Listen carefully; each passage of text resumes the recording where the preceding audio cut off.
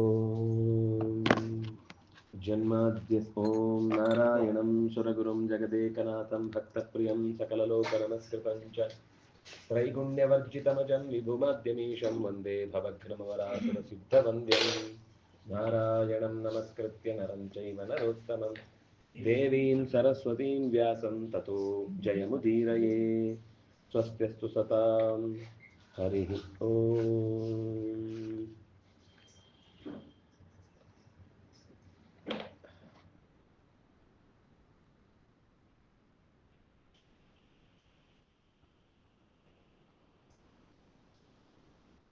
ಶಾಂತಿ ಪರ್ವದ ಆರಂಭದ ಭಾಗದಲ್ಲಿ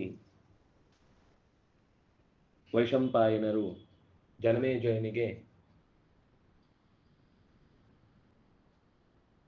ಸಂಸ್ಕಾರ ಕರ್ಮಗಳನ್ನು ಮುಗಿಸಿ ಒಬ್ಬೊಬ್ಬರದ್ದೇ ಪೂರ್ವದ ಇತಿಹಾಸವನ್ನು ಸ್ಮರಿಸ್ತಾ, ವಸ್ತುತಃ ಉದ್ಯೋಗ ಪರ್ವ ಮುಗಿದು ಈ ಕರ್ಣ ಪರ್ವ, ದ್ರೋಣ ಪರ್ವ, ಕರ್ಣ ಪರ್ವ, ಶಲ್ಯ ಪರ್ವ ಮುಗಿಯುವಷ್ಟರಲ್ಲಿ ಮಹಾಭಾರತ ಮುಗ್ದಿದೆ. ಆದ್ರೂ ಮತ್ತೆ ಎಷ್ಟೋ ವಿಷಯಗಳು ಆಮೇಲೇನೆ ನಮಗೆ ಸಿಗುವಂಥದ್ದು. ಜೀವನದಲ್ಲಿ ಯಾವಾಗಲೂ ಒಂದು ಆರಂಭದ ಬದುಕು ಅನ್ನೋದು ವರ್ಣಮಯವಾಗಿದ್ರೆ ಅವಾಗ ಕೊನೆಗೆ ಹಿಂತಿರುಗಿ ನೋಡಿದಾಗ ಒಂದಿಷ್ಟು ನೆನಪಿಸ್ಕೊಳ್ಳಿಕ್ಕೆ ವಿಷಯ ಇರುತ್ತೆ. ನಾವು ಇವತ್ತಿನ ಲೈಫ್ ಸ್ಟೈಲ್ ಅನ್ನ ಯೋಚನೆ ಮಾಡಿದ್ರೆ, ಒಂದು 60 ವರ್ಷ ಆದ್ಮೇಲೆ ಬರೀ ಬಸ್ ಹತ್ತಿದ್ದು, ಬಸ್ ಇಳಿದಿದ್ದು, ಆಫೀಸ್ ಮುಂದೆ ಕುಟು ಅಂತ ಕುಟ್ಟಿದ್ದು ಬಿಟ್ರೆ ಬೇರೆ ಏನೂ ನೆನಪಿರಲ್ಲ. ನೋಡ್ಕೊಳ್ಳಿಕ್ಕೆ, ನೆನಪಿಸ್ಕೊಳ್ಳಿಕ್ಕೆ ಅಡ್ವೆಂಚರ್ಸ್ ಅಂತ ಆದ ಒಂದು ಘಟನೆಗಳೇ ಇಲ್ಲ. ಯಾವಾಗ್ಲೂ ಶರೀರದಲ್ಲಿ ಶಕ್ತಿ ಕಮ್ಮಿ ಆದಾಗ ನೆನಪುಗಳೇ ಬಲ, ಬೇರೆ ಏನು ಇಲ್ಲ. ಹೊರಗಿನದ್ದು ಮತ್ತೆ ಶಾರೀರಿಕವಾಗಿ ಏನೂ ಕೆಲಸ ಮಾಡ್ಲಿಕ್ಕಾಗಲ್ಲ. ಏನಿದ್ರು ಹಿಂದೆ ಮಾಡಿದ ಯೋಚನೆಗಳಲ್ಲಿ ನೆಮ್ಮದಿಯನ್ನ ಕಾಣುವುದು. ಮಾಡುವವರಿಗೆ ನಾವು ಒಂದಿಷ್ಟು ಪ್ರೋತ್ಸಾಹನೋ ಸಲಹೆ ಸೂಚನೆನೋ ಕೊಟ್ಟುಕೊಂಡು ಬದುಕುವುದು ಬಿಟ್ರೆ ಏನು ಇಲ್ಲ. ಅಂದ್ರೆ ಆ ಹೊತ್ತು ಬಹಳ ಕಷ್ಟ. ಅವರಿಗೆ ಬೇಕಾಗಿರೋದಿಲ್ಲ ಯಾರು, ಹೊಸ ತಲೆಮಾರಿಗೆ. ಹಳಬರಿಗೆ ಬೇಕು ಅಂತಿರುತ್ತೆ, ಆದ್ರೆ ಹೇಳ್ಬೇಕಂತಂದ್ರೆ ಅವ್ರಿಗೆ ಅದರಲ್ಲಿ, ಯಾಕಂತ ತಮ್ಮ ಅನುಭವದಲ್ಲೂ ಏನು ಇಲ್ಲ. ಒಂದು ಕಾಲದ ಅಜ್ಜ ಅಜ್ಜಿಯರು ಅಂತಂದ್ರೆ ಎಷ್ಟು ಗೊತ್ತಿರ್ತಿತ್ತು. ಈಗ ಹೊಸ ತಲೆಮಾರು ಹೇಳ್ತಾರೆ, ಈಗ ಯಾರು ನೆಕ್ಸ್ಟ್ ಅಜ್ಜ ಅಜ್ಜಿ ಆಗ್ತಾರೆ ಅವರು ಏನಕ್ಕೂ ಲಾಯಕ್ಕಿಲ್ಲ ಅಂತ ಅನ್ನೋ ಸ್ಥಿತಿ ಬಂದ್ಬಿಡುತ್ತೆ. ಯಾಕಂದ್ರೆ ಜ್ಞಾನವೂ ಇಲ್ಲ, ಈಚೆಯಿಂದ ಅನುಭವವೂ ಇಲ್ಲ. ಹಾಗಿಲ್ಲ, ಒಂದು 20 ವರ್ಷದ ಹಿಂದೆ ಜೀವನ ಕಂಡವರಿಗೆ ಚೂರು ಇದೆ ಹೇಳ್ಕೊಳ್ಳಿಕ್ಕೆ. ಈ ಹೊಸ ತಲೆಮಾರಿನ ವಯಸ್ಸಾದವರು ಬರ್ತಾರಲ್ಲ, ಅವರಿಗೆ ಹೇಳ್ಕೊಳ್ಳಿಕ್ಕೂ ಏನು ಇಲ್ಲ, ಅನುಭವಕ್ಕೂ ಸಿಗುದಿಲ್ಲ. ಹೊಸಬ್ರು ಬೇಕಾಗಿಲ್ಲ, ಯಾಕಂದ್ರೆ ಅವ್ರು ಅಪ್ಡೇಟ್ ಆಗಿ ಇವ್ರು ಯಾವ್ದಕ್ಕೂ ಉಪಯೋಗ ಇಲ್ಲ ಅಂತ ಅವ್ರು ತೀರ್ಮಾನ ಮಾಡಿ ಹೊರಗಿಟ್ಬಿಟ್ಟಾಗಿದೆ. ಅಂದ್ರೆ ಆ ಸ್ಥಿತಿ ಯಾಕೆ ಬರುತ್ತೆ ಅಂದ್ರೆ, ನಮ್ಗೆ ಅಧ್ಯಯನದ ಕೊರತೆ ಅಥವಾ ಅನುಭವದ ಕೊರತೆ, ಅಥವಾ ನಮ್ಮ ಜೀವನದ ಉತ್ಸಾಹಕ್ಕೆ ಕಾರಣವಾದ ಕೆಲಸದಲ್ಲಿ ನಾವು ಬಿದ್ದಿಲ್ಲ. ಹೊಟ್ಟೆ ಹೊರೆಯುವ ಕೆಲಸಕ್ಕೆ ನಾವು ಕೈ ಹಾಕಿದ್ದಾದ್ರಿಂದ, ಹೊಟ್ಟೆ ಹೊರೆಯುವುದನ್ನ ಪ್ರಾಣಿನೂ ಮಾಡುತ್ತೆ, ಪಕ್ಷಿನೂ ಮಾಡುತ್ತೆ, ಕ್ರಿಮಿನೂ ಮಾಡುತ್ತೆ, ಕೀಟನೂ ಮಾಡುತ್ತೆ. ಆದ್ರೆ ನಮ್ಗೆ ಜೀವಕ್ಕೆ ಅರ್ಥವ ಅಥವಾ ಸ್ಫೂರ್ತಿ ತುಂಬುವ, ಅಥವಾ ನಾನು ಇಂಥದ್ದನ್ನು ಮಾಡಿದ್ರೆ ನನ್ನ ಬದುಕಿನಲ್ಲಿ ಏನೋ ಸಾಧಿಸಿದಾಗ ಆಗುತ್ತೆ ಅಂತ ಒಂದು ಒಳಗಿನ ಕರೆಗೆ ಹೋಗೊಟ್ಟು ಬದುಕುವ ರೀತಿ ಅಭ್ಯಾಸ ಇದ್ರೆ, ಆವಾಗ ಅದರಲ್ಲಿ ಏನೊಂದು ಹೊಸ್ತನ್ನ ಕ್ರಿಯೇಟಿವ್ ಆಗಿ ಮಾಡ್ಲಿಕ್ಕೆ ಆಗಿರುತ್ತೆ. ಅದು ಅವನಿಗೆ ಬುತ್ತಿ, ನೆನಪಿನ ಬುತ್ತಿ ತಗೊಂಡು ಹೋಗ್ಲಿಕ್ಕೆ. ಆದ್ರೆ ಅದು ಇಲ್ಲದೆ ಹೋದಾಗ ಎಲ್ಲವೂ ಒಂಥರ ಶೂನ್ಯವಾಗಿ ಕಾಣ್ಲಿಕ್ಕೆ ಶುರುವಾಗುತ್ತೆ. ಅವು ನಿಜವಾಗಿಯೂ ಒಂದ್ ರೀತಿ ಸಾವು ಬೇಕು ಅಂತ ಬಯಸಿದ್ರೆ ಸಾವು ಬರಲ್ಲ, ಆದ್ರೆ ಬದುಕ್ಲಿಕ್ಕೆ ಏನಾದ್ರೂ ಉತ್ಸಾಹ ಉಂಟಾ ನೋಡಿದ್ರೆ ಏನು ಕಾಣಲ್ಲ, ಶೂನ್ಯ ಕಾಣ್ತಾ ಇರುತ್ತೆ. ಇದು ಬಹಳ ಕಷ್ಟದ ಸ್ಥಿತಿ. ಆದ್ರೆ ಪಾಂಡವರಿಗೆ ಅವರು ಯುದ್ಧ ಮಾಡಿ ಮುಗಿಸಿ ಬರುವಾಗ ಸುಮಾರು ಅವರಿಗೆ 72-73 ವಯಸ್ಸು. ಯುದ್ಧ ಮಾಡಿದವರು 72ನೇ ವಯಸ್ಸಿನಲ್ಲಿ. ಆಗ್ಲೂ ದೇಹ ಆ ಚಾಲಾಕಿತನ, ಆ ನಾಜೂಕುತನ, ಆ ಯುದ್ಧದ ಕೆಚ್ಚು ಇತ್ಯಾದಿಗಳೆಲ್ಲ ಆ ವಯಸ್ಸಿಗೆ ಉಳಿಬೇಕು ಅಂದ್ರೆ ಆರಂಭದಲ್ಲೇ ಅಷ್ಟು ಗಟ್ಟಿ ಇರಬೇಕು. ಇಲ್ಲ ನಾವು ಹೇಳುದು ಮತ್ತೆ ಆರ್ಗ್ಯಾನಿಕ್ ಫುಡ್ ಅದು ಇದು ಅಂತ, ಅದು ಒಂದು ದಂಧೆ. ಈಗ ಹೇಳಿ ಹೇಳಿ ಹೇಳಿ ಎಲ್ಲಾ ಅವ್ಯವಸ್ಥಿತ ಪದಾರ್ಥಗಳನ್ನೇ ನಾವು ತಿನ್ನುವುದಾಗುತ್ತೆ. ಆದ್ರೆ ಪಾಂಡವರ ಆರಂಭದ ಬದುಕು ಕಾಡಿನಲ್ಲಿ ಪಾಂಡುವಿನ ಜೊತೆಗೆ 16 ವರ್ಷ ಅಲ್ಲಿ ಕಳೆದ್ರು. ಆಮೇಲೆ ರಾಜ್ಯಭಾರ ಮಾಡ್ಲಿಕ್ಕೆ ಅಂತ ಬಂದು ಒಂದು 23 ವರ್ಷ ಕಳೆದ್ರೂ ಕೂಡ ಮತ್ತೆ ಅರಗಿನ ಮನೆಯಲ್ಲಿ ಒಂದಿಷ್ಟು ಹೋಯ್ತು, ಏಕಚಕ್ರ ನಗರದಲ್ಲಿ ಹೋದ್ರು, ದ್ರುಪದನ ಆಸ್ಥಾನದಲ್ಲಿ ಒಂದಿಷ್ಟು ವರ್ಷ, 1.5 ವರ್ಷ ಕಳೆದ್ರು, ಮತ್ತೆ ವಾಪಸ್ ಬಂದು ಇಂದ್ರಪ್ರಸ್ಥಕ್ಕೆ ಬಂದ ಮೇಲೆ ಯಥಾ ಪ್ರಕಾರ ಕಾಡಿಗೆ ಹೊರಡ್ಬೇಕಾಯ್ತು. ಅಂದ್ರೆ ಅವರು ಕಾಡು ಓಡಾಡಿ ಆಗ್ಲೂ ಸ್ಟೆಮಿನಾ ಕಳ್ಕೊಂಡಿರ್ಲಿಲ್ಲ, ಆಗ್ಲೂ ಅಭ್ಯಾಸ ಮಾಡ್ತಿದ್ರು, ಆಗ್ಲೂ ಯುದ್ಧದ ಕಲೆಗಳನ್ನ ನಿರಂತರ ಪ್ರಾಕ್ಟೀಸ್ ಮಾಡ್ತಿದ್ರು. ಆ ಕಾರಣಕ್ಕಾಗಿ ಯುದ್ಧದಲ್ಲಿ ಇವರು ನಿತ್ಯ ಅರಮನೆಯಲ್ಲಿ ಕೂತು ತಿಂದು ಉಂಡು ಚೆನ್ನಾಗಿ ಪ್ರಾಕ್ಟೀಸ್ ಮಾಡೋರು. ಅವ್ರು ಕಾಡಲ್ಲಿ ಏನ್ ಮಾಡ್ಬೇಕು? ಆದ್ರೆ ಹಠ ಇದ್ದವನಿಗೆ ಎಲ್ಲಿದ್ರೂ ತನ್ನ ಅಭ್ಯಾಸವನ್ನ ಬಿಡಲ್ಲ, ಮತ್ತು ಅದು ಆಸಕ್ತಿದಾಯಕ ವಿಷಯ ಆದಾಗ ಯಾವತ್ತೂ ಅವನು ಹಿಂದೆ ಸರಿಯುವುದಿಲ್ಲ.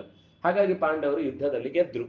ಆದ್ರೆ ಗೆದ್ದ ನಂತರದ ಹಿಂದಿನ ನೆನಪುಗಳನ್ನೇ ಮೆಲುಕು ಹಾಕುವಂತಹ ಒಂದು ಸಂದರ್ಭ ಬಂದಾಗ ಕರ್ಣನ ವಿಷಯದಲ್ಲೆಲ್ಲ ಮಾತನಾಡಿಕೊಂಡು ಅವನು ಯಥಾ ಪ್ರಕಾರ ವೈರಾಗ್ಯದ ಮಾತುಗಳನ್ನ ಆಡ್ತಾ ಕುಂತಿಗೆ ಕುಂತಿಯ ಮೇಲೆ ಸಿಟ್ಟು ಮಾಡಿಕೊಳ್ತಾನೆ, ತಾಯಿಯ ಮೇಲೆ. ಏನು ನೀನು ಇಷ್ಟು ಗುಟ್ಟು ಮಾಡಿ ನನಗೆ ನಮ್ಮ ಬಂಧುಗಳಲ್ಲಿ ಅಣ್ಣನ ಬಗ್ಗೆನೇ ತಿಳಿಯದ ಹಾಗೆ ಆಗಿ ಅವನನ್ನು ಕೊಲ್ಲುವ ಹಾಗಾಯ್ತು, ಈಗ ನಾವೇ ಅವನಿಗೆ ಶ್ರಾದ್ದಾದಿ ಕರ್ಮಗಳನ್ನು ಮಾಡುವ ಹಾಗಾಯ್ತು, ಇದೆಲ್ಲ ನಿನ್ನ ಕಾರಣದಿಂದ ಆದದ್ದು ಅಂತ, ನಿಮ್ಮ ಮಾತಿನಲ್ಲಿ ಯಾವ ಗುಟ್ಟು ಉಳಿಯದೇ ಇರಲಿ ಅಂತ ಶಪಿಸಿದ. ಇಷ್ಟಾದ್ಮೇಲೆ ಯುಧಿಷ್ಠಿರ ಸ್ವಲ್ಪ ಹಳೆಯದನ್ನೆಲ್ಲ ನೆನಪಿಸಿಕೊಂಡು ಯಾರು ಇಲ್ಲ ಅಂತ ಅಂದುಕೊಂಡು ದುಃಖದಿಂದ ಮಾತಾಡ್ತಾ ಇದ್ದಾನೆ.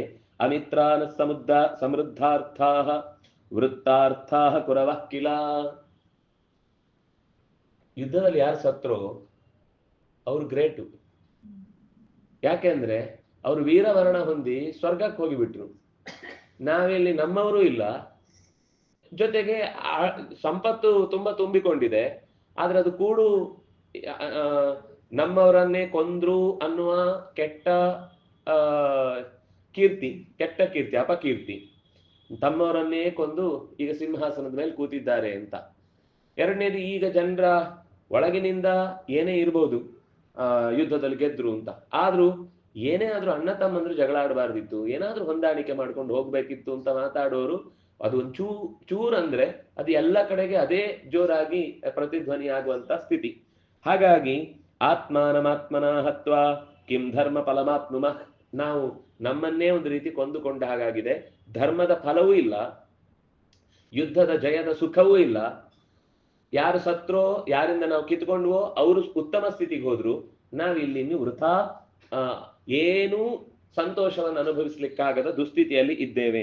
ವಯಂತು ಲೋಭಾತ್ ಮೋಹಾತ್ ದಂಭಂ ಮಾನಂಚ ಸಂಶ್ರಿತಾ ಇಮಾಮವಸ್ಥಾಂ ಸಂಪ್ರಾಪ್ತ ರಾಜ್ಯ ಕ್ಲೇಶ ಬುಭುಕ್ಷಯ. ಏನೀಗ ಯುದ್ಧ ಆದ್ಮೇಲಿನ ಪರಿಸ್ಥಿತಿ ಬಹಳ ಗಂಭೀರ. ನಿಜವಾಗಿ ನಾವು ಅಂತೀವಿ ಯುದ್ಧ ಆದ್ಮೇಲೆ ಬಹಳ ಗೆದ್ಬಿಟ್ವಿ ಅಂತ. ಸಮಸ್ಯೆ ಗೆದ್ದದ್ರಲ್ಲ ಇರುವುದು, ಮತ್ತೆ ವಾಪಸ್ಸು ಮೊದಲಿನಂತೆ ಎಲ್ಲಾನು ಕನ್ಸ್ಟ್ರಕ್ಟ್ ಮಾಡ್ಬೇಕಲ್ಲ. ವಾಪಸ್ಸು ಆರ್ಥಿಕ ಸ್ಥಿತಿ ಹಾಳಾಗಿರುತ್ತೆ, ಸಾಮಾಜಿಕ ಸ್ಥಿತಿ ಹಾಳಾಗಿರುತ್ತೆ, ಕೌಟುಂಬಿಕ ಪರಿಸ್ಥಿತಿ ತೀರಾ ಹದಗೆಟ್ಟಿರುತ್ತೆ. ಯಾಕೆಂದ್ರೆ ಸಾಮಾನ್ಯ ಯುದ್ಧಕ್ಕೆ ಬರೋರೆಲ್ಲ ಮಧ್ಯ ವಯಸ್ಸಿನವರು, ಉಳಿದವರು ಯಾರು? ತಂದೆ ಮೊಮ್ಮಕ್ಕಳು, ಅಂದ್ರೆ ವಯಸ್ಸಾದವರು, ಎಳೆ ವಯಸ್ಸಿನವರು. ಈ ಅದರಲ್ಲಿ ಆ ಕಡೆಯಿಂದ ಹೆಣ್ಣು ಮಕ್ಕಳು ಗಂಡನನ್ನ ಕಳ್ಕೊಂಡ ಸ್ಥಿತಿಯಲ್ಲಿ ಮಕ್ಕಳನ್ನ ಜವಾಬ್ದಾರಿ ಹೊರುವುದು ಹೇಗೆ, ದೊಡ್ಡವರನ್ನು ನೋಡ್ಕೊಳ್ಳುವುದು ಹೇಗೆ ಎನ್ನುವ ಚಿಂತೆ. ಈ ಸ್ಥಿತಿಯಲ್ಲಿದ್ದಾಗ ದೇಶವನ್ನ ಮತ್ತೆ ಅವರಲ್ಲಿ ನಂಬಿಕೆ ಹುಟ್ಟಿಸಿ, ಇಲ್ಲ ನೀವೇನು ಯೋಚನೆ ಮಾಡಬೇಡಿ, ಒಳ್ಳೆಯ ದಿನಗಳು ಮುಂದೆ ಬಂದೇ ಬರ್ತಾವೆ ಅಂತೆಲ್ಲ ಮಾನಸಿಕವಾಗಿ ಅವರನ್ನು ಧೈರ್ಯ ತುಂಬುವುದೇ ದೊಡ್ಡ ಸಾಹಸ. ಅಂಥವರು ಕೆಲವೊಂದು ಸರ್ತಿ ಒಂದೋ ಸರ್ಕಾರಕ್ಕೆ ವಿರೋಧವಾಗಿ ನಿಂತು ಬಿಡಬಹುದು, ಅಥವಾ ಶತ್ರುಗಳಿಗೆ ಸಹಾಯ ಮಾಡ್ಲಿಕ್ಕೆ ಹೋಗುದು. ಇವರಿಂದಾಗಿ ನಮ್ಮ ಮನೆ, ಇವರಿಗೋಸ್ಕರ ಬಲಿ ಕೊಟ್ರು, ಆದ್ರೆ ಸರ್ಕಾರ ನಮ್ಮನ್ನು ಕೊನೆಗೂ ಲೆಕ್ಕಕ್ಕೆ ತೆಗೆದುಕೊಳ್ಳಿಲ್ಲ ಅಂತ ಅವರು ವಿರುದ್ಧ ನಿಲ್ಲುವ ಸಾಧ್ಯತೆಗಳಿರ್ತವೆ. ಆಮೇಲೆ ಅವರಿಗೆ ಅಗತ್ಯವನ್ನು ಎಷ್ಟು ಜನರನ್ನ ನಾವು ಗುರುತಿಸಬಹುದು ಹೇಳಿ? 18 ಅಕ್ಷೋಹಿಣಿ ಸೈನ್ಯ ಅಂದ್ರೆ ಸುಮಾರು 60 ಲಕ್ಷ ಮಂದಿ ಅಂದಾಜು. ಅಷ್ಟು ಮಂದಿಯ ಮನೆಯ ಅದರಲ್ಲಿ ಕೆಲವರ ಮನೆಯಲ್ಲಿ ತಂದೆ ಮಕ್ಕಳು ಎಲ್ಲರೂ ಹೋಗ್ಬಿಟ್ಟಿರ್ತಾರೆ. ಇಂಥ ದುಸ್ಥಿತಿಯನ್ನ ಎದುರಿಸಿ ಇಮಾಮವಸ್ಥಾಂ ಸಂಪ್ರಾಪ್ತಾ ರಾಜ್ಯ ಕ್ಲೇಶ ಬುಭುಕ್ಷಯ. ನಾವು ಕೇವಲ ಜನರ ಕಷ್ಟ ಕಾರ್ಪಣ್ಯವನ್ನ ಪರಿಹರಿಸುವುದ್ರಲ್ಲೇ ನಮ್ಮ ಆಯುಷ್ಯ ಕಳೆಯುವಂತಹ ಒಂದು ದುಸ್ಥಿತಿಗೆ, ಧರ್ಮ ಮಾಡ್ಲಿಲ್ಲ, ನಮ್ಮವರನ್ನೇ ಕೊಂದೆವು ಅನ್ನುವ ಕೆಟ್ಟ ಅಪವಾದ, ಇವರನ್ನ ಸರಿ ಮಾಡುವುದ್ರಲ್ಲೇ ನಮ್ಮ ಆಯುಷ್ಯ ಕಳೆದು ಹೋಗುತ್ತೆ. ಏನು ಸುಖ ಅಂತ ಎಲ್ಲಿಂದ ಬಂತು? ತ್ರೈಲೋಕ್ಯಸ್ಯಾಪಿ ರಾಜ್ಯೇನ ನಾಸ್ಮಾನ್ ಕಶ್ಚಿತ್ ಪ್ರಹರ್ಷಯೇತ್. 3 ಲೋಕಗಳನ್ನ ಆಧಿಪತ್ಯ ನಡೆಸುವ ಸ್ಥಿತಿ ಬಂದ್ರೂ ಕೂಡ ಈ ಯುದ್ಧಾದ ನಂತರದ ಪರಿಸ್ಥಿತಿಯಲ್ಲಿ ಅದು ಸುಖ ಅಂತ ಅನ್ನಿಸಿಕೊಳ್ಳಿಕ್ ಸಾಧ್ಯ ಇಲ್ಲ. ನಮ್ದು ಒಂಥರ ನಾಯಿಪಾಡು. ನಾವು ಶಬ್ದ ಬಳಸ್ತೇವಲ್ಲ, ಸಂಸ್ಕೃತದ್ದೇ ಶಬ್ದ ಅದು. ಅವನು ಹೇಳ್ತಾನೆ, ಆಮಿಷೇ ಗೃಧ್ಯಮಾನಾನಾಂ ಅಶುಭಂ ವೈಶುನಾಮಿವ. ಶುನ ಅಂದ್ರೆ ನಾಯಿ. ಹಿಂದೆಯೂ ಒಂದ್ಸರ್ತಿ ಇಂಥದ್ದೇ ಮಾತು ಹೇಳಿದ ಯುಧಿಷ್ಠಿರ. ಲಾಂಗೂಲ ಚಾಲನಂ ಕ್ಷೇಡ. ಅವನು ಈ ಬೀದಿಯ ನಾಯಿ ಅಪ್ಪಿ ಪಕ್ಕದ ಬೀದಿಗೆ ಹೋದ್ರೆ ಆವಾಗ ಅಲ್ಲೇನೋ ತಿನ್ಲಿಕ್ಕೆ ಸಿಕ್ತು ಅಂತ ಅದು ಪ್ಯಾಕೆಟ್ ಅನ್ನು ಒಡೆದು ಹಿಂಗೆ ತಿನ್ಲಿಕ್ಕೆ ಹೋಗುತ್ತೆ. ಅಷ್ಟೊತ್ತಿಗೆ ಅಲ್ಲಿಯ ಬೀದಿಗಳು ನಾಯಿಗಳು ಓಡಿ ಬರ್ತವೆ. ಓಡಿ ಬಂದು ಅದು ಅಲ್ಲಿಂದನೇ ಬಾಲ ಅಲ್ಲಾಡಿಸುತ್ತೆ, ಇದು ನಮ್ಮ ಏರಿಯಾ, ನೀನ್ ಯಾಕೆ ಬಂದಿ ಅಂತ. ಆಗ ಅದು ಬಾಲ ಅಲ್ಲಾಡಿಸ್ತದೆ. ನಿಂಗ್ ಮಾತ್ರ ಏನ್ ಬಾಲ ಅಲ್ಲಾಡಿಸು, ನಂಗೂ ಬಾಲ ಅಲ್ಲಾಡಿಸ್ಲಿಕ್ಕೆ ಬಾಲ ಇದೆ ಅಂತ ಅದು ಅಲ್ಲಾಡಿಸುತ್ತೆ. ಆವಾಗ ಅದು ಕಣ್ಣು ಮಿಲಾಯಿಸಿ ಕೋರೆ ಹಲ್ಲನ್ನ ತೆರೀಲಿಕ್ಕೆ ಶುರು ಮಾಡುತ್ತೆ. ನನಗೂ ಹಲ್ಲಿದೆ ಅಂತ ಅದು ಕೋರೆ ಹಲ್ಲು ತೋರಿಸುತ್ತೆ. ಆಮೇಲೆ ಗೊರ್ರ ಅಂತ ಶಬ್ದ ಮಾಡ್ಲಿಕ್ಕೆ ಶುರು ಮಾಡುತ್ತೆ. ರಾವಹ ಶಬ್ದ ಬರುತ್ತೆ, ಇದು ಶಬ್ದ ಮಾಡುತ್ತೆ. ಕೊನೆಗೆ ಇವನು ಯಾಕೆಂದ್ರೆ ಇದಕ್ಕೇನು ಅಂದ್ರೆ ಇದು ತನ್ನ ಏರಿಯಾ ಅಂತ, ತನ್ನ ವ್ಯವಹಾರ ಪರಿಧಿ ಅಂತ ಯೋಚನೆ ಮಾಡಿದ್ರಿಂದ ಅದರ ಮೇಲೆ ದಾಳಿ ಮಾಡ್ಲಿಕ್ಕೆ ಅಂತ ಬಂದು ಗಟ್ಟಿ ಜಗಳ ಆಗುತ್ತೆ. ಆ ಗಟ್ಟಿ ಜಗಳ ಆದಾಗ ತತ್ರ ಯೋ ಬಲಿ, ಯಾರು ಅದ್ರಲ್ಲಿ ಬಲಿಷ್ಠ ಇರ್ತಾನೋ, ಯಾವ ನಾಯಿ ಬಲಯುತವಾಗಿರುತ್ತೋ ಅದು ಸೋಲಿಸಿ, ಅದರಲ್ಲಿ ಏರಿಯಾದಲ್ಲಿ ಆಗ್ಬೇಕಾದ್ರೆ ಅವುಗಳು ಎಲ್ಲ ಸೇರ್ತಾರೆ. ಅದರಿಂದಾಗಿ ಅನಿವಾರ್ಯವಾಗಿ ಆ ಸಿಂಗಲ್ ಇದ್ದದ್ದೇ ಸೈಡಿಗೆ ಹೋಗ್ಬೇಕಾಗುತ್ತೆ. ಹೋಗಿ ಆ ಆಮಿಷವನ್ನ ಅದು ಕಿತ್ತು ತಿನ್ನುತ್ತೆ. ಅಕಸ್ಮಾತ್ ಅಲ್ಲಿ ಬೇರೆ ಯಾವ್ದು ಬರ್ಲಿಲ್ಲ, ಎರಡೇ ಇತ್ತು ಅಂದ್ರೆ ಅದ್ರಲ್ಲಿ ಯಾವ್ದು ಬಲಿಷ್ಠವೋ ಅದನ್ನು ಕಿತ್ತು ತಿನ್ನುತ್ತೆ. ಏವಮೇವ ಮನುಷ್ಯೇಶು ವಿಶೇಷೋ ನಾಸ್ತಿ ಕಶ್ಚನ. ಮನುಷ್ಯರು ಇಷ್ಟೇ, ಅವರ ಹೊನ್ನು ಮಣ್ಣು ಹೆಣ್ಣಿಗಾಗಿ ನಿರಂತರ ಹೀಗೇ ಹೋರಾಡಿ ಎಷ್ಟೋ ಸರ್ತಿ ಕೊನೆಗೆ ಆ ವಸ್ತುವು ಸಿಗಲ್ಲ. ಒಬ್ರು ಕತೆ ಹೇಳ್ತಿದ್ರು, ಯಾವುದೋ ಒಂದು ಊರಲ್ಲಿ ತುಂಬಾ ದೊಡ್ಡ ದೊಡ್ಡ ಮನೆ, ಆ ಮನೆಯ ಕಾಂಪೌಂಡ್ ಅಲ್ಲಿ ಒಂದು ತೆಂಗಿನ ಮರ ಇತ್ತು. ಅದೇನಾಗಿದೆ, ಕರೆಕ್ಟ್ ಕಾಂಪೌಂಡ್ ಮಧ್ಯಕ್ಕಿತ್ತು. ಅವ್ರು ಹೇಳಿದ್ರು ಇದು ನಾವು ನೆಟ್ಟದ್ದಾದ್ರಿಂದ ನಮ್ದು ಅಂತ, ಇವ್ರು ಹೇಳಿದ್ರು ನಮ್ ಜಾಗದಲ್ಲಿದೆ ಆದ್ಮೇಲೆ ನಮ್ದು ಅಂತ. ಕೊನೆಗೆ ಅದ್ರ ತೆಂಗಿನಕಾಯಿ, ಚಂದ ತೆಂಗಿನಕಾಯಿ, ಈ ಕೆಂಪು ದಾಳಿ ಅಂತ ಹೇಳ್ತಲ್ಲ, ಕೆಂದಾಳಿ ಅಂತ ತೆಂಗಿನ ಮರದ ಪದಾರ್ಥಕ್ಕಾಗಿ ಇಬ್ಬರ ಕಿತ್ತಾಟ ಕೋರ್ಟಿಗೋಯ್ತು. ಈ ತೆಂಗಿನ ಮರ ನಂದು, ಈ ತೆಂಗಿನ ಮರ ಅವ್ರದ್ದಲ್ಲ ನಮ್ದು ಅಂತ. ಸರಿ, ಅದು ಕೇಸಲ್ಲಿರುವಾಗ ಅದನ್ನ ಅವ್ರು ಇಬ್ರು ಬಳಸುವಂಗಿಲ್ಲ, ಅದು ಎಲ್ಲಿಗೂ ಹೋಗ್ತಿತ್ತು ಪೊಲೀಸ್ ಸ್ಟೇಷನ್ಗೆ. ಕಿತ್ತು ತಿಂದಾಯ್ತು. ಸುಮಾರು 20 ವರ್ಷ ತನಕ ಅದು ಅವರು ಯಾರಿಗೂ ಇಲ್ಲ. ಆಯ್ತು, ನಾಳೆ ಜಡ್ಜ್ಮೆಂಟ್ ಬರುತ್ತೆ, ಅದು ಯಾರಿಗೆ ಸೇರುತ್ತೆ ಅಂತ ಗೊತ್ತಾಗುತ್ತೆ. ಇಬ್ರು ಕಾಲರ್ ಮೇಲ್ ಮಾಡ್ಕೊಂಡು ಇದು ನಮ್ದು ಅಂತ ಕಿತ್ತಾಡ್ತಾ ಇದ್ದಾರೆ. ಅವತ್ತು ದುರ್ದೈವಕ್ಕೆ ಜೋರು ಮಳೆ ಬಂದು ಒಂದು ಸಿಡ್ಲು ಹೊಡೆದು ಮರ ಬಿದ್ದೋಯ್ತು. ಅದೇ ಇಬ್ರು ಮಾತಾಡ್ಕೊಂಡು ಈ ತಿಂಗಳು ನೀವು ತಗೊಳ್ಳಿ, ಮುಂದಿನ ತಿಂಗಳು ನಾವು ತಗೋತೀವಿ ಮಾತಾಡಿ ಒಂದು ಕಾಂಪ್ರಮೈಸ್ ಆಗಿದ್ರೆ ಇಬ್ರಿಗೂ ಬೇಕಾದಷ್ಟು. ಅಷ್ಟು ವರ್ಷ ನೋಡಿದ್ದಕ್ಕೂ ಅದು ತಿಂದಿದ್ ಯಾರೋ ಮೂರನೇವರು. ಹೀಗೆ ನಮ್ಮ ಕತೆ, ಎಲ್ಲರ ಕಥೆಯು ಹೀಗೆ ಅಂತ ಯುಧಿಷ್ಠಿರ ಬೇಡಪ್ಪ ಯುದ್ಧ ಅಂತ ಆರಂಭದಲ್ಲೇ ಈ ಮಾತು ಹೇಳಿದ್ದ. ಈಗ ಅದನ್ನೇ ಮತ್ತೆ ನೆನಪಿಸ್ಕೊಳ್ತಾನೆ, ನಾವು ನಾಯಿಗಳ ತರ ಆಗ್ಬಿಟ್ಟಿದೀವಿ, ನಮ್ದು ನಾಯಿ ಪಾಡು, ಅದು ಇದನ್ ಕಿತ್ತಾಡುತ್ತೆ, ಇದು ಅದರ ತರ ಕಿತ್ತಾಡುತ್ತೆ. ಕಿತ್ತಾಡಿ ಕೊನೆಗೆ ಆಮಿಷಂ ಚೈವನೋ ನಷ್ಟಂ ಆಮಿಷಸ್ಯ ಚ ಭೋಜಿನಾಂ. ಒಂದು ಕಡೆಯಿಂದ ಅಷ್ಟೊತ್ತಿಗೆ ಅದು ಹಳಸಿರುತ್ತೆ, ತಿನ್ಬೇಕಾದ ಪದಾರ್ಥ. ಯಾರು ತಿನ್ನಲಾರದೆ ಹೊರಟೋದ್ರು ಅವರನ್ನು ಕಳ್ಕೊಂಡ್ವಿ ನಾವು. ಯಾರ ಹತ್ರ ಜಗಳ ಆಡಿದ್ವೋ ಅವರ ಮೈತ್ರಿ ಹೋಯ್ತು, ಏನ್ ಸಿಕ್ಕಿತೋ ಅದು ಕೊಳ್ತೋಗಿತ್ತು. ಈ ಕೊನೆಗೆ ಅದು ಅದೇ ತಿಂದ ಅಭ್ಯಾಸ ಇರೋರಿಗೆ ಅದರಲ್ಲೂ ಏನೋ ಖುಷಿ ಪಡ್ತಾರೆ. ಒಂದು ಮಾತಿದೆ ಅಲ್ಲ, ಗೆದ್ದವನ್ ಸೋತವನ್ ಸತ್ತ ಅಂತ. ನಿಜವಾಗಿ ಈ ವ್ಯವಹಾರಗಳಲ್ಲೆಲ್ಲ, ಕಾನೂನಿನ ವ್ಯವಹಾರಗಳಲ್ಲೆಲ್ಲ ಗೆದ್ರು ಅವನ್ ಸೋತ ಅಂತಾನೆ ಅರ್ಥ. ಯಾಕೆಂದ್ರೆ ಅದೇ ದುಡ್ಡನ್ನು ಅವನು ಅಷ್ಟೊತ್ತಿಗೆ 2 ಸೈಟ್ ತಗೋಬೋದಿತ್ತು. ಸೋತವನು ಸತ್ತ, ಅವನಿಗೆ ಆ ಗದ್ದೆನೂ ಸಿಗ್ಲಿಲ್ಲ ಅಥವಾ ಆ ಜಾಗನೂ ಸಿಗ್ಲಿಲ್ಲ, ಆ ದುಡ್ಡು ಹೋಳಿತು. ಅದರಿಂದಾಗಿ ಇಲ್ಲಿ ಯಾರಿಗೂ ಗೆಲುವು ಅಂತ ಅನ್ನೋದು ಕೇವಲ ಒಂದು ಹಣೆಪಟ್ಟಿ ಅಷ್ಟೇ. ಈ ರಾಜ್ಯದ ಅಧಿಕಾರದ ಬಗೆಗೆ ನಾವು ಪಡುವ ಪಾಟಲುಗಳಿವೆಯಲ್ಲ, ಇದು ಯಾವತ್ತಿಗೂ ಲಾಭದಾಯಕ ಅಲ್ಲ. ಮತ್ತೆ ನೆಮ್ಮದಿ ಇರುವುದಿಲ್ಲ, ನ್ಯಾಯಯುತವಾಗಿ ಬದುಕಲಿಕ್ಕಾಗುವುದಿಲ್ಲ, ಕಷ್ಟ ಆಗುತ್ತೆ ಅಂತ. ಅದರಿಂದಾಗಿ ನ ಪೃಥಿವ್ಯಾ ಸಕಲಾಯಾಹ ನ ಸುವರ್ಣಸ್ಯ ರಾಶಿಭಿಃ ನ ಗಜಾಶ್ವೇನ ಸರ್ವೇಣ ನ ತ್ಯಾಜ್ಯಾಯ ಇಮೇ ಹತಾಃ. ತೇ ತ್ಯಾಜ್ಯಾಹ ಯೈಮೇ ಹತಾಃ.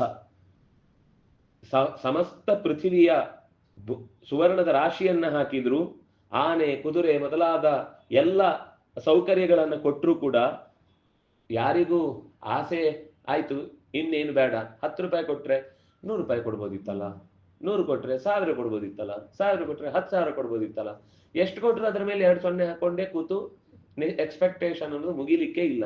ಅದರಿಂದಾಗಿ ಸತ್ತವರು ವಾಪಸ್ ಕೇಳಲಿಕ್ಕೆ ಬರುದಿಲ್ಲ, ಬದುಕಿದವರು ಅದರ ಬೆನ್ನ ಹಿಂದೆ ಬಿದ್ದು ಸಿಗ್ಲಿಲ್ಲ ಅಂತಾನೆ ಸಾಯ್ತಾ ಇರ್ತಾರೆ. ಕೆಲವರು ಸತ್ತು ಹೋಗಿದ್ದಾರೆ, ಕೆಲವರು ಬದುಕಿ ಸಾಯ್ತಾ ಇದ್ದಾರೆ. ಹೀಗೆ ಎರಡೂ ಸಾವಿನ ನಡುವೆ ನಾವು ಯಾವ ಮಧ್ಯದಲ್ಲಿದ್ದೇವೆ? ಬಹು ಕಲ್ಯಾಣಮಿಚ್ಛಂತಹ ಈ ಹಂತೇಪಿ ತರಸ್ಸುತಾನ್ ತಪಸ ಬ್ರಹ್ಮಚರ್ಯೇಣ ವರ ವಂದನೇನ ತಿತಿಕ್ಷಯ. ಒಂದು ಪರಿವಾರ ಅಂತಂದಾಗ ಎಲ್ಲರ ಬಯಕೆ ಕುಟುಂಬದಲ್ಲಿ ಏನಿರುತ್ತೆ? ಎಲ್ಲರಿಗೂ ಮಂಗಳ ಆಗಬೇಕು, ತಂದೆ ತಾಯಿಯರು ಮಕ್ಕಳಿಗೆ ಕ್ಷೇಮವಾದ ಜಾಗ ಸಿಗಬೇಕು, ಜವಾಬ್ದಾರಿ ಸಿಗಬೇಕು, ಕೆಲಸ ಸಿಗಬೇಕು, ಅವರಿಗೂ ಒಂದು ಕುಟುಂಬ ಅಂತ ಆಗಬೇಕು ಅಂತ ನಿರಂತರ ಯೋಚಿಸ್ತಾ ಇರ್ತಾರೆ. ಆಮೇಲೆ ಆ ಮಕ್ಕಳಲ್ಲಿ ಪ್ರತಿಯಾಗಿ ತಮ್ಮನ್ನ ಪ್ರೀತಿಸುವ ಕಾಳಜಿಯನ್ನ ಬಯಸ್ತಾರೆ. ಅದಕ್ಕೋಸ್ಕರ ಹೊಟ್ಟೆ ಬಟ್ಟೆ ಎಲ್ಲ ಕಟ್ಟಿ ಕೂತ್ಕೊಳ್ತಾರೆ. ಇದು ಒಂದು ಸಂಸಾರ ಅಂದ್ರೆ ಇದೆಲ್ಲ ಕ್ರಮಗಳನ್ನೆಲ್ಲ ಹೇಳ್ತಾನೆ. ಇದೆಲ್ಲವೂ ಇದೆ. ತಪಸಾ ಬ್ರಹ್ಮಚರ್ಯೇಣ ಉವಾಸಸ್ಥೈ ತಥೈಜ್ಯಾನ್, ಯಜ್ಞ ಯಾಗಾದಿಗಳನ್ನು ಮಾಡ್ತಾನೆ, ಅನೇಕ ಹಬ್ಬ ಹರಿದಿಗಳನ್ನು ಆಚರಣೆ ಮಾಡ್ತಾನೆ. ತಾಯಿಯರು ಅಷ್ಟೊತ್ತಿಗೆ ಅಜ್ಜಿಯರಾಗ್ತಾರೆ ಮಕ್ಕಳು ಹುಟ್ಟಿದಾಗ. ಯದಿ ಸ್ವಸ್ತಿ ಪ್ರಜಾಯಂತೆ ಜಾತಾ ಜೀವಂತಿ ವಾ ಯದಿ, ಎಲ್ಲ ಸಕಲವೂ ಸುಖಮಯವಾಯಿತು ಅಂತ ಅನ್ನುವಷ್ಟರಲ್ಲಿ ಇಂಥದ್ದೊಂದು ಯುದ್ಧ ಬಂದ್ರೆ ಅಥವಾ ಇಂಥದ್ದೊಂದು ಜಗಳ ತಂದು ನಡುವಿನಲ್ಲಿ ನಿಂತ್ರೆ ಅಲ್ಲಿ ತನಕ ಯಾವುದಕ್ಕೋಸ್ಕರ ಬಹು ಕಲ್ಯಾಣವನ್ನ ಬಯಸಿ ಕೌಟುಂಬಿಕವಾದ ಎಲ್ಲರ ಮನೆಯಲ್ಲೂ ಅವರವರದ್ದೇ ಆದ ಒಂದು ಕಲ್ಪನೆಗಳಲ್ಲಿ ಅವರು ಬದುಕನ್ನ ಕಟ್ಟಿಕೊಂಡಿರ್ತಾರೆ. ಅಷ್ಟು ದೊಡ್ಡ ಗೋಪುರ ಬುಡ ಸಮೇತ ಕಿತ್ತು ನೆಲಕ್ಕೆ ಹಚ್ಚಿದಾಗ ಯಾರು ಅವರನ್ನ ಸಮಾಧಾನ ಮಾಡ್ಲಿಕ್ಕೂ ಸಾಧ್ಯ ಆಗುದಿಲ್ಲ. ಯಾವ ನಿರೀಕ್ಷೆಯಲ್ಲಿ ಅವರು ಬದುಕನ್ನ ಕಳೀತಾ ಇದ್ರು? ತಾಸಾಮಯಂ ಸಮುದ್ಯೋಗ ನಿವೃತ್ತ ಕೇವಲ ಅಫಲ. ಯಾವಾಗ ಅದರ ಸಂತೋಷವನ್ನು ಅನುಭವಿಸ್ಬೇಕೋ ಆಗ ಆ ಸಂತೋಷವನ್ನು ಕೊಡಬೇಕಾದ ವಸ್ತುವೇ ಇಲ್ಲ ಅನ್ನುವ ಸ್ಥಿತಿಗೆ ಬಂದು ನಿಂತಿದೆ. ಎಷ್ಟು ಜನ ಮಕ್ಕಳ ಕರ್ಣಕುಂಡಲವನ್ನು ಮಾತ್ರ ನೋಡಿ ಇದು ನನ್ನ ಮಕ್ಕಳು ಅಂತ ಗುರುತಿಸಿದವರಿದ್ದಾರೆ. ಮಕ್ಕಳ ಶರೀರವೇ ಕಿತ್ತು, ಯಾಕಂದ್ರೆ ನರಿ ನಾಯಿಗಳು ತೋಳಗಳು ಯಾವುದು ರಣರಂಗದಲ್ಲಿ ಬಿಡಲ್ಲ. ಅದೆಲ್ಲ ಸ್ವಲ್ಪ ಬಹಳ ನಾವು ಊಹಿಸ್ಲಿಕ್ಕೂ ಆಗದೆ ಇರುವ ಪರಿಸ್ಥಿತಿ. ಈಗ ಏನಾದ್ರೂ ತಕ್ಷಣ ಬೇರೆ ವ್ಯವಸ್ಥೆ, ಅದು ಏನು ನೋಡಿ, ಯುದ್ಧ ಆದಾಗ ಕೊನೆಗೆ ಒಂದು ಹೊಂಡದಲ್ಲಿ 50-60 ಜನ ಒಟ್ಟಿಗೆ ಹೂತಾಕುದು ಅದು ಅನಿವಾರ್ಯ ಪರಿಸ್ಥಿತಿ. ನಾವಾಗ ನ್ಯಾಯ, ಸಂಸ್ಕಾರ, ಮಾನವೀಯತೆ ಇದೆಲ್ಲ ಮಾತಾಡುವುದು, ಆಮೇಲೆ ಕಟ್ಟಿಗೆನೇ ಇಲ್ಲ ಅಂದ್ರೆ ಏನ್ ಮಾಡುದು? 2-3 ವರ್ಷದ ಹಿಂದೆ ಇದನ್ನೆಲ್ಲ ನಾವು ಕೇಳಿದ್ದು ನೋಡಿದ್ದು ಸಂಗತಿ.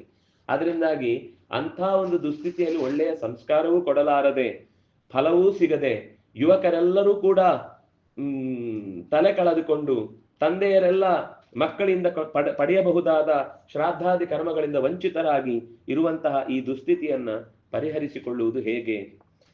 ನಾಮಾತ್ಯ ಸುಹೃದಾಂ ವಾಕ್ಯಂ ನ ಚ ಶ್ರುತವತಾಂ ಶ್ರುತಂ ನರತ್ಯಾನಿ ಪರಾರ್ಧ್ಯಾನಿ ನ ಭೂಯ ದ್ರವಿಣಾಗಮಃ ನ ಭೂಹು ನ ದ್ರವಿಣಾಗಮಃ. ಈ ಹೊತ್ತಿಗೆ ನೆಮ್ಮದಿಗೆ ಅಂತ ಬಂದಾಗ ರತ್ನವಾಗಲಿ, ಬೆಲೆ ಬಾಳುವ ಉಡುಗೊರೆಗಳಾಗಲಿ, ದೊಡ್ಡ ಭೂಮಿಯಾಗಲಿ, ಬೇಕಾದಷ್ಟು ಧನ ಸಂಪತ್ತಿಗಳು ಬರೋದಾಗಲಿ ಯಾವುದು ಆತ್ಮಸುಹೃತ್ತುಗಳಂತೆ ಆಗುದಿಲ್ಲ. ನಮಗೆ ಜೀವಕ್ಕೆ ಜೀವ ಕೊಡುವಂತ ವ್ಯಕ್ತಿಗಳನ್ನು ಕಳ್ಕೊಂಡ ಮೇಲೆ ಇದು ಏನೇ ಸಂಪತ್ತಿದ್ರು ಕೂಡ ಇದರ ಭೋಗದ ವಿಷಯದಲ್ಲಿ ಯಾರಿಗೂ ಕೂಡ ಸಂತೋಷ ಆಗ್ಲಿಕ್ಕೆ ಸಾಧ್ಯವೇ ಇಲ್ಲ. ವೃದ್ಧಿಮಸ್ಮಾಸು ತಾಂ ದೃಷ್ಟ್ವಾ ತ್ರಿವರ್ಣೋ ಹರಿಣ ಕೃಶ ಧೃತರಾಷ್ಟ್ರಶ್ಚ ನೃಪತಿ ಸೌಬಲೇನ ನಿವೇದಿತ. ನಮ್ಮ ದೊಡ್ಡಪ್ಪನಾದ್ರೂ ಸ್ವಲ್ಪ ಎಚ್ಚರ ವಹಿಸುತ್ತಿದ್ರೆ, ತನ್ನ ಮಗನ ದುರಾಡಳಿತಗಳಿಗೆಲ್ಲ ಕಡಿವಾಣ ಹಾಕಿದ್ದಿದ್ರೆ ಈ ದುಸ್ಥಿತಿ ಬರ್ತಿರ್ಲಿಲ್ಲ. ಆ ಮಗ ಹೇಳಿದ ಹಾಗೆ ದೊಡ್ಡಪ್ಪ ಕೇಳಿದ್ರು. ಆ ಮಗನು ಸೌಬಲ ಅಂದ್ರೆ ಶಕುನಿ ಹೇಳಿದ ಹಾಗೆ ಕೇಳಿಕೊಂಡು ಎಲ್ಲವನ್ನು ಮರೆತು ಬಿಟ್ಟ. ಹಾಗಾಗಿ ಮಗನ ಮೇಲಿನ ವ್ಯಾಮೋಹದಿಂದ ಸಂಪತ್ತು ತನ್ನತ್ರನೇ ಉಳಿಬೇಕು ಅಂತ ಅಪೇಕ್ಷೆ ಪಟ್ಟದ್ರಿಂದ ಗಾಂಗೇಯನಾದಂತಹ ಭೀಷ್ಮನನ್ನಾಗಲಿ, ವಿದುರನ ಮಾತನ್ನಾಗಲಿ, ದ್ರೋಣರ ಸಲಹೆಗಳನ್ನಾಗಲಿ ಅನಪೇಕ್ಷೈವ ಅದನ್ನು ಯಾವತ್ತೂ ಸ್ವೀಕರಿಸದೆ ಒಂದು ರೀತಿ ನಾವೆಲ್ಲರೂ ಕೂಡ ದೊಡ್ಡ ಪ್ರಪಾತಕ್ಕೆ, ಅನರ್ಥಕ್ಕೆ ಬೀಳುವಂತೆ ಮಾಡಿದ. ಲುಬ್ಧನಾಗಿದ್ದಾನೆ ಅಂತ ಗೊತ್ತಿದೆ ಮಗ, ಕಾಮವಶನಾಗಿದ್ದಾನೆ ಅಂತ ತಿಳಿದಿದೆ. ಹಾಗಿದ್ರೂ ಆ ಮನೆಯಲ್ಲಿಯೇ ದೊಡ್ಡ ಬೆಂಕಿಯನ್ನ ಕಟ್ಟಿಕೊಂಡು ಸೆರಗಲ್ಲಿ ಕೆಂಡ ಹಾಕೊಳ್ಳುವುದು ಅಂತ ಹೇಳ್ತೇವೆ. ಹಾಗೆ ತನ್ನ ಒಡಲಲ್ಲಿಯೇ ಬೆಂಕಿಯ ಕೆಂಡವನ್ನ ಹಾಕಿಕೊಂಡು ಈಗ ಸತ್ತು ಹೋದ ಮಕ್ಕಳಿಗಾಗಿ ನಮ್ಮ ಹತ್ರ ಕೊರಗಿ ಹೀಗೆ ಆಯ್ತು ಅಂತಂದ್ರೆ ನಾವೇನ್ ಮಾಡ್ಲಿಕ್ಕೆ ಸಾಧ್ಯ ಆಗುತ್ತೆ? ಸೋಸ್ಮಾಕಂ ವೈರ ಪುರುಷೋ ದುರ್ಮತಿ ಪ್ರಗ್ರಹಂಗತ. ಅವರನ್ನ ನಾನು ನೋಯಿಸ್ಬೇಕು ಅಂತ ಯಾವತ್ತೂ ಮಾಡಿದ್ದಲ್ಲ. ಅವರಾಗಿಯೇ ತಮಗೆ ತಂದುಕೊಂಡ ಅನ್ಯಾಯದ ಪರಿಸ್ಥಿತಿ ಇದು. ಅವರನ್ನ ಈ ಕಷ್ಟದಲ್ಲಿ ನೋಡ್ಲಿಕ್ಕೆ ಆಗ್ತಿಲ್ಲ. ವಾಪಸ್ಸು ಮಕ್ಕಳನ್ನ ತಂದು ಕೊಡುವ ಶಕ್ತಿಯೂ ನಮಗಿಲ್ಲ. ದುರ್ಯೋಧನ ಕೃತೆ ಹೇತತ್ ಕುಲಂನೋ ವಿನಿಪಾತಿತಂ. ದುರ್ಯೋಧನ ನೆನಪದಿಂದ ನಮ್ಮೆಲ್ಲರ ಕುಲ ಗೋತ್ರಗಳೆಲ್ಲವೂ ಕೂಡ ನಿರ್ನಾಮ ಆಗಿದೆ. ಹತಾಹ ಶೂರಾಹ. ಎಷ್ಟೋ ಸರ್ತಿ ಇದು ಹೊರಗಡೆಯಿಂದ ಹಾಗೆ ಕಾಣುತ್ತೆ ಕೂಡ ನೋಡಿ. ಈ ನೆಲದ ಯುದ್ಧದಲ್ಲಿ ನೆಲಕ್ಕೆ ಸಂಬಂಧ ಪಡೆದವರೇ ಸತ್ತದ್ದು ಜಾಸ್ತಿ. ನೆಲ ಯಾರದ್ದು? ಪಾಂಡವರದ್ದು, ಕೌರವರದ್ದು ಅಂತ ಅಷ್ಟೇ ಇದ್ದದ್ದು. ಸಹಕಾರಗಳಾಗಿ ಬಂದಂತಹ ಪಕ್ಕದ ದೇಶದ ಯುವಕರು, ಸೈನಿಕರು ಯಾರಿದ್ದಾರೋ ಅವರಿಗೆ ಈ ನೆಲದಲ್ಲಿ ಒಂದು ತುಂಡು ಸಿಗ್ಲಿಲ್ಲ. ಅವರಿಗೆ ಬದುಕಿ ಯಾರೋ ಕೈಕಾಲು ಮುರ್ಕೊಂಡಿದ್ದವರಿಗೂ ಏನು ಸಿಗಲ್ಲ.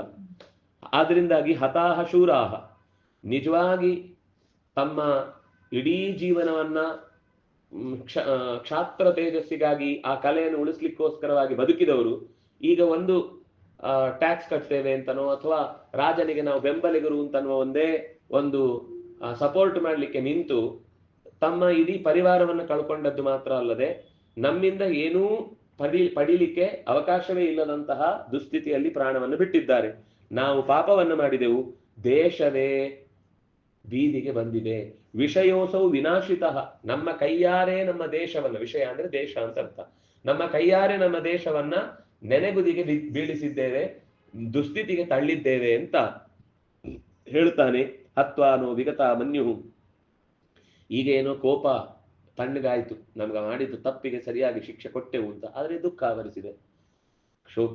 ಕೋಪಕ್ಕೆ ಮೂಗು ಕುಯ್ಕೊಂಡ್ರೆ ಮತ್ತೆ ವಾಪಸ್ ಬರುತ್ತಾ ಅಂತ ಕೇಳ್ತೀವಲ್ಲ, ಹಾಗಾಯ್ತು. ಈಗ ಸಿಕ್ಕಾಪಟ್ಟೆ ಶೀತ ಆಗ್ತಾ ಇಲ್ಲ ಕಿರಿಕಿರಿ ಅಂತೇಳಿ ಕುಯ್ಕೊಂಡ. ಆಮೇಲೆ ಮತ್ತೆ ವಾಪಸ್ ಬರ್ಬೇಕು ಅಂದ್ರೆ ಅದು ಬರುತ್ತಾ? ಆ ಸ್ಥಿತಿಯಲ್ಲಿ ನಾವಿದ್ದೇವೆ ಅಂತ. ನ ಧನಂಜಯ ನಿರ್ದ್ವಂದ್ವೋ. ನನಗೆ ಈಗ ಒಂದು ಸ್ಪಷ್ಟವಾದ ಕಲ್ಪನೆ ಬಂದಿದೆ. ಈ ಎಲ್ಲ ರಾಜ್ಯದ ಬಗೆಗೆ, ಈ ಸಂಪತ್ತಿನ ಚಾಂಚಲ್ಯದ ಬಗೆಗೆ, ಅಧಿಕಾರ ಎಷ್ಟು ದುರುಪಯುಕ್ತ ಅಂತ ಅನ್ನೋದ್ರ ಬಗ್ಗೆ ನನಗೊಂದು ಸ್ಪಷ್ಟ ಕಲ್ಪನೆ ಬಂದಿದೆ. ಓ ಧನಂಜಯನೇ, ನಾನು ನಿರ್ದ್ವಂದ್ವನಾಗಿ ಎಲ್ಲ ಲಾಭ ನಷ್ಟ ಸುಖ ದುಃಖ ಇದನ್ನೆಲ್ಲ ಬಿಟ್ಟು ಮುನಿಹಿ ಜ್ಞಾನ ಸಮನ್ವಿತ. ಮುನಿ ಅಂದ್ರೆ ಸನ್ಯಾಸ ದೀಕ್ಷೆಯನ್ನು ಸ್ವೀಕರಿಸಿ ನಾನು ಕಾಡಿಗೆ ಹೋಗ್ತೇನೆ. ವನಂ ಆಮಂತ್ರ್ಯವಹ, ನಿಮ್ಮನ್ನು ಕೂಡ ಒಟ್ಟಿಗೆ ಕಾಡಿಗೆ ಕರ್ಕೊಂಡು ಹೋಗ್ತೇನೆ. ಕರ್ಕೊಂಡು ಹೋಗಿ ಗಮಿಷ್ಯಾಮಿ ಪರಂತಪ, ಎಲ್ಲ ಬಿಟ್ಟು ಬದುಕ್ತೇನೆ. ಇದು ನನಗೀಗ ಮನಸ್ಸಿಗೆ ತೋರ್ತಾ ಇರುವ ವಿಷಯ. ನನಗೇನು ಬೇಡ ಅಂತ ಅನಿಸ್ತಾ ಇದೆ. ಯಾವುದು ಬೇಡ, ಯಾವುದು ಶಾಶ್ವತ ಅಲ್ಲ, ಯಾವುದಕ್ಕೂ ಅರ್ಥ ಇಲ್ಲ. ನಾವು ಮಾಡಿದ ಇಲ್ಲಿವರೆಗಿನ ತಪ್ಪುಗಳೇ ಸಾಕು, ಬೇಕಾದಷ್ಟಾಯ್ತು. ಇದರಿಂದ ಮತ್ತಷ್ಟು ದೊಡ್ಡ ಅನರ್ಥವನ್ನ ಮೈಮೇಲೆ ತಂದುಕೊಳ್ಳುವುದಕ್ಕೆ ಯಾವ ಕಾರಣವೂ ಇಲ್ಲ ಅಂತ ಹೀಗೆ ತಮ್ಮಂದಿರಿಗೆ ಹೇಳಿದಾಗ ಸ್ವಲ್ಪ ಕೋಪ ಬರುತ್ತೆ. ಯಾರಿಗೆ? ಅರ್ಜುನನಿಗೆ. ಅರ್ಜುನ ಕೋಪ ಮಾಡಿಕೊಂಡು ಹೇಳ್ತಾನೆ, ದರ್ಶಯನ್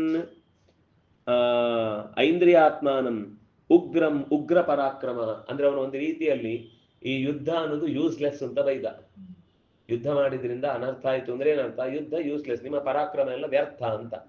ಅದಕ್ಕೆ ಅವನಿಗೆ ಸಿಟ್ಟು ಬರುತ್ತೆ. ಸಿಟ್ಟು ಬಂದು ಹೇಳ್ತಾನೆ, ಓಹೋ ಏನಪ್ಪಾ ನಿನ್ನ ಉದ್ಗಾರ ತುಂಬಾ ಚೆನ್ನಾಗಿದೆ, ಈಗ ಹೇಳುದಾ?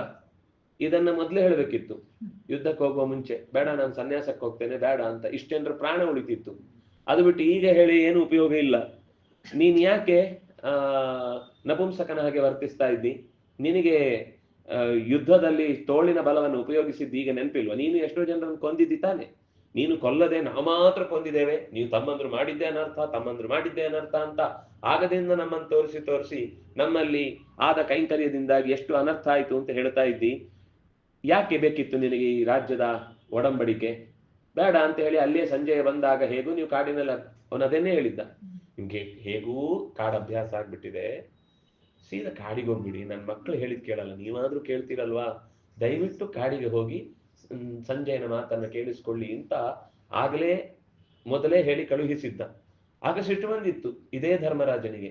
ಸಿಟ್ಟು ಬಂದು ಏನು ಅನ್ಕೊಂಡಿದ್ರು, ಎಷ್ಟು ಸರ್ತಿ ಅಂತ ನಾವು ತಗ್ಗಿ ಬಗ್ಗೆ ನಡೀತೇವೆ ಅಂತ ಮತ್ತೆ ನಮಗೆ ಗುದ್ದುವುದು. ಈ ಸರ್ತಿ ನಾವು ಯಾವಾಗ್ಲೂ ಹೇಳಿದ ಕೇಳೋರಲ್ಲ, ನಮಗೂ ನಮ್ಮ ಹಕ್ಕಿನ ಬಗ್ಗೆ ಕೇಳ್ತಾ ಇದ್ದೇವೆ. ನಮ್ಗೆ 5 ರಾಜ್ಯ ಆದ್ರೂ ಕೊಡದೇ ಇದ್ರೆ ನಮ್ಮ ಕಥೆಯೇ ಬೇರೆದೆ. ಪರಾಕ್ರಮವನ್ನು ನಾವು ಹೀಗೆ ವೇಸ್ಟ್ ಮಾಡ್ಲಿಕ್ಕೆ ನಾವು ಸಂಪಾದನೆ ಮಾಡ್ಕೊಂಡು ಬಂದಿದ್ದಲ್ಲ, ನಮ್ಮ ಪರಾಕ್ರಮಕ್ಕೂ ಅರ್ಥ ಇದೆ ಅಂತ ಹೇಳಿದ್ದ. ಈಗ ಎಲ್ಲ ಬಿಟ್ಟು ಸನ್ಯಾಸಕ್ಕೆ ಹೋಗ್ತೇನೆ ಅಂತ ಮತ್ತೆ ಕೂತಿದ್ದಾನೆ. ಅದನ್ನ ನೆನಪಿಸ್ತಾನೆ. ಏನು ಇದೇ ಮಾತು ನೀನು ಆರಂಭದಲ್ಲಿ ಹೇಳಿದಾಗ ಏನ್ ಹೇಳಿದ್ದಿ ಸಂಜಯನಿಗೆ, ಏನ್ ಹೇಳಿ ಕಳಿಸಿದ್ದು ದೊಡ್ಡಪ್ಪನಿಗೆ? ಕಿಮರ್ಥಂಚ ಮಹೀಪಾಲಾನ್ ಅವಧೀಹಿ ಕ್ರೋಧ ಮೂರ್ಛಿತ. ಕೋಪ ಬಂದಾಗ ನಿನ್ನ ಕೈಯಾರೆ ಅನೇಕ ದೇಶದ ಪ್ರಮುಖ ರಾಜಕುಮಾರರು, ಪ್ರಮುಖ ಮುಖ್ಯಸ್ಥರೆಲ್ಲ ನಿನ್ನ ಕೈಯಲ್ಲಿ ಪ್ರಾಣ ತೆತ್ತಿದ್ದಾರೆ. ಅವರೆಲ್ಲ ಅರಾಜಕರಾದ್ರು ತಾನೇ. ಈಗ ಅಷ್ಟೋ ಜನಕ್ಕೆ ನಿಜವಾಗಿ ನೋಡ್ಕೊಳ್ಬೇಕು. ಯಾಕಂದ್ರೆ ಈಗ ವಿರಾಟನ ದೇಶದಲ್ಲಿ ಯಾರು ಇಲ್ಲ, ದ್ರುಪದನ ಮನೆಯಲ್ಲಿ ಯಾರು ಇಲ್ಲ, ಎಲ್ಲ ಸತ್ತಿದ್ದಾರೆ, ಮಕ್ಕಳು ಸಮೇತ ಸತ್ತಿದ್ದಾರೆ. ಹಾಗಾಗಿ ಇದು ಒಂದಲ್ಲ, ಈ ತರ ದಶಾರಣ ದೇಶ ಎಷ್ಟೆಷ್ಟು ದೇಶಗಳಿಂದ, ಎಲ್ಲಿ ಕೃಷ್ಣನ ಪರಿವಾರದಲ್ಲಿ ಯಾರು ಹೆಚ್ಚು ಬರ್ಲಿಲ್ಲ, ಅದನಿಗೆ ಯಾರೊಬ್ಬ ಕೃತವರ್ಮ ಒಬ್ಬ ಬಂದಿದ್ದ, ಬಿಟ್ರೆ ಕೃಷ್ಣನೇ ಬಂದಿದ್ದು, ಬಲರಾಮನು ಬರ್ಲಿಲ್ಲ. ಹಾಗಾಗಿ ಯಾದವರಲ್ಲಿ ಏನೂ ಹಾನಿ ಆಗ್ಲಿಲ್ಲ, ಬಿಟ್ರೆ ಅವ್ರು ಕೇಳಿಕೊಳ್ಳೂ ಇಲ್ಲ. ಮತ್ತೆ ಬಂದಿತ್ತು ಒಂದು ಮಹಾ ಸೈನ್ಯ, ನಾರಾಯಣ ಸೈನ್ಯ ಬಂದಿತ್ತು, ಅದು ಪೂರ್ತಿ ನಾಶ ಆಗಿದೆ. ಅದೇನು ಇವರಿಗೆ ದೊಡ್ಡ ಹೊಡೆತ ಅಲ್ಲ. ಯಾಕಂದ್ರೆ ಇನ್ನೂ ಬೇಕಾದಷ್ಟು ರಾಜಕುಮಾರರು ಅಲ್ಲಿ ಇದ್ದಾರೆ. ಸ್ವತಃ ಕೃಷ್ಣನ ಮಗ ಪ್ರದ್ಯುಮ್ನ, ಮೊಮ್ಮಗ ಅನಿರುದ್ಧ ಇವರೆಲ್ಲ ಇದ್ದಾರೆ. ಆದ್ರಿಂದಾಗಿ ಅವನು ತನ್ನ ವಿಶೇಷ ಸೇನೆಯ ಹಾಗೆ ಇದ್ದ 16,100 ಜನ ಹೆಣ್ಣು ಮಕ್ಕಳಲ್ಲಿ ಹುಟ್ಟಿದ ಮಕ್ಕಳನ್ನ, ನಾರಾಯಣ ಸೈನ್ಯವನ್ನ ಕಳುಹಿಸಿಕೊಟ್ಟದ್ದು. ಹಾಗಾಗಿ ಎಲ್ಲ ಕಡೆಯಲ್ಲೂ ಕೂಡ ರಾಜ್ಯ ಒಂದು ರೀತಿಯಲ್ಲಿ ಅನಾಥವಾದ ಸ್ಥಿತಿಯಲ್ಲಿ ನಿಂತಿದೆ. ಹೀಗೆ ಅನಾಥಗೊಳಿಸಿ ಈಗ ಕೈ ಬಿಟ್ಟು ಹೋಗುವುದು ಅಂತ ಅನ್ನೋದೊಂದು ನಿನಗೆ ಸರಿ ಹೋಗ್ತಾ ಇದೆಯಾ? ನೀನು ಆಲೋಚನೆ ಮಾಡ್ತಾ ಇರುವ ರೀತಿ ಸರಿ ಇದೆಯಾ? ಅಂದ್ರೆ ಈ ಚರ್ಚೆ ತುಂಬಾ ಚಂದ. ಮನೆಯಲ್ಲಿ ಈ ರೀತಿ ಎಲ್ಲ ಸಾಧಕ ಬಾಧಕಗಳನ್ನು ಕೂಡ ಮಾತಾಡುವ ಒಂದು ವಾತಾವರಣ ಇರಬೇಕು. ಇವತ್ತೇನು ಅಂದ್ರೆ ಹಾಗಿಲ್ವೇ ಇಲ್ಲ. ಏನಾದ್ರೂ ಸಿಟ್ಟು ಬಂದು ಮಾತಾಡಿದ್ರೆ ಆಮೇಲೆ 3 ದಿವಸ ಬಾಗ್ಲು ಡಬ್ ಅಂತ ಬಿದ್ದು ಮಾತಾಡ್ಲಿಕ್ಕೆ ಇಲ್ಲ, ಯಾರನ್ನು ಯಾರು ಮಾತಾಡಿಸೋಂಗಿಲ್ಲ. ಕೊನೆಗೆ ಏನು ಅಂದ್ರೆ ಆ ವಿಷಯದ ಬಗ್ಗೆ ಅದು ಸರಿ ತಪ್ಪು ಏನು ತೀರ್ಮಾನ ಆಗುದಿಲ್ಲ. ಕೊನೆಗೆ ಅದ್ರ ಬಗ್ಗೆ ಯಾರು ಮಾತಾಡಬಾರ್ದು ಅಂತ ಹೇಳಿ ಮುಂದೆ ಹೋಗುತ್ತೆ. ಅದು ಕೊಳೆ ಬೀಳ್ತಾ ಇರುತ್ತೆ. ಇನ್ನೊಂದು ಸರ್ತಿಗೆ ಇನ್ನೊಂದು ಪ್ರಸಂಗಕ್ಕೆ ಬಂದಾಗ ಅದು ಮತ್ತೆ ಅವತ್ತು ನಾನು ಮಾತಾಡ್ಬೇಕಿತ್ತು ಬಿಟ್ಟೆ ಅಂತ 10 ವರ್ಷದ ಹಿಂದಿನ ನೆನ್ಸ್ಕೊಂಡು ಮತ್ತೆ ಶುರು ಮಾಡ್ತಾರೆ. ಅಂದ್ರೆ ಇದು ಚರ್ಚೆ ಯಾವಾಗ್ಲೂ ಕೂಡ ಮುಕ್ತವಾಗಿರ್ಬೇಕು. ಎರಡೂ ಕಡೆಯಿಂದ ಲೋಪದೋಷಗಳನ್ನ, ಈ ನಮ್ಮ ಬಾಂಧವ್ಯವನ್ನ ಮೀರಿ ವಿಷಯವನ್ನ ಪ್ರತಿಪಾದಿಸುವ ಸ್ವಾತಂತ್ರ್ಯ ಯಾವ ಮನೆಯಲ್ಲಿರುತ್ತೋ ಅದು ಕೂಡು ಕುಟುಂಬ ಬಹಳ ಕಾಲ ಬದುಕತ್ತೆ. ಎಲ್ಲಿ ಅಂತದ್ದು ಇವತ್ತಿಗೂ ಇದೆ, ಇವತ್ತಿಗೂ ನಾವು ನೋಡ್ತೇವೆ. ಅದು ತುಂಬಾ ಅಪರೂಪ ಆಗ್ಬಿಟ್ಟಿದೆ. ತುಂಬಾ ಅಪರೂಪ ಅಂದ್ರೆ ಮೋಸ್ಟ್ಲಿ ಇಲ್ಲ ಅಂತಂದ್ರೆ ನಾನು ನೋಡಿದ್ದೇನೆ, ಅದರಿಂದಾಗಿ ಆ ಶಬ್ದ ಬಳಸ್ಲಿಕ್ಕೆ ಆಗ್ತಿಲ್ಲ. ಆದ್ರೆ ಆಲ್ಮೋಸ್ಟ್ ಹೋಗಿದೆ ಆ ಪರಿಸ್ಥಿತಿ. ಎಲ್ಲಿ ಅಣ್ಣ ತಮ್ಮದು ಎಷ್ಟು ಜಗಳಾಡಿದ್ರು ಕೊನೆಗೆ ಮನೆಯ ಕರ್ತವ್ಯ, ಒಂದು ಮನೆ ವಾಳ್ತೆ ಅಂತ ಅನ್ನೋ ವಿಷಯ ಬಂದಾಗ ಎಲ್ಲ ಬಿಟ್ಟು ಅದಾಯ್ತು, ಅದು ಮಾತುಕತೆ ಮುಗಿತಾ, ಮಾತಿಗೆ ಮಾತಷ್ಟೇ. ಅದು ಈಗ ನಮ್ಮ ಜವಾಬ್ದಾರಿಗಳಿಗೆ ಯಾವುದು ತಡೆ ಬರಬಾರ್ದು ಅಂತ ಅನ್ನುವ ಆಲೋಚನೆ ಜೊತೆಗೆ ಜಗಳ ಶುರುವಾದ್ರೆ ಅದು ಯಾವತ್ತು ಜಗಳ ಅಂತ ಅನ್ಸಲ್ಲ. ಹಾಗೆ ಅಂತಹದ್ದೊಂದು ವಾತಾವರಣ ಪಾಂಡವರಲ್ಲಿ ಇತ್ತು. ಆದ್ರಿಂದ ಅವ್ರು ಕೊನೆ ತನಕ 5 ಜನ ಒಟ್ಟಿಗೆ ಉಳಿದ್ರು. ಆದ್ರೆ ಕೌರವರಲ್ಲಿ ಒಬ್ಬೊಬ್ರೇ ಭಿನ್ನ ಮನಸ್ಕರಾಗಿ ಉಳಿದು ಬಿಟ್ರು. ನೀವು ಯುದ್ಧದಲ್ಲಿ ತಲೆ ಕೆಳಗೆ ಬೀಳುವ ತನಕ ನಾನು ಬರಲ್ಲ ಅಂತ ಹೇಳಿ ಕರ್ಣ ಹೊರಟೋದ. ಭೀಷ್ಮಾಚಾರ್ಯರನ್ನ ನೀವು ಶಸ್ತ್ರ ಕೆಳಕ್ಕೆ ಹಾಕಿ ಇನ್ನು ನಿಮ್ಗೆ ಯುದ್ಧ ಮಾಡ್ಲಿಕ್ಕೆ ಆಗಲ್ಲ, ನಾನ್ ಕೈಯಲ್ಲಿ ಯುದ್ಧ ಮಾಡಲ್ಲ ಅಂತ ನೀವು ಬಿಡುವ ತನಕ ಇವನು ಶಸ್ತ್ರ ಹಿಡಿಯಲ್ಲ ಅಂತ ಬೈದೋದ. ಯಾಕೆಂದ್ರೆ ಶುರುವಿನ ದಿವಸನೇ ಒಂದು ಜಗಳ ಆಯ್ತು. ಯಾರ್ಯಾರಿದ್ದಾರೆ ಅಂತ ಲೆಕ್ಕ ಹಾಕ್ಬೇಕಾದ್ರೆ ದ್ರೋಣಾಚಾರ್ಯರು ಮತ್ತು ಭೀಷ್ಮಾಚಾರ್ಯರು ಇವರನ್ನೆಲ್ಲ ಹೇಳಿದ್ರು. ಕರ್ಣನನ್ನ ಒಂದು ಸಾಲಲ್ಲಿ ನಿಲ್ಲಿಸ್ಲೇ ಇಲ್ಲ. ಸಿಟ್ಟು ಬಂತವನಿಗೆ, ನೀನ್ ಯಾಕೆ ನನ್ನನ್ನ ಲೆಕ್ಕಕ್ಕೆ ತೆಗೆದುಕೊಳ್ಳದೆ, ಕರ್ಣ ಅಂತ ಒಬ್ಬ ಇದ್ದಾನೆ ಅಂತ ಮರ್ತು ಬಿಟ್ರೋ ಹೇಗೆ ಅಂತ. ಇಲ್ಲ ಮರ್ತಿಲ್ಲ, ನೆನಪಿದೆ. ಶಕ್ತನಾದವನನ್ನ ನಾವು ಯಾವ ಪರಿಧಿಯಲ್ಲಿ ತಂದು ನಿಲ್ಲಿಸುವುದು? ಯುದ್ಧಕ್ಕಾಗುವಾಗ ಮರ್ತೋಗುತ್ತೆ ಅಂತ ತಾನೇ ನಿನ್ ಶಾಪ ಇರುವುದು. ಉಪಯೋಗ ಏನು? ಯಾರೋ ಒಬ್ಬ ಕೆಲ್ಸಕ್ಕೆ ಹೋಗ್ತಿದ್ದ, ಅಂದ್ರೆ ಕೆಲಸ ಕೇಳ್ತಿದ್ದಂತೆ ಎಲ್ರ ಹತ್ರ. ಆದ್ರೆ ಒಂದು ಸರ್ತಿನೂ ಕೆಲಸ ಕೊಡ್ತಿರ್ಲಿಲ್ಲ ಅವನಿಗೆ. ಅವನು ಏನಪ್ಪ ನೀನ್ ಕೆಲಸ ಕೊಡಲ್ಲ? ಇಲ್ಲ ನಾನು ಎಲ್ಲಾ ಕಡೆ ಕೆಲಸ ಟ್ರೈ ಮಾಡಿದ್ದೇನೆ, ನನ್ಗೆ ಯಾರು ಕೆಲಸ ಕೊಡಲ್ಲ. ಏನ್ ಸಮಸ್ಯೆ? ನಂದು ಒಂದು 2 ಬೇಡಿಕೆ. ಏನು ಅಂದ್ರೆ ನಿದ್ದೆ ಮುಗಿಸಿದ ತಕ್ಷಣ ಚೆನ್ನಾಗಿ ತಿನ್ಬೇಕು, ತಿಂದು ಎದ್ದ ತಕ್ಷಣ ಚೆನ್ನಾಗಿ ಮಲಗ್ಬೇಕು, ಇನ್ನೆಲ್ಲ ಕೆಲಸ ನಾನು ಮಾಡ್ತೇನೆ ಅಂತ. ಯಾವಾಗ ಮಾಡುದು ಕೇಳ್ಬಾರ್ದು. ಈ ತರ 1-2 ಆಪ್ಷನ್ಗೆ ಬೇರೆ ಅವಕಾಶವೇ ಕೊಡದೇ ಇದ್ರೆ ಸುಧಾರಿಸುದು ಹೇಗೆ? ಹಾಗಾಗಿ ಒಳಗಿನ ಕೋಪಕ್ಕೆ ಎಲ್ಲ ಆಕ್ರೋಶಗಳು ಹೊರಗೆ ಹಾಕಿ ಅದನ್ನ ಲಿಟರಲಿ ಪ್ರತಿಯೊಂದು ಕೆಲಸಕ್ಕೂ ಜೋಡಿಸಿ ನಾವು ದುರವಸ್ಥೆಗೆ ತಂದುಕೊಂಡ್ರೆ ಒಳ್ಳೆ, ನಾವು ಅದನ್ನ ಹೆಲ್ದಿ ಟಾಕ್ ಅಂತನೋ ಅಥವಾ ಒಂದು ಆರ್ಗ್ಯುಮೆಂಟ್ ಅಂತನೋ ಏನ್ ಹೇಳ್ತೀವಿ, ಅದು ಇವತ್ತು ಕಲ್ಪನೆಗೆ ಸಿಗುದು ಕಷ್ಟ. ಎಲ್ಲಿ ಸಣ್ಣ ಮಕ್ಕಳಲ್ಲೇ ಇರುವುದಿಲ್ಲ ಆ ತರ. ದೊಡ್ಡವರಾದ್ರೆ ಒಂದ್ ಸ್ವಲ್ಪ ಬಿಗುಮಾನ ಅದು ಇದು ಅಡ್ಡ ಬರುತ್ತೆ ಅಂತ ಹೇಳ್ಬೋದು. ಸಣ್ಣ ಮಕ್ಕಳಲ್ಲೇ ಒಂದ್ಸರ್ತಿ ಜಗಳ ಆಯ್ತು ಅಂದ್ರೆ ಆಮೇಲೆ ಏನು ಭಾರಿ ನಾನು ಅದೆಲ್ಲ ಈ ಸಿನಿಮಾ ನೋಡಿ ಬರುವ ಕೆಟ್ಟ ಚಾಳಿಗಳೆಲ್ಲ. ಅದ್ರಲ್ಲಿ ಅವನು 10 ವರ್ಷ ಆದ್ರೂ 20 ವರ್ಷ ಆದ್ರೂ ಆ ಹಳೇದನ್ನ ನೆನ್ಪಿಟ್ಟುಕೊಂಡ ಚಿಕ್ಕ ಹುಡುಗನಾಗಿದ್ದಾಗ ಆಗಿದ್ದ ಘಟನೆ ತಿಳ್ಕೊಂಡು ಕಥೆಯ ಫ್ಲಾಶ್ ಬ್ಯಾಕ್ ಶುರು ಮಾಡಿದೆ. ನಾವು ಏನ್ ತಪ್ಪು ಮಾಡಿದ್ರು ಅವನು ಹಿಂದಿದ್ದಕ್ಕೊಂದು ಫ್ಲಾಶ್ ಬ್ಯಾಕ್ ಇದೆ. ಹೆಸರಿಗೆ ಅವನನ್ನ ನಾಯಕ ಸ್ಥಾನದಲ್ಲಿ ಇಟ್ಟಿರ್ತಾರೆ, ಆದ್ರೆ ಮಾಡುವ ಎಲ್ಲಾ ಕೆಲಸ ಅವ್ಯವಸ್ಥಿತವೇ, ಸಮಾಜದಲ್ಲಿ ಯಾವತ್ತೂ ಒಪ್ಪಿಕೊಳ್ಳಿಕ್ ಆಗದ್ದೆ. ಆದ್ರೆ ಅವನನ್ನೇ ನಾವು ನಾಯಕ ಅಂತ ಬಿಂಬಿಸಿದ್ಮೇಲೆ ಮಕ್ಕಳಿಗೆ ಅದೇ ತರದ ಯೋಚನೆ ಬರುತ್ತೆ ಹೊರತು ನೀವು ಹಿಂದಿನ ಕಥೆಗಳನ್ನೆಲ್ಲ ನೋಡಿದ್ರೆ ಅದ್ರಲ್ಲೊಬ್ಬ ನಾಯಕ ಅಂತಿದ್ರೆ ಅವನಿಗೊಂದು ಕೆಲಸ, ಅವನಿಗೊಂದು ಕುಟುಂಬ, ಅವನಿಗೊಂದು ದೇವ್ರು ದಿಂಡ್ರು, ಒಂದು ಭಕ್ತಿ, ಮನೆ ಸಂಸ್ಕಾರ ಇತ್ಯಾದಿಗಳು ಇದ್ದು ಕಥೆ ಓಡುತ್ತಿತ್ತು. ಈಗ ಬೀದಿ ಬಸವನೇ ನಾಯಕ. ಅವನಿಗೆ ಯಾವ ಕೆಲಸನೂ ಬೇಕಾಗಿಲ್ಲ, ಯಾವಾಗ ಬೇಕಾದ್ರೂ ಅವನ ಗಾಡಿಯಲ್ಲಿ ಪೆಟ್ರೋಲ್ ತುಂಬಿರುತ್ತೆ, ಅವನ ಕಿಸೆಯಲ್ಲಿ ದುಡ್ಡು ಯಾವಾಗ್ಲೂ ತೊಳ್ಕೊರುತ್ತೆ, ಎಲ್ಲಿಗೆ ಬೇಕಾದ್ರೂ ಯಾವಾಗ ಬೇಕಾದ್ರೂ ಹೋಗ್ತಿರ್ತಾನೆ. ಯಾಕಂದ್ರೆ ಪ್ರೊಡ್ಯೂಸರ್ ಅದಲ್ವ ಸಮಸ್ಯೆ ಅದು. ನಮ್ಗದು ಅರ್ಥ ಆಗಲ್ಲ, ಮಕ್ಳಿಗೆ ಅದು ಅರ್ಥ ಆಗಲ್ಲ. ಮಕ್ಳಿಗೆ ತಲೆಯಲ್ಲಿ ಏನು ಅಂದ್ರೆ ಬಿಂದಾಸ್ ಆಗಿರ್ಬೇಕು ಅಂತ. ಈ ಟಿವಿಯಲ್ಲಿ ಬರುವ ಜಾಹೀರಾತುಗಳನ್ನು ನೋಡಿದಾಗ ಎಲ್ಲ ಕ್ಲೀನ್ ಕ್ಲೀನ್ ಕ್ಲೀನ್ ಕ್ಲೀನ್ ಮನೆ, ಕ್ಲೀನ್ ಕ್ಲೀನ್ ಬೆಡ್ಡಿಂಗು, ಕ್ಲೀನ್ ಕ್ಲೀನ್ ತಿಂಡಿ, ಕ್ಲೀನ್ ಕ್ಲೀನ್ ಎಲ್ಲ ಕ್ಲೀನ್ ಅಂತ. ಮನೆ ಹಾಗೆ ಕೇಳಿದ ತಕ್ಷಣ 2 ಮಿನಿಟ್ ಅಲ್ಲಿ ಬರ್ಲಿ ಅಂತಂದ್ರೆ ಬರುದಿಲ್ಲ ಅದು. ಮನೆಯಲ್ಲಿ ಸ್ವಲ್ಪ ತಾಳ್ಮೆ ಇರಬೇಕು, ಎಲ್ಲರ ಜೊತೆಗೆ ಹೊಂದ್ಕೊಳ್ಬೇಕು, ಎಲ್ಲರಿಗೂ ಕೂಡಿಸಿ ತಿನ್ಬೇಕು. ಇದೆಲ್ಲ ಮಕ್ಕಳಿಗೆ ತಳೆದು ಹೋಗುವುದಕ್ಕೆ ಕಾರಣ ಏನು ಅಂದ್ರೆ ನಾವು ಜೊತೆಯಾಗಿ ಇದ್ದು ಒಂದು ಒಳ್ಳೆಯ ವಿಷಯಕ್ಕಾಗಿ ಚರ್ಚೆ ಮಾಡುವ ಒಂದು ವಾತಾವರಣವೇ ಇಲ್ಲ. ಕೂಡಿಸಿ ಹೇಳುವ ಸಮಾಧಾನ ಅಜ್ಜ ಅಜ್ಜಿಯರಿಗೆ ಇರುತ್ತೆ, ಆದ್ರೆ ಕಳಿಸ್ಕೊಡುವ ತಂದೆ ತಾಯಿಗಳು ಇರಲ್ಲ. ಅದು ಟ್ಯೂಷನ್ಗೆ ಹೋಗ್ಬೇಕಾ, ಅಲ್ಲಿ ಹೋಗಿ ಬರ್ಲಿ, ನೀವು ನಿಮ್ದು ಯಾವ್ದೋ ಪುರಾಣ ಗಿರಾಣ ಎಲ್ಲ ಇಟ್ಕೊಂಡು ಕೂತ್ರೆ ಮಕ್ಕಳನ್ನ ನೋಡ್ಕೊಳ್ಳೋದು ಯಾರು, ನಾಳೆ ಶಾಲೆಯಲ್ಲಿ ನೀವು ಬಂದ್ ಮಾರ್ಕ್ಸ್ ಹಾಕ್ತೀರಾ ಅಂತ ಬೈದು ಅಲ್ಲಿ ಬಾಯಿ ಮುಚ್ಚಿಸ್ತಾರೆ. ಅದೆಲ್ಲೋ ಶಿಬಿರಕ್ಕೆ ಹೋಗಿ ಒಂದಿಷ್ಟು ಏನೋ ಕೆಟ್ಟದನ್ನು ಕಲ್ತು ಬಂತು ಅಂತ ಅದನ್ನು ಬೈಕೋತಿರ್ತಾರೆ. ಏನೋ ಶಿಬಿರಕ್ಕೆ ಹೋಗಿ ಬಂದು ಭಾರಿ ಗುಡ್ಡೆ ಹಾಕ್ತಾ ಇದ್ದಾನೆ ಇವನು ಅಂತ. ಅಂದ್ರೆ ಈ ಯಾವ್ದಾದ್ರು ಬೇಸಿಗೆಯಲ್ಲಿ ಒಂದಿಷ್ಟು ಮಂತ್ರ ತಂತ್ರ ಏನೋ ಯಾರೋ ಹೇಳ್ತಾರೆ ಅಂತ. ಮತ್ತು ಏನು ಅಂದ್ರೆ ಅದಕ್ಕೊಂದು ಸಮಾಜದಲ್ಲಿ ಯಾರೋ ಒಂದಿಷ್ಟು ಮರ್ಯಾದೆ ಕೊಡ್ತಾರೆ ಅಂತ ಅನ್ನೋದು ಅಷ್ಟೇ ಕಾರಣ ಅಂತ ಕಲ್ತು ಅದಕ್ಕೆ ಜ್ಞಾನ ಬರಬೇಕು ಅಂತಲ್ಲ.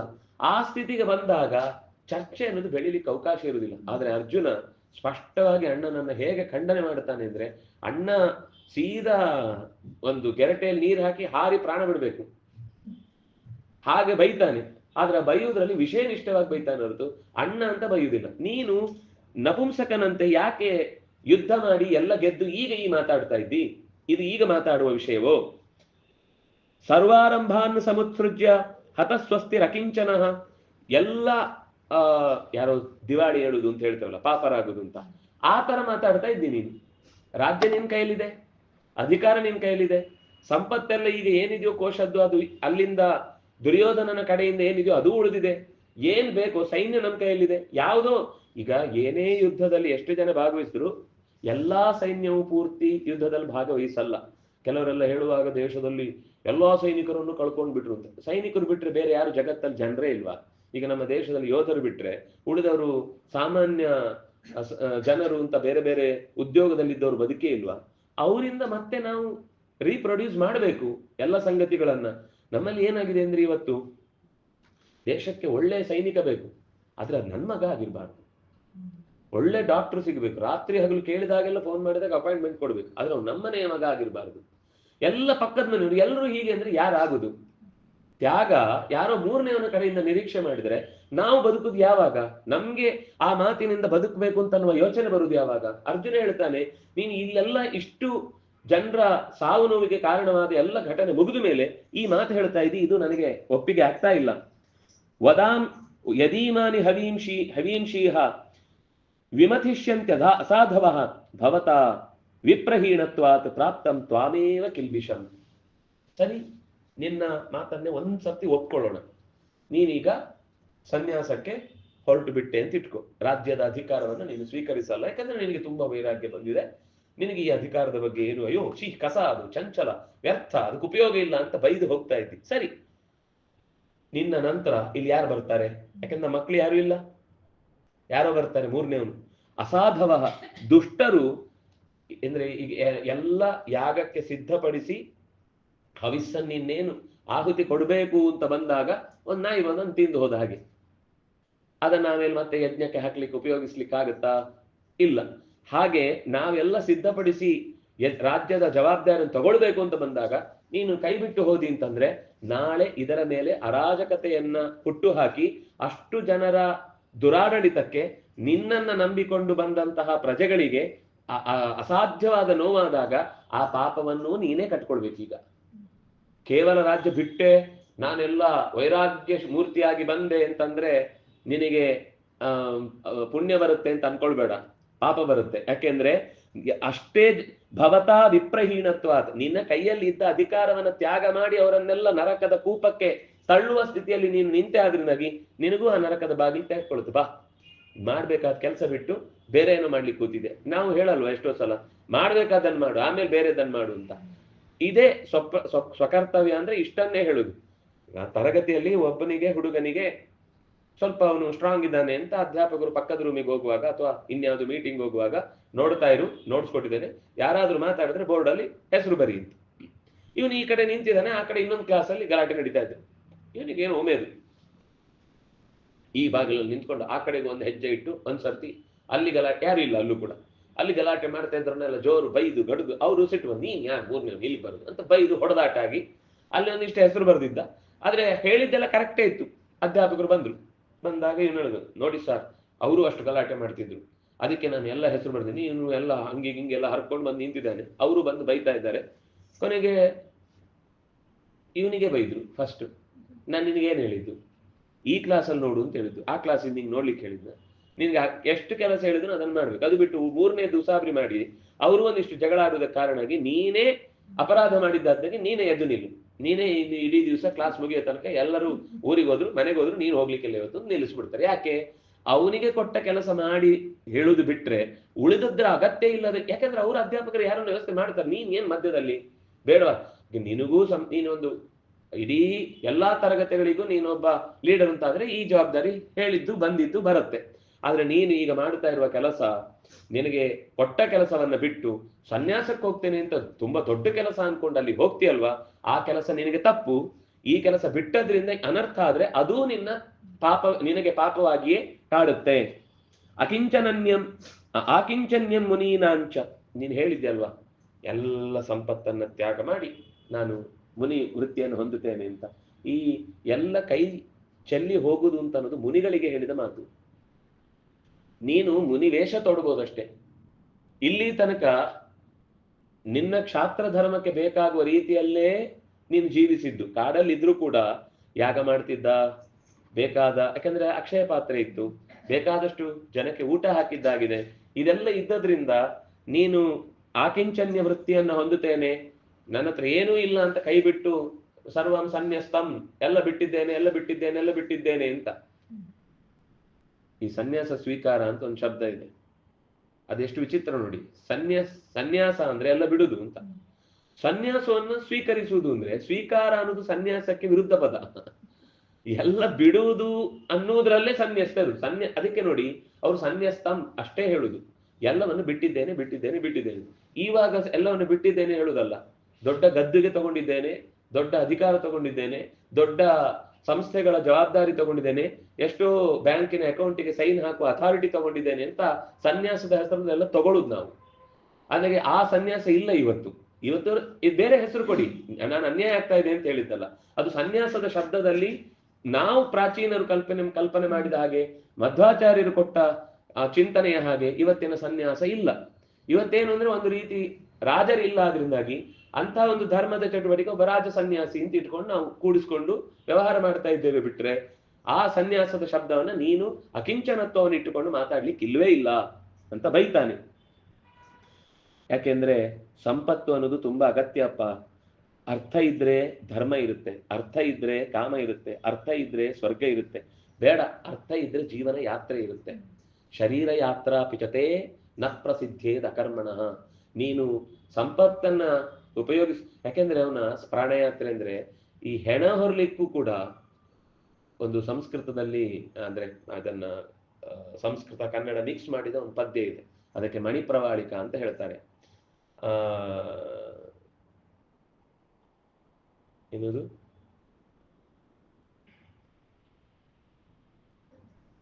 ಹಣ ಅನ್ನೋದು ತುಂಬಾ ದೊಡ್ಡದು ಅಂತ ಹೇಳಲಿಕ್ಕೆ ಏನೋ ಹೊರಟ ಶ್ಲೋಕ, ನನಗೆ ಈಗ ನೆನಪಾಗ್ತಿಲ್ಲ,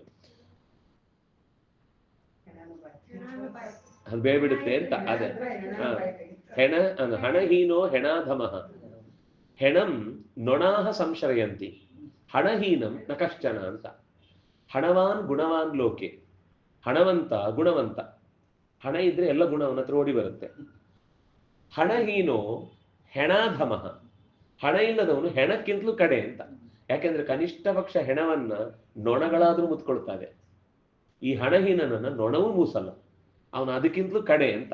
ಅಂದ್ರೆ ಅಷ್ಟು ಹೆಣದ ಬಗ್ಗೆ, ಅದು ಹಣದ ಬಗ್ಗೆ ಲೋಕದಲ್ಲಿರುವ ಕ್ರೇಜ್ ಅನ್ನ, ಅದನ್ನ ದುರಾಸೆ ಪಡುವುದು ಬೇರೆ, ಆದ್ರೆ ಸಾತ್ವಿಕವಾದ ಭಾವ ನಡೆಸುವವರಿಗೂ ಕೂಡ ಅಗತ್ಯವಾದ ಕರ್ತವ್ಯ ಮಾಡ್ಲಿಕ್ಕೆ ಒಂದಿಷ್ಟು ಸಂಪತ್ತು ಅಂತ, ನ್ಯಾಯೇನೋಪಾರ್ಜಿತಂ ಧನಂ, ನ್ಯಾಯದಿಂದ ಸಂಪಾದನೆ ಮಾಡಿದ ಸಂಪತ್ತಾದ್ರೂ ಕೂಡ ಅವನ ಹತ್ರ ಇರ್ಬೇಕದು. ಇದ್ರೆ ಅವನ ಹೆಣದ ಯಾತ್ರೆ ಆದ್ರೂ ಚೆನ್ನಾಗಾಗುತ್ತೆ. ಇಲ್ಲ ಅಂದ್ರೆ ನಿರ್ಗತಿಕ ಹೆಣ ಅಂತ ತಗೊಂಡೋಗಿ ಅದು ವಿಕ್ಟೋರಿಯಾ ಆಸ್ಪತ್ರೆಯಲ್ಲಿ ಇಟ್ಟು ಎಲ್ಲ ಅಂಗದಾನ ಮಾಡಿ ಆರಾಮವಾಗಿ ಅವರವರಿಗೆ ಬೇಕಾದ ಕೆಲಸ ಮಾಡ್ಕೊಂಡು ಮುಗಿಸ್ಬಿಡ್ತಾರೆ. ಅದರಿಂದಾಗಿ ಸಂಸ್ಕಾರ ಆಗಬೇಕು ಅಂತಂದ್ರು, ಶರೀರ ಹೋದ್ಮೇಲೂ ಕೂಡ ಅವನಿಗೊಂದು ಅಸ್ತಿತ್ವ ಉಳಿಬೇಕು ಅಂತಂದ್ರೆ ಸಂಪತ್ತಿನ ಅವಶ್ಯಕತೆ ಇದೆಯಪ್ಪ ಅಂತ ಬೈತಾನೆ. ಅರ್ಥೇನ ಹಿ ವಿಹೀನಸ್ಯ ಪುರುಷಸ್ಯಾಲ್ಪಮೇಧಸಃ ವಿಚ್ಛಿದ್ಯಂತೆ ಕ್ರಿಯಾ ಸರ್ವಾಹ ಗ್ರೀಷ್ಮೆ ಕುಸರಿತೋ ಯಥಾ.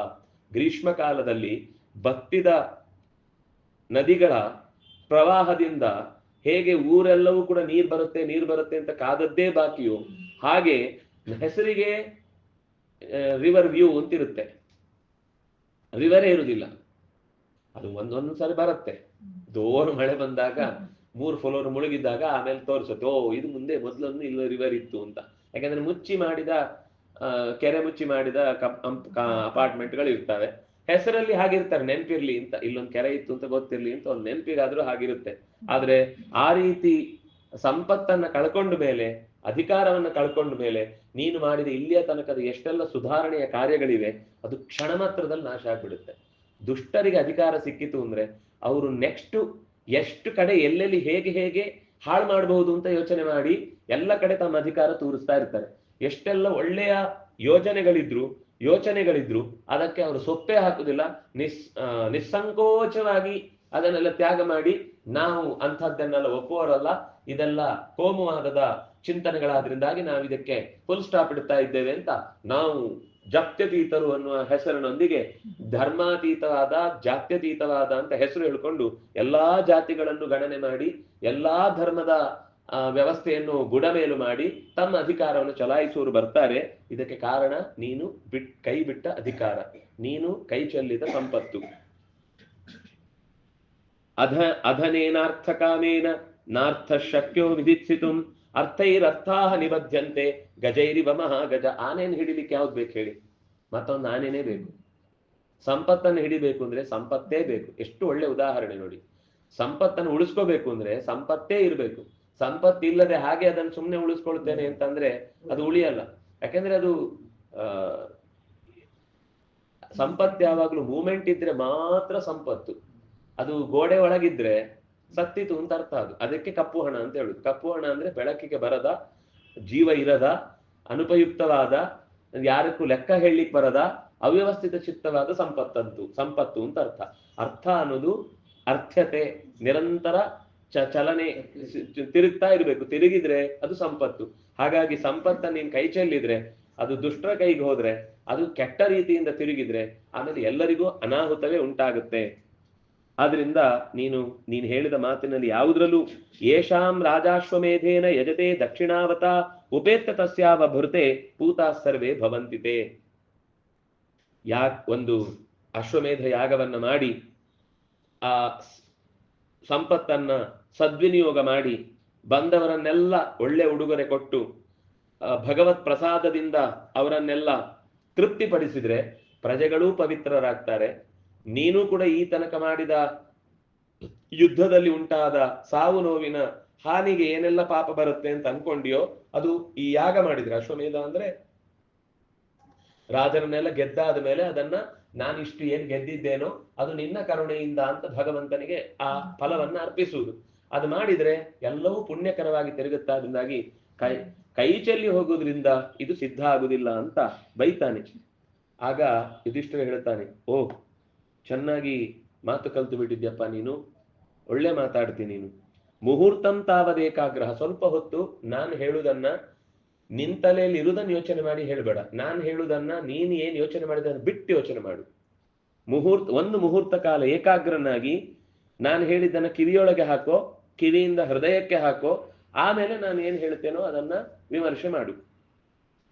ಧಾರಯನ್ನಪಿ ತೇ ಶ್ರುತ್ವ ರೋಚತೆ ವಚನಂ ಮಮ. ನಾನು ಹೇಳಿದ್ದು ಸ್ವಲ್ಪ ಕೂಲ್ ಆಗಿ ಕೇಳಿದ್ರೆ, ನೀನು ಈಗಲೇ ಒಂದು ನಿರ್ಧಾರಕ್ಕೆ ಬಂದು ರಾಜ್ಯಭಾರ ಮಾಡಬೇಕಾದದ್ದು ನಮ್ಮ ಅನಿವಾರ್ಯ ಕಾರ್ಯ ಅಂತ ತಲೆಯಲ್ಲಿ ಮೊದಲೇ ಇಟ್ಟುಕೊಂಡು ನಾನು ಹೇಳಿದ ಮಾತು ಕೇಳಿಸ್ಕೊಳ್ತಾ ಇದ್ದಿ. ಅದನ್ನು ಪಕ್ಕಕ್ಕಿಡು, ಖಾಲಿ ಬಿಡು ಮನಸ್ಸನ್ನ. ನಾನು ಹೇಳಿದ ಮಾತಿಗೆ ಮೊದಲು ಒಂಚೂರು ಜಾಗ ಕೊಡು, ಆಮೇಲೆ ಯೋಚನೆ ಮಾಡು ನಾನು ಹೇಳಿದ್ ಸರಿ ಅಂತ ನಿನಗೆ ಅನ್ಸುತ್ತೆ. ಸಾರ್ಥ ಗಮ್ಯಮಹಂ ಮಾರ್ಗಂ ನ ಜಾತು ತ್ವತ್ಕೃತೆ ಪುನಃ ಗಚ್ಚೇಯಂ ತಂ ಗಮಿಷ್ಯಾಮಿ ಹಿತ್ವಾ ಗ್ರಾಮ್ಯ ಸುಖಾನ್ಯುತ.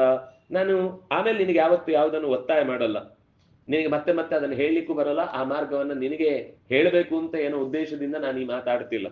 ಆದ್ರೆ ಅರ್ಥ ಮಾಡ್ಕೊಳ್ಳಿಕ್ಕೆ ವಿಷಯ ಇದೆ ಅನ್ನೋದನ್ನೇ ಹೇಳಲಿಕ್ಕೋಸ್ಕರ ನಿನ್ಗಿಷ್ಟು ಬಿಡಿಸಿ ಹೇಳ್ತಾ ಇದ್ದೇನೆ. ಕ್ಷೇಮ್ಯ ಚ ಏಕಾಕಿನ ಗಮ್ಯ ಪಂಥ ಕೋಸ್ತಿ ಇತಿ ಪೃಚ್ಛಮಾಂ. ಒಬ್ಬನೇ ಸಾಧನೆ ಮಾಡಬಹುದಾದ, ಬಹಳ ದೂರದ ತನಕ ಹೋಗಿ ಗಮ್ಯವನ್ನು ತಲುಪಬಹುದಾದ ದಾರಿ ಯಾವುದು ಅಂತ ನೀನು ಕೇಳು. ನೀನ್ ಕೇಳಲ್ವಾ, ನಾನೇ ಹೇಳ್ತೇನೆ ಅಂತ. ಅವ್ನು ಕೇಳಲ್ಲ ಅಂತ ಗೊತ್ತು, ಅದಕ್ಕೋಸ್ಕರ ಅವನು ನೀನ್ ಕೇಳಲ್ಲ ಅಂತ ಗೊತ್ತು, ಆದ್ರೂ ಗಮನ ಇಟ್ಟು ಕೇಳು. ನಾನು ಹೇಳಿದ್ದನ್ನು ಒಂದ್ಸರ್ತಿ ಮನಸ್ಸಿತ್ತಂತ ಆಮೇಲೆ ನಿಮ್ಗೆ ಅರ್ಥ ಆಗುತ್ತೆ ಅಂತ ನಾನೇ ಹೇಳ್ತೇನೆ ಅಂತ ಹೇಳ್ತಾನೆ. ಅವನು ಯಥಾ ಪ್ರಕಾರ ನಾನು ಕಾಡಿನಲ್ಲಿ ಅಗ್ನಿಯನ್ನ ಹೊತ್ತಿಸಿ 2 ಕಾಲದಲ್ಲೂ ಕೂಡ, ಬೆಳಗ್ಗೆ ಸಂಜೆ 2 ಕಾಲದಲ್ಲೂ ಕೂಡ ಸಂಧ್ಯಾ ಚಿಂತನೆಗಳನ್ನು ಮಾಡಿಕೊಂಡು ಆಹಾರದ ಬಗ್ಗೆ ಹೆಚ್ಚು ತಲೆಕೆಡಿಸಿಕೊಳ್ಳದೆ ಪರಿಮಿತ ಆಹಾರನಾಗಿ ಅಜಿನ ಜಿಂಕೆಯ ತೊಗಲನ್ನ ಮತ್ತು ಬಟ್ಟೆಯನ್ನ, ಕಾಡಿನಲ್ಲಿ ಸಿಗುವಂತಹ ನಾರಿನ ಬಟ್ಟೆಯನ್ನ ಉಟ್ಟುಕೊಂಡು ಜಟೆಯನ್ನ ತೊಟ್ಟು, ಗಾಳಿ ಬರ್ಲಿ, ಬಿಸಿಲು ಬರ್ಲಿ, ಮಳೆ ಇರ್ಲಿ, ಚಳಿ ಇರ್ಲಿ, ಹಸಿವು ಕಾಡ್ಲಿ, ಬಾಯಾರಿಕೆ ಇರ್ಲಿ, ತಪಸ್ಸು ಅನ್ನೋದು ನನ್ನ ಪ್ರಧಾನ ಉದ್ದೇಶವಾಗಿಟ್ಟುಕೊಂಡು ಶಾಸ್ತ್ರದಲ್ಲಿ ಹೇಳಿದ ವಿಧಿಯಿಂದ ಈ ಶರೀರವನ್ನು ದಂಡನೆಗೊಳಿಸುತ್ತಾ ಮನಸ್ಸಿಗೆ ಕಿವಿಗೆ ಕೇಳಲಿಕ್ಕೆ ಸುಖವಾಗಿರುವಂತಹ ಭಗವಂತನ ಚಿಂತನೆಗಳನ್ನೇ ಹಾಕಿಕೊಳ್ಳುತ್ತಾ ಬೇರೆ ಯಾವುದನ್ನೂ ಯೋಚಿಸದೆ ಕಾಡಿನಲ್ಲಿ ಸಿಗುವಂತಹ ಮೃಗಪಕ್ಷಿಗಳ ಮೆಲ್ಲನೆಯ ನಿನಾದ, ಜುಳುಜುಳು ಹರಿಯುವ ನದಿಯ ಸೌಖ್ಯ, ಶುದ್ಧವಾದ ಗಾಳಿ, ಶುದ್ಧವಾದ ಬೆಳಕು, ಶುದ್ಧವಾದ ನೀರು, ಶುದ್ಧವಾದಂತಹ ಪರಿಸರದಲ್ಲಿ ಮನಸ್ಸನ್ನು ಮತ್ತಷ್ಟು ಶುದ್ಧಗೊಳಿಸಿಕೊಳ್ಳುತ್ತಾ ಬಗೆ ಬಗೆಯ ವನಗಳನ್ನ ದಾಟಿ ಪುಣ್ಯತೀರ್ಥಗಳನ್ನ ಸೇರಿ ಎಲ್ಲಿಯೂ ಒಂದು ಕಡೆ ನಿಶ್ಚಯವಾಗಿ ನೆಲೆಗೊಳ್ಳದೆ ಊರೂರು ತಿರುಗುವವನಿಗೆ 100 ಬಾಗಿಲು, ಒಂದೇ ಮನೆಯಲ್ಲಿರುವವನಿಗೆ ಅದೇ ಬಾಗಿಲು ಅದೇ ಕಿಟಕಿ. ನನಗೆ ಹಾಗಲ್ಲ, ನಾನು ಎಲ್ಲಾ ಕಡೆ ತಿರುಗ್ತಾ ಇರ್ತೇನೆ. ನಂಗೆ ಎಷ್ಟು ಕಡೆ ಹೋದಲ್ಲೆಲ್ಲ ಹೊಸ ಬಾಗಿಲು, ಹೊಸ ದಾರಿ, ಹೊಸ ನೀರು, ಹೊಸ ಗಾಳಿ, ಹೊಸ ವ್ಯಕ್ತಿ, ಹೊಸ ಜನ. ನನಗೆ ಬೇಸರವೇ ಆಗುದಿಲ್ಲ. ಚೆನ್ನಾಗಿದೆ ಅಲ್ಲ ಕೇಳಲಿಕ್ಕೆ?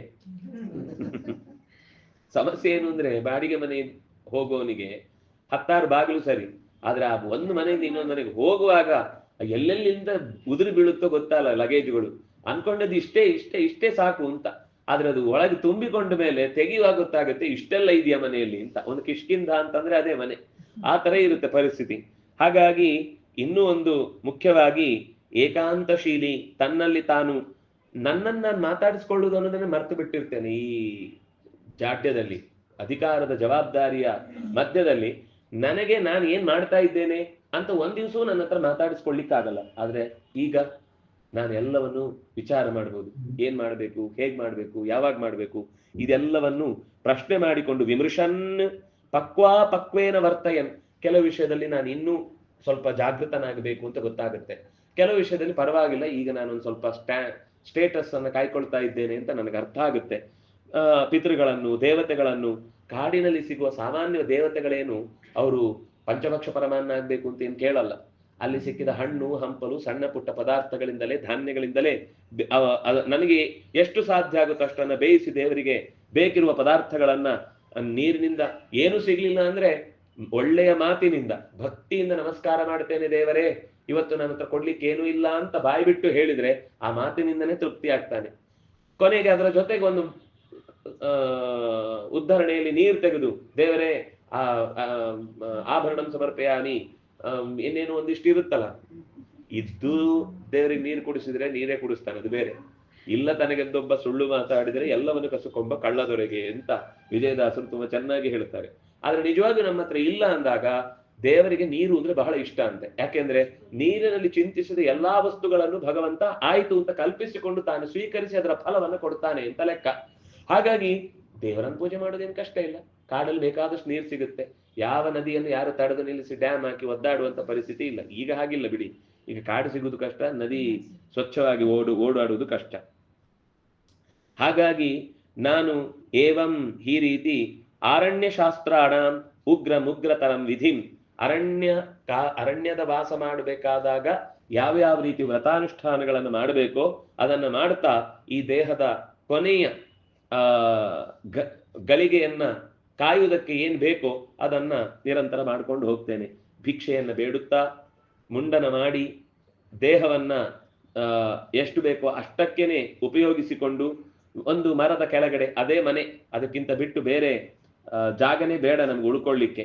ನೆಲವೇ ಹಾಸಿಗೆ ಆಗುತ್ತೆ, ತೋಳೆ ತಲೆಗಿಂಬಾಗುತ್ತೆ, ದುಃಖ ಪಡ್ಲಿಕ್ಕೆ ಅವಕಾಶವೇ ಇಲ್ಲ. ಎಲ್ಲ ಸುಖ ದುಃಖಗಳಲ್ಲೂ ಸಮಾನವಾದ ಚಿಂತನೆಯನ್ನು ಹೊಂದಿಕೊಂಡು ಆತ್ಮಾರಾಮ, ನನ್ನೊಳಗೆ ನಾನು ಸುಖ ಪಡ್ತಾ ಪ್ರಸನ್ನಾತ್ಮ, ಕೈಗೆ ಸಿಕ್ಕಿದ್ದು ಪಂಚಾಮೃತ, ಪಾಲಿಗೆ ಬಂದದ್ದು ಪಂಚಾಮೃತ ಅಂತ ಅನ್ಕೊಂಡು ಪ್ರಸನ್ನ ಮನಸ್ಕನಾಗಿ ಜಡಾಂಧ ಬಧಿರಾಕೃತಿ, ಬೇಡವಾದದ್ದನ್ನ ಕೇಳಿಸ್ಕೊಳ್ಳಲ್ಲ, ಬೇಡವಾದದ್ದನ್ನ ನೋಡ್ಲಿಕ್ಕೆ ಹೋಗಲ್ಲ, ಬೇಡವಾದದ್ದನ್ನ ಮಾತಾಡ್ಲಿಕ್ಕೆ ಹೋಗಲ್ಲ, ಒಂದು ಪೂರ್ಣವಾದ ಸಮಸ್ಥಿತಿಯನ್ನು ಕಾಯ್ದುಕೊಂಡು ನಾನು ಕಾಡಿನಲ್ಲಿ ಓಡಾಡುತ್ತೇನೆ. ಅಪೃಚ್ಛನ್ ಕಸ್ಯಚಿನ್ ಮಾರ್ಗಂ, ದಾರಿ ಗೊತ್ತಾಗ್ಲಿಲ್ವಾ ಯಾರ ಹತ್ರನೋ ಕೇಳ್ತೇನೆ.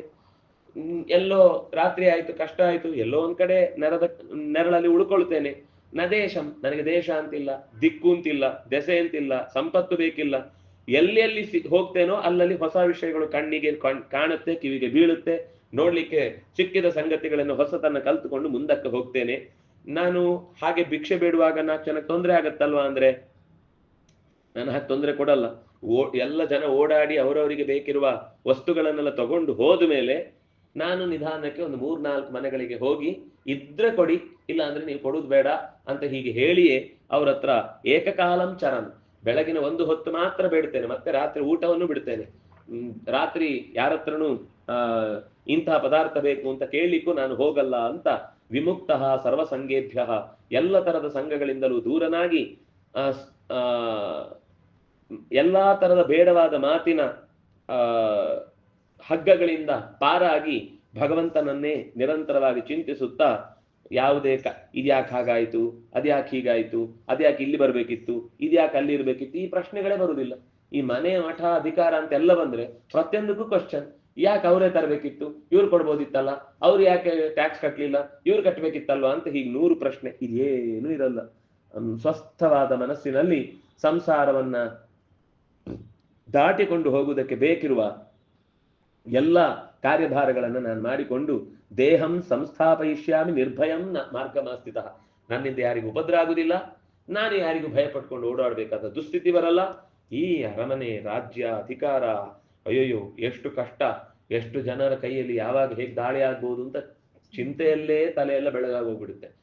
ಆಗ್ಬೇಕು ಅಂತಿಲ್ಲ, ಆಗ್ಬಹುದು ಆಗ್ಬಹುದು ಆಗ್ಬಹುದು ಅಂತ ಅನ್ನೋ ಈ ಟೆನ್ಷನ್ ಇರುವುದಿಲ್ಲ. ಅದರಿಂದಾಗಿ ನಿರ್ಭಯವಾಗಿ ಈ ದೇಹವನ್ನ ಸುಖ ಸ್ಥಿತಿಯಲ್ಲಿ ನಾನು ಭಗವಂತನಿಗೆ ಒಪ್ಪಿಸ್ಲಿಕ್ಕಾಗತ್ತೆ. ನನಗೆ ಜನ್ಮ, ಮೃತ್ಯು, ಜರ, ವ್ಯಾಧಿ, ವೇದನ ಈ ಎಲ್ಲ ಸಂಕೋಲೆಗಳಿಂದ ಪಾರಾಗುವಂತ ಸ್ಥಿತಿಯನ್ನು ಯಾರು ಬಯಸಲ್ಲ ಹೇಳಿ? ಇದೇ ತಾನೇ ಎಲ್ರಿಗೂ ಬೇಕಿರುವುದು ಕೊನೆಗೆ. ಆದ್ರಿಂದ ನಾನು ಇದನ್ನೇ ಹುಡುಕಿಕೊಂಡು ಹೋಗ್ತೇನೆ ಅಂತ ಭೀಮಸೇನ ಚಪ್ಪಾಳೆ ಹಾಕ್ತಾನೆ. ಅದ್ಭುತಪ್ಪ, ಎಂಥ ಮಾತಾಡಿದೀನಿ ನೀನ್ ಮಾತಾಡಿದ್ದನ್ನು ಕೇಳಿದ್ರೆ ಯಾರೇ ಆದ್ರೂ ಕೂಡ ನಾಳೆನೆ ದೇಶಾದ್ಯಂತ ಜನ ಸನ್ಯಾಸಕ್ಕೆ ಹೋಗ್ಬಿಡ್ಬೇಕು. ಯಾರು ಮತ್ತೆ ಯಾವ ಕೆಲಸದಲ್ಲೂ ತೊಡಗಬಾರ್ದು. ಯಾಕೆಂದ್ರೆ ಹೌದು, ಎಲ್ಲದಕ್ಕಿಂತ ಶ್ರೇಷ್ಠವಾದದ್ದಿದು, ಇದಕ್ಕಿಂತ ಮಿಗಿಲಾದ ಮತ್ತೊಂದು ದಾರಿಯೇ ಇಲ್ಲ ಜಗತ್ತಿನಲ್ಲಿ ಭಗವಂತನನ್ನು ಪಡೆಯಲಿಕ್ಕೆ ಅಂತನ್ನುವ ಹಾಗೆ ನೀನು ಮಾತಾಡ್ತಾ ಇದ್ದಿ. ಶ್ರೋತ್ರಿಯಸ್ಯೇವತೆ ರಾಜನ್ ಮಂದಕಸ್ಯ ಅವಿಪಶ್ಚಿತ ಅನುವಾಕ ಹತಾ ಬುದ್ಧಿ ನೈಷಾ ತತ್ವಾರ್ಥದರ್ಶಿನಿ. ಕೇಳಲಿಕ್ಕೆ ತುಂಬಾ ಚೆನ್ನಾಗಿದೆ, ಆದ್ರೆ ಇದು ನೈವ ತತ್ವಾರ್ಥದರ್ಶಿನಿ. ಇದು ತತ್ವವನ್ನು ತೋರಿಸಿಕೊಡಲ್ಲ, ತಪ್ಪನ್ನೇ ತೋರಿಸಿಕೊಡ್ತಾ ಇದೆ. ನೀನ್ ಮಾತಾಡಿದ್ರಲ್ಲಿ ಬರೀ ಲೋಪದೋಷಗಳೇ ಕಾಣಿಸ್ತಿದೆ ನನಗೆ. ಕೇಳಲಿಕ್ಕೆ ಚೆನ್ನಾಗಿದೆ, ಆದ್ರೆ ಇದನ್ನು ಯಾರು ಮಾತಾಡ್ಬೇಕು? ಯಾರು ನಿಜವಾಗಿ ಆ ಕರ್ತವ್ಯಗಳು ಯಾವುದು ಇಲ್ವೋ ಅವನು ಈ ಮಾತನ್ನ ಆಡ್ಬೇಕು. ನಿನಗೆ 1000 ಕರ್ತವ್ಯ ಇಟ್ಕೊಂಡು ಅವರ ಸಂಪತ್ತನ್ನ, ಅವರ ಕಾರ್ಯಕಲಾಪಗಳನ್ನ, ಅವರಿಗಿರುವ ಅಧಿಕಾರವನ್ನ ನೀನು ಸ್ವೀಕರಿಸಿದ್ರೆ ನಿಜವಾದ ಸನ್ಯಾಸದಲ್ಲಿ ಇದ್ದು ಭಿಕ್ಷೆ ಬೇಡವರಿಗೆ ನಾಳೆ ಅನ್ನಕ್ಕೆ ಗತಿಯಲ್ಲಿ. ಈಗ ಅವ್ರು ಯಾರೋ ಇಂಜಿನಿಯರ್ ಆದ್ರು ಅಂತ ನಮ್ಮ ಮಕ್ಕಳನ್ನು ಇಂಜಿನಿಯರ್ ಮಾಡ್ಬೇಕು ಅಂತ ದೇಶಾದ್ಯಂತ ಅಪ್ಪ ಅಮ್ಮಂದ್ರೆ ಎಲ್ಲರೂ ಇಂಜಿನಿಯರಿಂಗ್ ಕಲ್ತ್ರೆ ಅವನ್ ಮನೆ ಇವ್ನು ಕಟ್ಕೊಡ್ಬೇಕು, ಇವ್ನ ಮನೆ ಅವ್ನು ಕಟ್ ಮುಗಿದ ಕೆಲಸ. ಯಾಕಂದ್ರೆ ಎಲ್ಲರೂ ಅಲ್ಲಲ್ಲೂ ಒಬ್ಬೊಬ್ರು ಇಂಜಿನಿಯರೇ. ಬೆಂಗಳೂರಲ್ಲಂತೂ ಒಂದು ತಮಾಷೆ ಇದೆ, ಜೋರಾಗಿ ಮಧ್ಯರಾತ್ರಿ ಕಲ್ಲು ಎತ್ತಿ ಹಾಕಿದ್ರೆ ಅದು ಬೀಳುದು ಒಬ್ಬ ಇಂಜಿನಿಯರ್ ತಲೆಗೇನೆ ಅಂತ. ಎಲ್ಲಿ ಓಡಾಡಿದ್ರು ಒಬ್ಬ ಇಂಜಿನಿಯರ್ ಇರ್ತಾನೆ ಅಂತ ಆ ಸ್ಥಿತಿಗೆ ಬಂದು ನಿಂತಿದೆ. ಅಂದ್ರೆ ದುಡ್ಡು ಯಾವ್ದ್ರಲ್ಲಿ ಅಥವಾ ಸಂಪತ್ತು ಯಾವ್ದ್ರಲ್ಲಿ ಜಾಸ್ತಿ ಬರುತ್ತೋ ನಮ್ಮ ಮಕ್ಕಳು ಅಲ್ಲಿಗೆ ಹೋಗ್ಬೇಕು ಅಂತ. ಅಷ್ಟೇ ಬಿಟ್ರೆ ಆ ಮಗುವಿನ ನಿಜವಾದ ಆಂತರಂಗಿಕ ಆಸಕ್ತಿ ಏನು ಅಂತ ನೋಡುವ ತಾಳ್ಮೆ ತಂದೆ ತಾಯಿಗಳು ಇಲ್ವೇ ಇಲ್ಲ ಅಂತ ಹೇಳ್ಬೇಕು. ಶಾಲೆಯಲ್ಲೂ ಗಮನಿಸಲ್ಲ, ಅವರಿಗೆ ಲಕ್ಷ್ಯ ಕೊಟ್ಟದ್ರ ಕಡೆಗೆ ಲಕ್ಷ್ಯ ಇರುತ್ತೆ ಹೊರತು ಮಗು ಏನಾದ್ರೆ ಏನು ಅವ್ರಿಗೇನು. ಇಲ್ಲಿಂದ ಹೋಗುವಾಗ ಒಂದು ದಪ್ಪದ್ದು ಕಲರ್ ಸರ್ಟಿಫಿಕೇಟ್ ಕೊಟ್ಟು 100% ಅಂತ ಹೇಳಿ ಕಳಿಸ್ಬಿಟ್ರೆ ಅವ್ರ ಕೆಲಸ ಮುಗೀತು. ನಾಳೆ ಅವನು ಮನುಷ್ಯನಾಗಿರ್ತಾನೋ ಪ್ರಾಣಿ ಆಗ್ತಾನೋ ನೋಡಲ್ಲ, ಯಾಕಂದ್ರೆ ಸಂಸ್ಕಾರ ಬೇಕಿಲ್ಲ. ಮಾರ್ಕ್ಸಿಗೂ ಸಂಸ್ಕಾರಕ್ಕೂ ಸಂಬಂಧವೇ ಇಲ್ಲ. ಚೆನ್ನಾಗಿ ಮಾರ್ಕ್ಸ್ ತಗೊಂಡವನು ಕೇಡಿಗನಾಗ್ತಾನೆ, ಏನೂ ತೆಗೆದುಕೊಳ್ಳದೆ ಜನರ ಮಧ್ಯೆ ಬದುಕಿದವನು ಜನಕ್ಕೆ ಉಪಕಾರಿ ಆಗ್ತಾನೆ. ನಾವು ಮತ್ತೆ ಕರೆಯುವುದು ನಾಳೆ ಒಬ್ಬ ಪ್ಲಂಬರ್ ಬಂದ ಅಂದ್ರೆ ಸರ್ಟಿಫಿಕೇಟ್ ಉಂಟಾ ಅಂತ ಕೇಳುದಲ್ಲ, ಪ್ಲಂಬಿಂಗ್ ಕೆಲಸ ಮಾಡಿದ್ಮೇಲೆ ನೀರು ಸೋರುತ್ತೋ ಇಲ್ಲೋ ನೋಡುದು ನಾವು ಅದನ್ನ ಇಷ್ಟು ಸಣ್ಣ ವಿಷಯದಲ್ಲಿ ಯೋಚನೆ ಮಾಡ್ತೇವೆ. ಹಾಗೆ ಇಡೀ ಎಲ್ಲಾ ಕೆಲಸಗಳಿಗೆ ಯಾಕೆ ಯೋಚನೆ ಮಾಡಲ್ಲ ನಾವು. ಅಂದ್ರೆ ಎಲ್ಲದೂ ಕೂಡ ಒಂದು ರೀತಿಯಲ್ಲಿ ಸರ್ಕಾರಿ ದಾಖಲೆಗಳ ಹಿನ್ನೆಲೆಯಲ್ಲಿ ಯೋಚನೆ ಮಾಡ್ತೇವೆ. ಬೇಕು ಈ ತೀರಾ ಒಂದೇ ಸರ್ತಿ ಎಲ್ಲವನ್ನು ನಮ್ಮ ಕಣ್ಣಳತೆಯಿಂದ ಅರ್ಥ ಮಾಡ್ಕೊಳ್ಳೋದು ಕಷ್ಟ ಇದೆ. ಆದ್ರೆ ಅವನ ಕಾರ್ಯಶ್ರಮವನ್ನ ನೋಡಿದ ಮೇಲಾದ್ರೂ ಆ ಸ್ಥಳದಲ್ಲಿ ಆತನಿಗೆ ಗೌರವ ಕೊಡುವ, ಆತನನ್ನ ಎತ್ತರಕ್ಕೆ ಇಡಬೇಕಾದ ಯೋಚನೆ ಬರಬೇಕಿತ್ತು. ಭೀಮಸೇನ ಹೇಳ್ತಾನೆ, ಇದು ಸ್ವಲ್ಪವೂ ಕೂಡ ನೀನು ಮಾಡಿದ ಯೋಚನೆಗಳು ನಿನಗಂತೂ ತಕ್ಕುದಾದದ್ದಲ್ಲ. ಯಾಕಂದ್ರೆ ಈ ಯೋಚನೆ ಯಾರೋ ಒಬ್ಬನಿಗೆ ಬಂದ್ರೆ ಅವನಿಗೆ ಸರಿ ಇರ್ಬೋದು, ನಿನಗಂತೂ ಚೂರು ಸೂಟ್ ಆಗಲ್ಲ. ಇದು ಈ ಕೊಟೇಶನ್ ನಿಂದ ಕೆಲವೊಂದೆಲ್ಲ ಏನೇನು ಕೋಟ್ಗಳಿರ್ತವೆ, ನೋಡಿದಾಗ ಹೌದು ನಾವು ಹಾಗೆ ಬರಬೇಕು ಅಂತ. ಅದು ಈ ನಮ್ಮ ಮಾಧ್ಯಮಗಳಲ್ಲಂತೂ, ಈ WhatsApp university, Facebook university, Instagram ಯೂನಿವರ್ಸಿಟಿಗಳಲ್ಲಂತೂ ಇಂಥದ್ದು ದಿನಕ್ಕೊಂದು ಸಲಹೆ ಸೂಚನೆಗಳು ಬರ್ತಾನೆ ಇರ್ತವೆ. ಅದನ್ನೆಲ್ಲ ತಲೆ ಕಚ್ಚಿಕೊಂಡು ಆಲೋಚನೆ ಮಾಡ್ಲಿಕ್ಕೆ ಹೋದ್ರೆ ಅಥವಾ ರೂಢಿಸಿಕೊಳ್ಳಿಕ್ಕೆ ಹೋದ್ರೆ ಜೀವನವೇ ಅತ್ಯಂತ ದುರ್ಭರ. ಆದ್ರೆ ಬುದ್ಧಿ ನೈಷ, ಇದು ನಿನಗೆ ಹೊಂದುವ ಬುದ್ಧಿ ಅಲ್ಲ. ಯಾಕೆಂದ್ರೆ ಇದು ಆಲಸ್ಯ ಮಂದಿ ಮಾತಾಡುವ ವಿಷಯ. ಏನು ಕೆಲಸ ಮಾಡ್ಲಿಕ್ಕೆ ಮನಸ್ಸಿಲ್ಲ ಅಂತಂದಾಗ, ಯಾಕೆಂದ್ರೆ ಈಗದ ಕಾಲದಲ್ಲಿ ಇದು ಚೂರು ವಿಚಿತ್ರ ಅನ್ಸುತ್ತೆ. ಆಗದ ಕಾಲದಲ್ಲಿ ಈ ರೀತಿ ಬದುಕುವವರನ್ನ ನೋಡ್ಕೊಳ್ಬೇಕಾದ ನಮ್ಮ ಕರ್ತವ್ಯ ಅಂತ ಒಂದು ಸಮಾಜದಲ್ಲಿ ಪ್ರಜ್ಞೆ ಇತ್ತು. ನೀವು ಒಂದು 20-25 ವರ್ಷದ ಹಿಂದೆ ಹೋದ್ರೆ ಯಾರಾದ್ರೂ ಒಬ್ಬ ಜೋಳಿಗೆ ಹಾಕೊಂಡು ಬಂದ ಅಂದ್ರೆ ಕೈ ಎತ್ತಿ ಕೊಡುವಂತ ಒಂದು ಸ್ವಭಾವ ಇತ್ತು. ಯಾಕೆಂದ್ರೆ ಅವರು ಭಿಕ್ಷಾನ್ನದಲ್ಲೇ ಬದುಕ್ತಾ ಇರೋರು, ಅವರನ್ನು ನೋಡ್ಕೊಳ್ಬೇಕಾದ ನಮ್ಮ ಕರ್ತವ್ಯ ಅಂತ. ಆಗ ಇದು ನಾನು ಹೇಳ್ತಾರೆ 20 ವರ್ಷ ಅಲ್ಲ, 5,000 ವರ್ಷದ ಹಿಂದಿನ ಕತೆ. ಆಗ ಇನ್ನೆಷ್ಟು ಅವರ ಬಗ್ಗೆ ಒಂದು ಕಾಳಜಿ ಇತ್ತು. ಅದು ದೊಡ್ಡ ಸಾಹಸವೇ ಅಲ್ಲ, ಎಲ್ಲ ಬಿಟ್ಟು ಹೋಗ್ತೇನೆ ನಾನು. ಯಾಕಂದ್ರೆ ಯಾರಾದ್ರೂ ಒಬ್ರು ಕರೆದು ಊಟ ಹಾಕ್ತಾರೆ, ಜೀವನ ಚೆನ್ನಾಗಿ ಹೋಗುತ್ತೆ. ಇದು ನೀನ್ ಮಾತಾಡಿದ್ರೆ, ನಿಜವಾಗಿ ವೈರಾಗ್ಯ ಬಂದವನು ಮಾತಾಡಿದ್ರೆ ಸರಿ, ನೀನೀ ಮಾತಾಡಿದ್ರೆ ಇದು ಆಲಸ್ಯದವನು ಮಾಡುವ ಕೆಲಸ. ಇವತ್ತು ಹಾಗೆ ಬದುಕುವವರಿದ್ದಾರೆ ಉತ್ತರ ಭಾರತಗಳಲ್ಲೆಲ್ಲ. ಅವರಿಗೆ ಏನು ಸಾಧನೆನೂ ಗೊತ್ತಿಲ್ಲ, ವೇಷ ಮಾತ್ರ ಒಂದು ಕಾವ್ಯ ಹಾಕೊಂಡು ತಿರುಗ್ತಾ ಇರ್ತಾರೆ. ಅಯ್ಯೋ, ಅವರಲ್ಲೂ ಸಿಕ್ಕಾಪಟ್ಟೆ ಒಳಗಿನಿಂದ ರೌಡಿಸಮ್ ಎಲ್ಲ ಇರುತ್ತೆ. ಅದ್ರಲ್ಲಿ ಯಾರಾದ್ರೂ ಒಬ್ಬ ನಿಜವಾದವನು ಬಂದ ಅಂದ್ರೆ ಸನ್ಯಾಸಕ್ಕೆ ಕೂತು ಎಲ್ಲಾದ್ರೂ ತುಂಬಾ ಜನರನ್ನ ಮಾತಾಡಿಸಿ ಅವರನ್ನು ಸ್ವಲ್ಪ ದಾರಿಗೆ ತರ್ತಾ ಇದ್ದಾನೆ ಅಂದ್ರೆ ಅವನನ್ನು ಕೊಂದು ಬಿಡ್ತಾರೆ, ಓಡಿಸ್ತಾರೆ ಫಸ್ಟ್. ಆದ್ರೂ ಅವನು ಹಠಕ್ಕೆ ಬಿದ್ದು ಅವನಿಗೆ ಇನ್ನೇನು ಸಿಕ್ಕಾಪಟ್ಟೆ ಧನಬಲ, ಜನಬಲ, ಒಂದಿಷ್ಟು ಅಧಿಕಾರದ ಬಲ ಇದ್ರೆ ಮಾತ್ರ ಅವನಲ್ಲಿ ಉಳ್ಕೊಳ್ತಾನೆ. ಉಳಿದವರಿದೆ ಪುಂಡ ಸ್ವಾಮಿಗಳನ್ನೇ ಒಂದು ದೊಡ್ಡ ಗುಂಪಾಗಿ ಕಟ್ಟಿಕೊಂಡು ಇವತ್ತು ಅದರ ಹೆಸರು. ಯಾಕೆಂದ್ರೆ ಅವರಿಗೆಲ್ಲ ಈ ಧರ್ಮಶಾಲೆಗಳಲ್ಲೆಲ್ಲ ಆ ಮಧ್ಯಾಹ್ನದ ಹೊತ್ತಿಗೆ ಅವರಿಗೆ ಒಂದು ಡಬ್ಬದಲ್ಲಿ ಹಾಕಿ ರೆಡಿ ಮಾಡಿ ಇಟ್ಟಿದ್ದು ತಗೊಂಡು ತಿಂದು ಹೋದ್ರೆ ಮುಗೀತು, ಅಷ್ಟೇ ಕೆಲಸ ಅವ್ರು. ಇನ್ ಚಳಿಗಾಲಕ್ಕೆ ಒಂದು ಬಾಂಗ್ ಹೇಳಿದ್ರೆ ಮುಗಿದೋಯ್ತು. ಇಲ್ಲಿಂದ ನಂತರಕ್ಕೆ ಏನೂ ಅವರ ಜೀವನದಲ್ಲಿ ಪ್ರಶ್ನೆ ಇಲ್ಲ, ಉತ್ತರವೂ ಇಲ್ಲ. ಇದು ಅವರ ಜೀವನ ಶೈಲಿ. ಹಾಗೆ ನೀನು ಕೂಡ ತಪ್ಪಿಸಿಕೊಳ್ಳುವ ಕರ್ತವ್ಯದಿಂದ ದಾರಿ ತಪ್ಪಿಸಿಕೊಳ್ಳುವ ಮಾತನ್ನು ನೀನು ಆಡ್ತಾ ಇದ್ದಿ, ಇದು ನಿನಗೆ ಸ್ವಲ್ಪವೂ ಸರಿಯಲ್ಲ. ಮುಂದೆ ಇನ್ನು ಚೆನ್ನಾಗಿ ಹೇಳ್ತಾನೆ. ಪ್ರಾಣಸ್ಯಾನ್ನಮಿದಂ ಸ್ವರ್ವಂ ಇತಿ ವೈ ಕವಯೋ ವಿದುಹು ಸ್ಥಾವರಂ ಜಂಗಮಂಚೈವ ಸರ್ವಂ ಪ್ರಾಣಸ್ಯ ಭೋಜನಂ. ಎಲ್ಲರೂ ಊಟ ಮಾಡುವುದು ಪ್ರಾಣ ಉಳಿಸ್ಕೊಳ್ಳಿಕ್ಕೋಸ್ಕರ.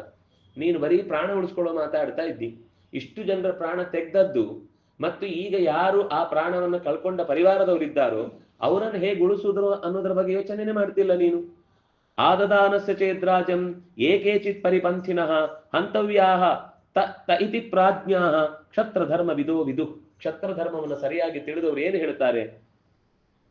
ರಾಜ್ಯವನ್ನ ಬಲಾತ್ಕಾರದಿಂದ ಸ್ವೀಕರಿಸಬೇಕು, ಪರಿಪಂಥಿಗಳು ಶತ್ರುಗಳು ಅಂತ ಅನ್ನಿಸಿದವರು, ಧರ್ಮದ ಚರ್ಯೆಯಿಂದ ಹೊರಕ್ಕೆ ಬಿದ್ದವರನ್ನ ದೂರಕ್ಕೆ ಓಡಿಸ್ಬೇಕು ಅಂತ.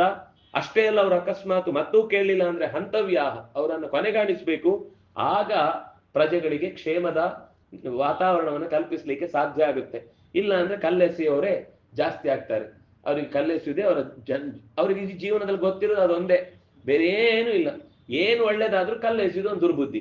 ಆ ತರ ಪ್ರಜ್ಞಾಹೀನರಾಗಿ ಸಮಾಜದ ದುಸ್ಥಿತಿಗೆ ಕಾರಣವಾಗುವಂತಹ ನೆಲೆಯಲ್ಲಿ ನೀನು ಪ್ರಜೆಗಳನ್ನು ತಂದಿಡ್ತಿ, ಇದು ಹೊಂದುವ ಮಾತಲ್ಲ.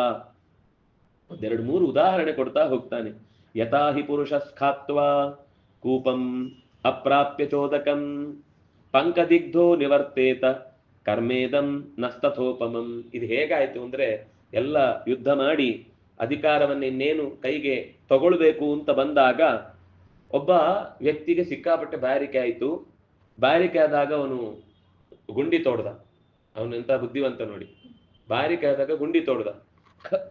ಖಾತ್ವಾ ಕೂಪಂ, ಒಂದು ಬಾವಿಯನ್ನ ಬಹಳ ಆಳದ ತನಕ ತೋಡಿದ. ತೋಡಿ ಆದ್ಮೇಲೆ ಪಂಕದಿಗ್ಧ, ನೀರು ಸಿಕ್ತು, ಕೆಸರಿನ ಜೊತೆಗೆ ಸಿಕ್ತು.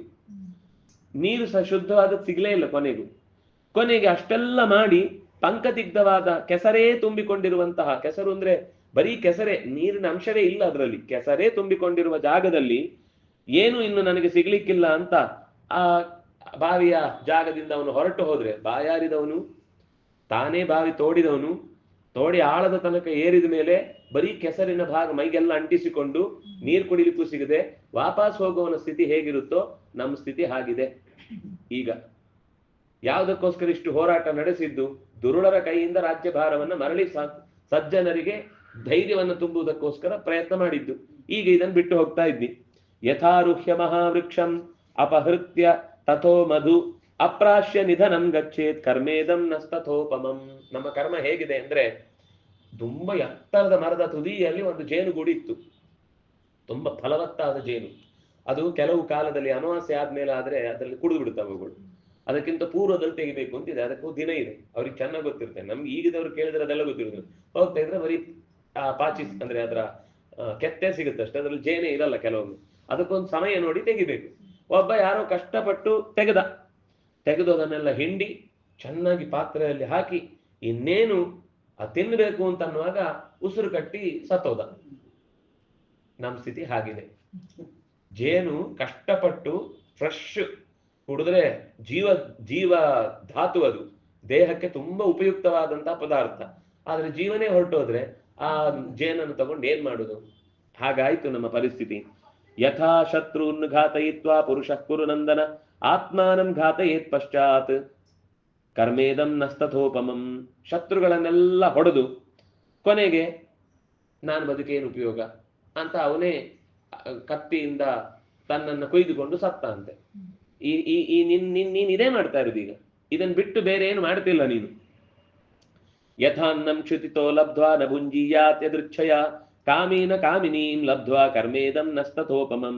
ಹಸಿದಿದೆ ಅಂತ ಹೇಳಿ ಕಷ್ಟಪಟ್ಟು ಎಷ್ಟೋ ದೂರದ ತನಕ ಯಾವ್ದ್ಯಾವ್ದೋ ಊರಿಗೆಲ್ಲ ತಿರುಗಿ ಯಾವುದೋ ಮನೆಯ ಮುಂದೆ ಒಂದು ಅನ್ನದ ಕೊಪ್ಪರಿಗೆ ಸಿಕ್ಕಿತು ಅಂತಂದಾಗ ಅದು ಬಿಸಿ ಇದೆಯೋ ತಣ್ಣಗಿದೆಯೋ ನೋಡದೆ ಅದ್ರೊಳಗೆ ಹಾರಿ ಪ್ರಾಣ ಬಿಟ್ಟಂತೆ. ಹಾಗಾಯ್ತು ನಮ್ಮ ಸ್ಥಿತಿ ಅಂತ ಈಗ ಬೈತಾನೆ. ಇದು ಬಾಹುಶಾಲಿಗಳಿಗೆ ಕೊಟ್ಟ ಸಂಪತ್ತು. ನಾವೊಂದಿಷ್ಟು ವಿದ್ಯೆಯನ್ನು ಸಂಪಾದಿಸಿದ್ದೇವೆ, ಒಂದಿಷ್ಟು ಮನಸ್ಸಿಗೆ ಸಮಾಧಾನವನ್ನು ತಂದುಕೊಂಡಿದ್ದೇವೆ. ಆದ್ರೆ ನಿನ್ನ ಈ ನಪುಂಸಕ ತನಕದ ಮಾತುಗಳನ್ನು ಕೇಳಿ ಮಾತ್ರ ಮೈಯೆಲ್ಲ ನನಗೆ ಉರಿತಾ ಇದೆ. ನನಗೆ ಈ ಮಾತು ಕೇಳಿದ್ರೆ ಮೈಯೆಲ್ಲ ರಗಳೆ ಆಗ್ತಾ ಇದೆ. ಅಶಕ್ತರಂತೆ ಮಾತಾಡ್ತಾ ಇದ್ದಿ. ಸಾಮರ್ಥ್ಯ ಇಲ್ಲದವನು ಮಾತ್ರ ಈ ರೀತಿ ಮಾತಾಡ್ತಾನೆ ಹೊರತು ಸಾಮರ್ಥ್ಯ ಇರೋನು ಈ ರೀತಿ ಎಲ್ಲ ಬಿಟ್ಟೋಗ್ತೇನೆ ಅಂತ ಕೆಲವ್ರದ್ದು ಹೀಗಿರುತ್ತೆ. ಬಿಟ್ಟೋಗುದಿಲ್ಲ, ಹೇಳ್ತಾ ಇರುದು ಯಾವಾಗ್ಲೂ, ನನಗೆ ಕೆಲಸ ಬೇಡ ಬಿಟ್ಟೋಗ್ತೇನೆ, ನನಗೆ ಕೆಲಸ ಬೇಡ ಬಿಟ್ಟು ಮತ್ತೆ ಅವರನ್ನೇ ಬೈಗುತ್ತಾನೆ. ಅದೇ ಸಂಬಳಕ್ಕೆ ಇರ್ತಾನೆ ಅಂದ್ರೆ ಆ ಸಂಬಳಕ್ಕೂ ಕೆಲಸ ಮಾಡಲ್ಲ. ಆ ಸಂಬಳದಿಂದ ಹೊರಗೆ ಬಂದು ತಾನು ಸ್ವತಂತ್ರವಾಗಿ ಏನೋ ಮಾಡ್ಕೊಳ್ಬೇಕಂತ ಅದಕ್ಕೂ ತಾಕತ್ತಿರಲ್ಲ. ನೀನು ಒಂದು ರೀತಿ ಹಾಗೆ ಒದ್ದಾಡ್ತಾ ಇದ್ದಿ ಅಂತ ಬೈತಾನೆ. ಆಪತ್ಕಾಲೇ ಹಿ ಸನ್ಯಾಸ ಕರ್ತವ್ಯ ಇತಿ ಶಿಷ್ಯತೆ. ಮಹಾ ಆಪತ್ಕಾಲ ಬಂದು ಇಲ್ಲಿ ಬೇರೆ ದಾರಿಯೇ ಇಲ್ಲ ಅಂದಾಗ ಮಾತ್ರ ಕ್ಷತ್ರಿಯನಿಗೆ ಸನ್ಯಾಸ ಇರುವುದು. ಬಿಟ್ರೆ ಬೇರೆ ಯಾವ ಕಾಲಕ್ಕೂ ಕೂಡ ಒಂದು ಸನ್ಯಾಸ ತಗೊಳ್ಳಿಕ್ ವಿಧಿ ಇಲ್ಲ. ನೀನ ತಪ್ಪು ಮಾಡ್ತಾ ಇದ್ದಿ. ಜರಯಾ, ಅದು ಎಂತ ಆಪತ್ಕಾಲ ಅಂದ್ರೆ ಜರ, ಮುದಿತನ ಬಂದು ಇನ್ನು ತನ್ನಂತಾನು ಅಧಿಕಾರದಲ್ಲಿ ರಕ್ಷಿಸಿಕೊಳ್ಳಿಕ್ಕಾಗುವುದಿಲ್ಲ ಅನ್ನೋ ಸ್ಥಿತಿ ಬಂದಾಗ. ಅಭಿಪರೀತೇನ ಶತ್ರುಭಿರ್ವ್ಯಂಸಿತೇನ ಚ, ಇನ್ನು ಶತ್ರುಗಳು ಅವನನ್ನ ಸಂಪತ್ ರಹಿತನನ್ನಾಗಿ ಅಂದ್ರೆ ಪೂರ್ತಿ ಕೈ ಖಾಲಿ ಮಾಡಿ ಅವನನ್ನು ಓಡಿಸಿದ ಅಂದ್ರೆ ಇನ್ನು ನಾನು ವಾಪಸ್ ರಾಜ್ಯ ಕಟ್ಟಲಿಕ್ಕೆ ಆಗುದಿಲ್ಲ ಅನ್ಸಿದ್ರೆ ಆವಾಗ ಅವನು ಸನ್ಯಾಸ ತಗೊಳ್ಬೇಕು. ಇದ್ರೆ ನಿನಗೆ ಈಗ ಅಂತದ್ದೇನಾಗಿದೆ? ಇಷ್ಟು ಚಂದದ ರಾಜ್ಯಭಾರ ಸಿಕ್ಕಿದೆ, ಸ್ವಲ್ಪ ಓದಿ ತಿಳ್ಕೊಂಡು ದೊಡ್ಡವರ ಜೊತೆಗೆ ಒಡನಾಟ ಮಾಡಿದ ಅನುಭವ ಇದೆ. ಧರ್ಮ ವ್ಯತಿಕ್ರಮಂಚ ಇವ ಮನ್ಯಂತೆ ಸೂಕ್ಷ್ಮದರ್ಶಿನಃ. ಧರ್ಮ ವ್ಯತಿಕ್ರಮವಾದ ಕಾರ್ಯವನ್ನು ಮಾಡ್ತಾ ಇದ್ದಿ, ಸೂಕ್ಷ್ಮದರ್ಶಿಗಳು ಯಾರಿಗೆ ಆದ್ರೂ ಈ ಸಂಗತಿ ಚೆನ್ನಾಗಿ ಕಾಣ್ತಾ ಇದೆ. ತದೈವ ನಿಂದಾ ಭಾಷೆಯು ಧಾತ ಯತ್ರ ನ ಗರ್ಹ್ಯತೆ. ಅದರಿಂದಾಗಿ ಇಂಥ ಅದ್ಭುತವಾದ ರಾಜ್ಯ ನಿಷ್ಠೆಯನ್ನ ಬಿಟ್ಟು ನಿಂದೆಗೆ ಉಪಯುಕ್ತವಾದಂತಹ ಕಾರ್ಯವನ್ನು ನೀನು ಮಾತಾಡ್ತಾ ಇರುವುದು ನೋಡಿದ್ರೆ ಸ್ವಲ್ಪವೂ ಕೂಡ ಸಮಾಧಾನ ಆಗ್ತಾ ಇಲ್ಲ. ಯದಿ ಸನ್ಯಾಸತ ಸಿದ್ಧಿಂ. ಮತ್ತು ಒಂದು ಹೇಳ್ತಾನೆ, ಆಯ್ತಪ್ಪ, ಎಲ್ಲ ಬಿಟ್ಬಿಡುದು, ಇದರಿಂದ ನನಗೆ ಮುಕ್ತಿ ಆಗುತ್ತೆ ಅಂತ ಹೇಳುತ್ತಿದ್ಯಲ್ವಾ? ಎಲ್ಲವನ್ನ ಬಿಟ್ಟು ಬಿಡುವುದರಿಂದಲೇನೆ ಮೋಕ್ಷ ಆಗುದಿದ್ರೆ ನೇಮೇ ಮೃಗ ಸ್ವರ್ಗಜಿತ ನವರಾಹ ನ ಪಕ್ಷಿಣ ಅಥಾನ್ಯೇನ ಪ್ರಕಾರೇಣ ಪುಣ್ಯಮಾಹೃನ್ನತೆ ಜನಾ. ಈ ಕಾಡು ಪ್ರಾಣಿಗಳಿಗೆಲ್ಲ ಇಷ್ಟೊತ್ತಿಗೆ ಮೋಕ್ಷ ಆಗ್ಬೇಕಿತ್ತು. ಯಾಕೆಂದ್ರೆ ಇವುಗಳು ಯಾವ ಜಂಜಾಟದಲ್ಲೂ ಇಲ್ಲ, ಅಧಿಕಾರದ ಜಂಜಾಟದಲ್ಲಿಲ್ಲ, ಸಂಪತ್ತಿನ ಜಂಜಾಟದಲ್ಲಿಲ್ಲ, ಶತ್ರುಗಳು ಅಂತ ಅವರು ಕಾಯುವುದು, ಕಲ್ಪನೆ ಮಾಡುವುದು, ಏನು ಹೊಟ್ಟೆಪಾಡಿಗೆಲ್ಲೂ ಜಗಳ ಆಡ್ತೇವೆ ಬಿಟ್ರೆ ದೂರದೃಷ್ಟಿಯಿಂದ ಯುದ್ಧ ಮಾಡುವುದು, ಧರ್ಮ ಉಳಿಸುವುದು ಅಂತ ಯಾವ ಈ ಪಾಪ ಲೇಪಗಳು ಅವ್ರಿಗಿಲ್ಲ. ಇನ್ನೂ ಹೇಳಬೇಕಾ? ಯದಿ ಸನ್ಯಾಸತ ಸಿದ್ಧಿ. ಒಂದು ವೇಳೆ ಈಗ ಸನ್ಯಾಸದಿಂದ ಸಿದ್ಧಿ ಆಗುವುದಿದ್ರೆ ಈ ಪರ್ವತಗಳು, ಈ ಮರಗಳು ಕ್ಷಿಪ್ರಂ ಸಿದ್ಧಿಮವಾಪ್ನಿಯು. ಈ ಪರ್ವತಗಳಿಗೆಲ್ಲ ಈಗಲೇ ಸಿದ್ಧಿಯಾಗಿ ಮೋಕ್ಷಕ್ಕೆ ಹೋಗ್ಬೇಕಿತ್ತು. ಪರ್ವತಗಳು ಮೋಕ್ಷಕ್ಕೆ ಹೋಗ್ಲಿಲ್ಲ, ಮರಗಳು ಮೋಕ್ಷಕ್ಕೆ ಹೋಗಲ್ಲ. ಬೇಡ, ಇನ್ನೂ ಹೇಳ್ತೇನೆ. ಅಥಚೇತ್ ಆತ್ಮಭಾಗ್ಯೇಶು ನಾನ್ಯೇಷಾಂ ಸಿದ್ಧಿಮಶ್ನುತೆ ಔದಕಾಹ ಸೃಷ್ಟಯ ಜಂತವಃ ಸಿದ್ಧಿಮಾಪ್ನಿಯು. ಸಮುದ್ರದಲ್ಲೋ ನದಿಯಲ್ಲೋ ತುಂಬಿಕೊಂಡ ಜಲಜಂತುಗಳೆಲ್ಲ ಈ ಯಾವ ನಾನು ನನ್ನದು ಅನ್ನುವ ಚರ್ಯೆಯಲ್ಲಿ ಇಲ್ಲ, ಅವುಗಳ ಅಧಿಕಾರದಲ್ಲಿ ಇಲ್ಲ. ಎಲ್ಲವನ್ನು ಬಿಟ್ಟು ತಮ್ಮ ಪಾಡಿಗೆ ಏನ್ ಸಿಗುತ್ತೋ ಅಷ್ಟನ್ನು ತಿನ್ಕೊಂಡು ಬದುಕ್ತಾರೆ. ಇವುಗಳೆಲ್ಲ ಮೋಕ್ಷಕ್ಕೆ ಹೋಗ್ಬೇಕಿತ್ತು. ಇವುಗಳ ಮೋಕ್ಷಕ್ಕೆ ಹೋಗ್ಲಿಲ್ಲ. ಯಾಕೆ? ಅವುಗಳು ತ್ಯಾಗ ಮಾಡಿದ್ದಾವೆ ಅಂತಲ್ಲ, ಅವುಗಳ ಬದುಕಿರಲಿದೆ ಹಾಗೆ. ಅವು ಅಷ್ಟಕ್ಕೆ ಬದುಕು. ನೀನು ಹಾಗೆ ಆಗ್ತೇ ಹೊರತು ಇದು ತ್ಯಾಗ ಮಾಡಿದ್ದೇನೆ ಅಂತ ನೀನನ್ನು ಯಾರು ಕರೆದು ಪುಣ್ಯಕ್ಕೆ ಮಹಾ ತ್ಯಾಗ ಮಾಡಿದವನು ಅಂತ ನೀನನ್ನು ಯಾರು ನಿನ್ನನ್ನ ಒಳ್ಳೆ ಸ್ಥಾನದಲ್ಲಿ ಅಂತ ಇಟ್ಟು ಪೂಜಿಸ್ಲಿಕ್ಕೆ ಸಾಧ್ಯ ಇಲ್ಲ. ಅಪೇಕ್ಷಸ್ವತ ವೈ ಕರ್ಮಭಿರ್ ವ್ಯಾಪೃತಂ ಜಗತ್. ಇನ್ನೂ ಒಂದ್ ರೀತಿ ಹೇಳ್ಬೇಕಾದ್ರೆ ಪ್ರಾಣಿಗಳೇ ಎಷ್ಟೋ ಬೆಟರ್. ಅವುಗಳು ತಮ್ಮ ಕರ್ತವ್ಯನ ಎಂದೂ ಬಿಡಲ್ಲ. ತಮ್ಮ ಮರಿಗಳನ್ನು ಚೆನ್ನಾಗಿ ಪೋಷಣೆ ಮಾಡುತ್ತೆ, ಕೌಟುಂಬಿಕ ವಲಯದಲ್ಲಿ ಚೆನ್ನಾಗಿ ಬದುಕುತ್ತೆ, ಆಪತ್ತು ಬಂದಾಗ ಪ್ರಾಣ ಬಿಟ್ಟು ತನ್ನವರನ್ನು ಉಳಿಸ್ಕೊಳ್ಳುತ್ತೆ. ಬೇಟೆಯಾಡುವಾಗ ಅಥವಾ ದುಡಿಮೆ ಅಂತ ಬಂದಾಗ ತನ್ನ ಪರಿವಾರಕ್ಕೆ ಎಷ್ಟು ಬೇಕೋ ಅಷ್ಟು ಸಂಪಾದನೆ ಮಾಡ್ಕೊಂಡು ಬರುತ್ತೆ. ಚಂದದ ಒಂದು ಗೂಡು ಕಟ್ಟತ್ತೆ ಪಕ್ಷಿಗಳಲ್ಲಿ. ಹೀಗೆ ಅದಕ್ಕೆ ಅದರದ್ದೇ ಆದ ಕರ್ತವ್ಯ ಮಾಡುವ ಒಂದು ಗುಣ ಇದೆ. ಎಲ್ಲ ಪ್ರಾಣಿಗಳು ಕೂಡ ಸ್ವಕರ್ತವ್ಯದಲ್ಲಿ ಇದ್ದದ್ರಿಂದ ಸುಖವಾಗಿ ಬಾಳ್ತವೆ. ನೀನು ಸ್ವಕರ್ತವ್ಯವನ್ನ ಬಿಟ್ರೆ ಯಾವತ್ತೂ ಕೂಡ ಸುಖವಾಗಿ ಬಾಳ್ಲಿಕ್ಕೆ ಸಾಧ್ಯ. ತಸ್ಮಾತ್ ಕರ್ಮೈವ ಕರ್ತವ್ಯಂ ನಾಸ್ತಿ ಸಿದ್ಧಿ ಅಕರ್ಮಣಃ. ಅಕರ್ಮನಿಗೆ ಸಿದ್ಧಿ ಇಲ್ಲ. ಕರ್ಮ ಮಾಡದವನಿಗೆ, ಕರ್ಮದ ನೆಲೆಯನ್ನೇ ಅರ್ಥ ಮಾಡಿಕೊಳ್ಳದೆ ಎಲ್ಲ ತ್ಯಾಗ ಮಾಡ್ತೇನೆ ಅಂತ ಕೂತವನಿಗೆ ಯಾವತ್ತೂ ಸಿದ್ಧಿ ಇಲ್ಲ. ಕೇಚಿತ್ ಗೃಹಾನ್ ಪರಿತ್ಯಜ್ಯ. ಅರ್ಜುನ ಸೇರಿಸ್ತಾನೆ ಅವನ ಅಣ್ಣನ ಮಾತಿಗೆ, ಹೇಳ್ತಾನೆ, ಕೆಲವರು ಮನೆ ಬಿಟ್ಟು ಹೋಗುವುದು, ಜವಾಬ್ದಾರಿಗಳನ್ನು ನುಣಿಸಿಕೊಳ್ಳುವುದು. ನಾನು ಯಾವುದ್ರೂ ಇಲ್ಲ, ನಾನು ಇರ್ತೇನಷ್ಟೇ, ನನಗೆ ಕೆಲಸ ಬೇಡ, ಹೆಂಡತಿ ಬೇಡ, ಮಕ್ಕಳು ಬೇಡ, ಜವಾಬ್ದಾರಿಯ ಯಾವುದೇ ಹೊಣೆಗಾರಿಕೆಯ ಯಾವುದೇ ಕೆಲಸ ಬೇಡ, ನಾನು ಸುಮ್ಮನೆ ಯಾರಿಗೂ ತೊಂದರೆ ಮಾಡದೆ ನನ್ನ ಪಾಡಿಗೆ ನಾನು ಇರ್ತೇನೆ ಅಂತ ಈ ಕುಟುಂಬದ ಬಗ್ಗೆ ಇವತ್ತಿರುವ ಕಲ್ಪನೆಯನ್ನು ಎಷ್ಟು ಚೆನ್ನಾಗಿ ಹೇಳ್ತಾರೆ ಅಂದ್ರೆ, ಅನೇಕ ಜನ ಹೀಗೆ ಮಾಡಿದ್ರಂತೆ. ಇದು ಒಂದು ಕಥೆಯನ್ನು ಹೇಳ್ತಾನೆ ಅರ್ಜುನ. ಹಿಂದೆ ಹೀಗೊಂದು ಪರಿವಾರ ನಮ್ಗೆ ಯಾವುದು ಬೇಡ ಅಂತ ಹೇಳಿ ಹೊರಟು ಬಿಟ್ರಂತೆ ಮನೆ ಬಿಟ್ಟು. ಈ ಮನೆ ಬಿಟ್ಟು ಹೊರಡುದು ಅಂತ ಒಂದು ಸುಮ್ಮನೆ ಉದಾಹರಣೆ ಅಷ್ಟೇ. ಒಟ್ಟು ಮದುವೆ ಆದ್ರೆ ಕಷ್ಟ ಅಂತ ಮದುವೆ ಆಗದೆ ಇರ್ತೇನೆ ಅಂತ ಅನ್ನೋದು ಇವತ್ತಿನ ಪೀಳಿಗೆಯ ಮಂದಿ. ಮತ್ತೆ ಮದುವೆಯ ಏನು ಸಂತೋಷ ಸಿಗುತ್ತೋ ಅದು ತಾನಾಗಿ ದುಡಿಮೆ ಬೇಕಾದಷ್ಟು ಇದೆ, ಆದ್ರಿಂದ ಎಲ್ಲಿಂದನೂ ಪಡ್ಕೊಳ್ತೇನೆ, ಅದಕ್ಕೋಸ್ಕರ ನಾನು ಮದುವೆ ಆಗ್ಬೇಕಾಗಿಲ್ಲ. ಆ ಮಕ್ಕಳ ಚಿರಿಪಿರಿಯನ್ನ, ಆ ಮಕ್ಕಳಿಗೆ ಒದ್ದಾಟ ಪಡುದನ್ನ, ಈ ಹೆಂಡತಿಯನ್ನ ಗಂಡ ನೋಡುದು ಅಥವಾ ಗಂಡನನ್ನು ಹೆಂಡತಿ ನೋಡುದು ಅಂತ ಅನ್ನೋ ಈ ಜಗಳವನ್ನ, ಇದೆಲ್ಲ ಬಿಟ್ಟು ಬದುಕ್ತೇವೆ ಅಂತ ಅನ್ನೋ ರೀತಿ ಇವತ್ತೊಂದು ಮನಸ್ಥಿತಿ ತುಂಬಾ ಗಾಢವಾಗಿ ಪರಿಣಾಮ ಬೀರ್ತಾ ಇದೆ. ಅವರಿಗೆಲ್ಲ ಹೇಳಿದ ರೀತಿಯ ಮಾತು ಇದು. ಯಾಕೆಂದ್ರೆ ಅದು ಯಾವಾಗ ಈ ತಾಳ್ಮೆ ಅನ್ನೋದು ಹೊರಟೋಯ್ತೋ ಅವಾಗ ಇದೆಲ್ಲವೂ ಕೂಡ ಅಂದ್ರೆ ಇದ್ರಲ್ಲಿ ಬರೀ ಸಮಸ್ಯೆನೇ ಕಾಡ್ಲಿಕ್ಕೆ ಶುರುವಾಗುತ್ತೆ. ಬದುಕಿಲ್ವಾ ಈ ಹಿಂದಿನ ಜನಾಂಗ? ಇದೇ ಈ ಮಾತನ್ನ ನೀವು ಹೇಳ್ಬೇಕಾದ್ರೆ ನಿಮ್ಮನ್ನು ಒಬ್ರು ತಂದೆ ತಾಯಿ ಸಂತೋಷದಿಂದ ಇಷ್ಟು ಪಾಲಿಸಿ ಬೆಳೆಸಿದ್ರಿಂದ ತಾನೇ ನೀವು ಈ ಜಾಗದಲ್ಲಿ ಇದ್ದೀರಿ. ನನ್ನದಾದ್ರೆ ಆಯ್ತು, ನನಗೆ ಮುಂದಿನ ಜವಾಬ್ದಾರಿ ಬೇಕಿಲ್ಲ ಅಂತ ನಾವು ಕೆಟ್ಟ ಮಾತಾಡಿದ್ರೆ ಅದರ ನೆಕ್ಸ್ಟ್ ಜನರೇಷನ್ ನಾವೇ ಅನುಭವಿಸ್ಬೇಕಾದ್ ಮತ್ತೆ.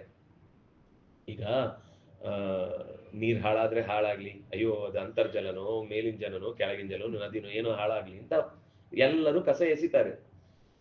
ಎಲ್ಲ ದಾರಿಯಲ್ಲಿ ತುಂಬಾ ಅಂತದ್ದೇ ಕಾಣುತ್ತೆ. ಪ್ಲಾಸ್ಟಿಕ್ ಎಸೆಯುವುದು ಅಥವಾ ನೋಡಿ, ಒಂದು ಈ ಜನರೇಷನ್ ಮುಗಿದು ಒಂದು ನೆಕ್ಸ್ಟ್ ಜನರೇಷನ್ಗೆ ಆಗುವಾಗ ನೆಲ ತೋಡಿದ್ರೆ ಸಿಗುದು ಒಂದೋ ಸಿಮೆಂಟು ಒಂದೋ ಪ್ಲಾಸ್ಟಿಕ್, ಇದು ಎರಡೇ ಸಿಗುದು. ಅವಾಗ ಎಷ್ಟು ಬೈಕೋತಾರೆ ನಮ್ಮನ್ನ ಬೈಕೋತಾರೆ ಅಂತ ಹೇಳ್ತೀವಲ್ಲ ನಾವು, ಅದು ಯಾರು ಬೈಕೊಳ್ಳುದು? ನಾನೇ ಇನ್ನೊಮ್ಮೆ ಹುಟ್ಟಿ ಬಂದಿರ್ತೇನೆ, ಅದೇ ಕಸದ ಮಧ್ಯದಲ್ಲಿ ಬಿದ್ದು ಒದ್ದಾಡ್ತಾ ಇರ್ತೇನೆ. ನಮ್ಮ ಅಜ್ಜನಿಗೆ ಒಂಚೂರು ಸರಿ ಇಲ್ಲ, ಇವನೇ ಅಜ್ಜ, ಯಾರು ಇವ್ ಬೇರೆ ಅಲ್ಲ, ಅಥವಾ ಮುತ್ತಜ್ಜನ ಇವನೇ ಹಾಳು ಮಾಡಿರುವುದನ್ನ ಅವ್ರನ್ನ ಬೈಕೊಂಡು ಒದ್ದಾಟ ಪಡ್ಕೊಂಡು ಅದರಲ್ಲಿ ಅನುಭವಿಸ್ತಾ ಇರ್ತಾನೆ. ಅದರಿಂದಾಗಿ ಕರ್ಮ ವಿಲ್ ರಿಟರ್ನ್ಸ್. ಯಾವತ್ತೂ ಕೂಡ ಕರ್ಮ ಈ ಸಿದ್ಧಾಂತ ಒಪ್ಪದೆ ಜಗತ್ತಿನಲ್ಲಿ ನಡೆಯುವ ಇಷ್ಟೆಲ್ಲ ವ್ಯವಸ್ಥೆಗೆ ಒಂದು ಅರ್ಥವನ್ನ ಕಲ್ಪಿಸ್ಕೊಳ್ಳಿಕ್ಕೆ ಸಾಧ್ಯ ಇಲ್ಲ. ಕರ್ಮದಿಂದಲೇನೆ ಬದುಕು ನಡೆಯುವುದು. ಅಂದಾಗಿ ನಮ್ಮ ಕರ್ಮ ಮಾಡದೇ ಇದ್ರೆ ಮುಂದೆ ಆದ್ರೂ ಅನಿವಾರ್ಯವಾಗಿ ಆ ಕರ್ಮ ಮಾಡಬೇಕಾಗುತ್ತೆ. ಮನೆಯಲ್ಲಿ ಒಂಚೂರು ಗುಡಿಸುವುದು, ಸಾರಿಸುವುದು ಇತ್ಯಾದಿಗಳನ್ನ ನಮ್ಮ ಕೆಲಸ ಅಂತ ನಾವು ಮಾಡಿಕೊಳ್ಳದೆ ಹೋದ್ರೆ ಆಫೀಸಲ್ಲಿ ಮಾಡಿಸ್ತಾರೆ. ನಾನು ತಮಾಷೆಗೆ ಹೇಳ್ತಿಲ್ಲ, ಆಫೀಸ್ ಅಂದ್ರೆ ಸುಮ್ಮನೆ ನಾನು ಉದಾಹರಣೆ ಕೊಟ್ಟದ್ದು. ನಾವು ಯಾವುದನ್ನ ಇಲ್ಲಿ ತಪ್ಪಿಸಿಕೊಂಡು ಬದುಕ್ತೇವೆ ಅಂತ ಅನ್ಕೊಳ್ತೇವೋ ಅದು ಇನ್ನೊಬ್ಬರ ಕೈ ಕೆಳಗೆ ಅನಿವಾರ್ಯವಾಗಿ ಮಾಡುವ ಪರಿಸ್ಥಿತಿ ಬರುತ್ತೆ. ಅದು ಯಾರು ಮೂರನೇವನಿಗೆ. ಇದು ನಮ್ಮನೆಗೆ ಆಗ್ತಿತ್ತು, ನಮ್ಮವರ ಪ್ರೀತಿ ಉಳಿತಿತ್ತು, ನಮ್ಮ ಮನೆ ಚೆನ್ನಾಗಿರ್ತಿತ್ತು, ನಮಗೊಂದು ಸಂತೃಪ್ತಿ ಇರ್ತಿತ್ತು, ಸುಖವಾಗಿದ್ದೇವೆ ಅಂತ ಇಲ್ಲಿ ತಪ್ಪಿಸಿಕೊಳ್ತೀವಿ. ಅದು ಇನ್ನೊಂದು ಕಡೆಯಲ್ಲಿ ಅನಿವಾರ್ಯವಾಗಿ ಅದಕ್ಕೆ ಏನೂ ರೆಕಗ್ನೇಷನ್ ಇಲ್ಲದೆ ಅದು ನಿಮ್ಮ ಕರ್ತವ್ಯ, ಅಂದ್ರೆ ನಿಮ್ ಜವಾಬ್ದಾರಿ, ನೀವೇ ಅದು ಮಾಡ್ಲಿಕ್ಕಿರುವುದು ಅಂತ ಒದ್ದಾಟ ಪಡಬೇಕಾದ ಸ್ಥಿತಿ ಬರುತ್ತೆ. ಅದರಿಂದಾಗಿ ಇಷ್ಟು ಜನ ತಮ್ಮ ಕರ್ತವ್ಯವನ್ನು ಬಿಟ್ಟು ಹೋದದ್ದನ್ನ ಇಂದ್ರ ನೋಡಿದಂತೆ. ಇವರೆಲ್ಲ ಗುಳೆ ಬಿಟ್ಟು ಏನು ಬೇಡ, ಅದೇ ಬೇಡ, ಮಕ್ಕಳು ಬೇಡ, ಅದು ಬೇಡ, ಇದು ಬೇಡ ಎಲ್ಲ ಬಿಟ್ಟು ಹೊರಟ್ರಂತೆ. ಹೊರಟಾಗ ಸ್ವಲ್ಪ ದೂರಕ್ಕೆ ಹೋದಾಗ ಒಂದು ಶಕುನಿ, ಒಂದು ಹಕ್ಕಿ ಅವರಿಗೆ ಎದುರಾಗಿ ಬಂದು ಮಾತಾಡಿಸ್ತಾ ಇದೆ. ಎಂತ ಕಷ್ಟಕರವಾದ ಕೆಲಸವನ್ನು ಮಾಡ್ತಾ ಇದ್ದೀರಿ, ವಿಗಸ ಜೀವಿನಃ ಅಂತ ಒಂದು ಶಬ್ದ ಇದೆ ಅಲ್ಲಿ.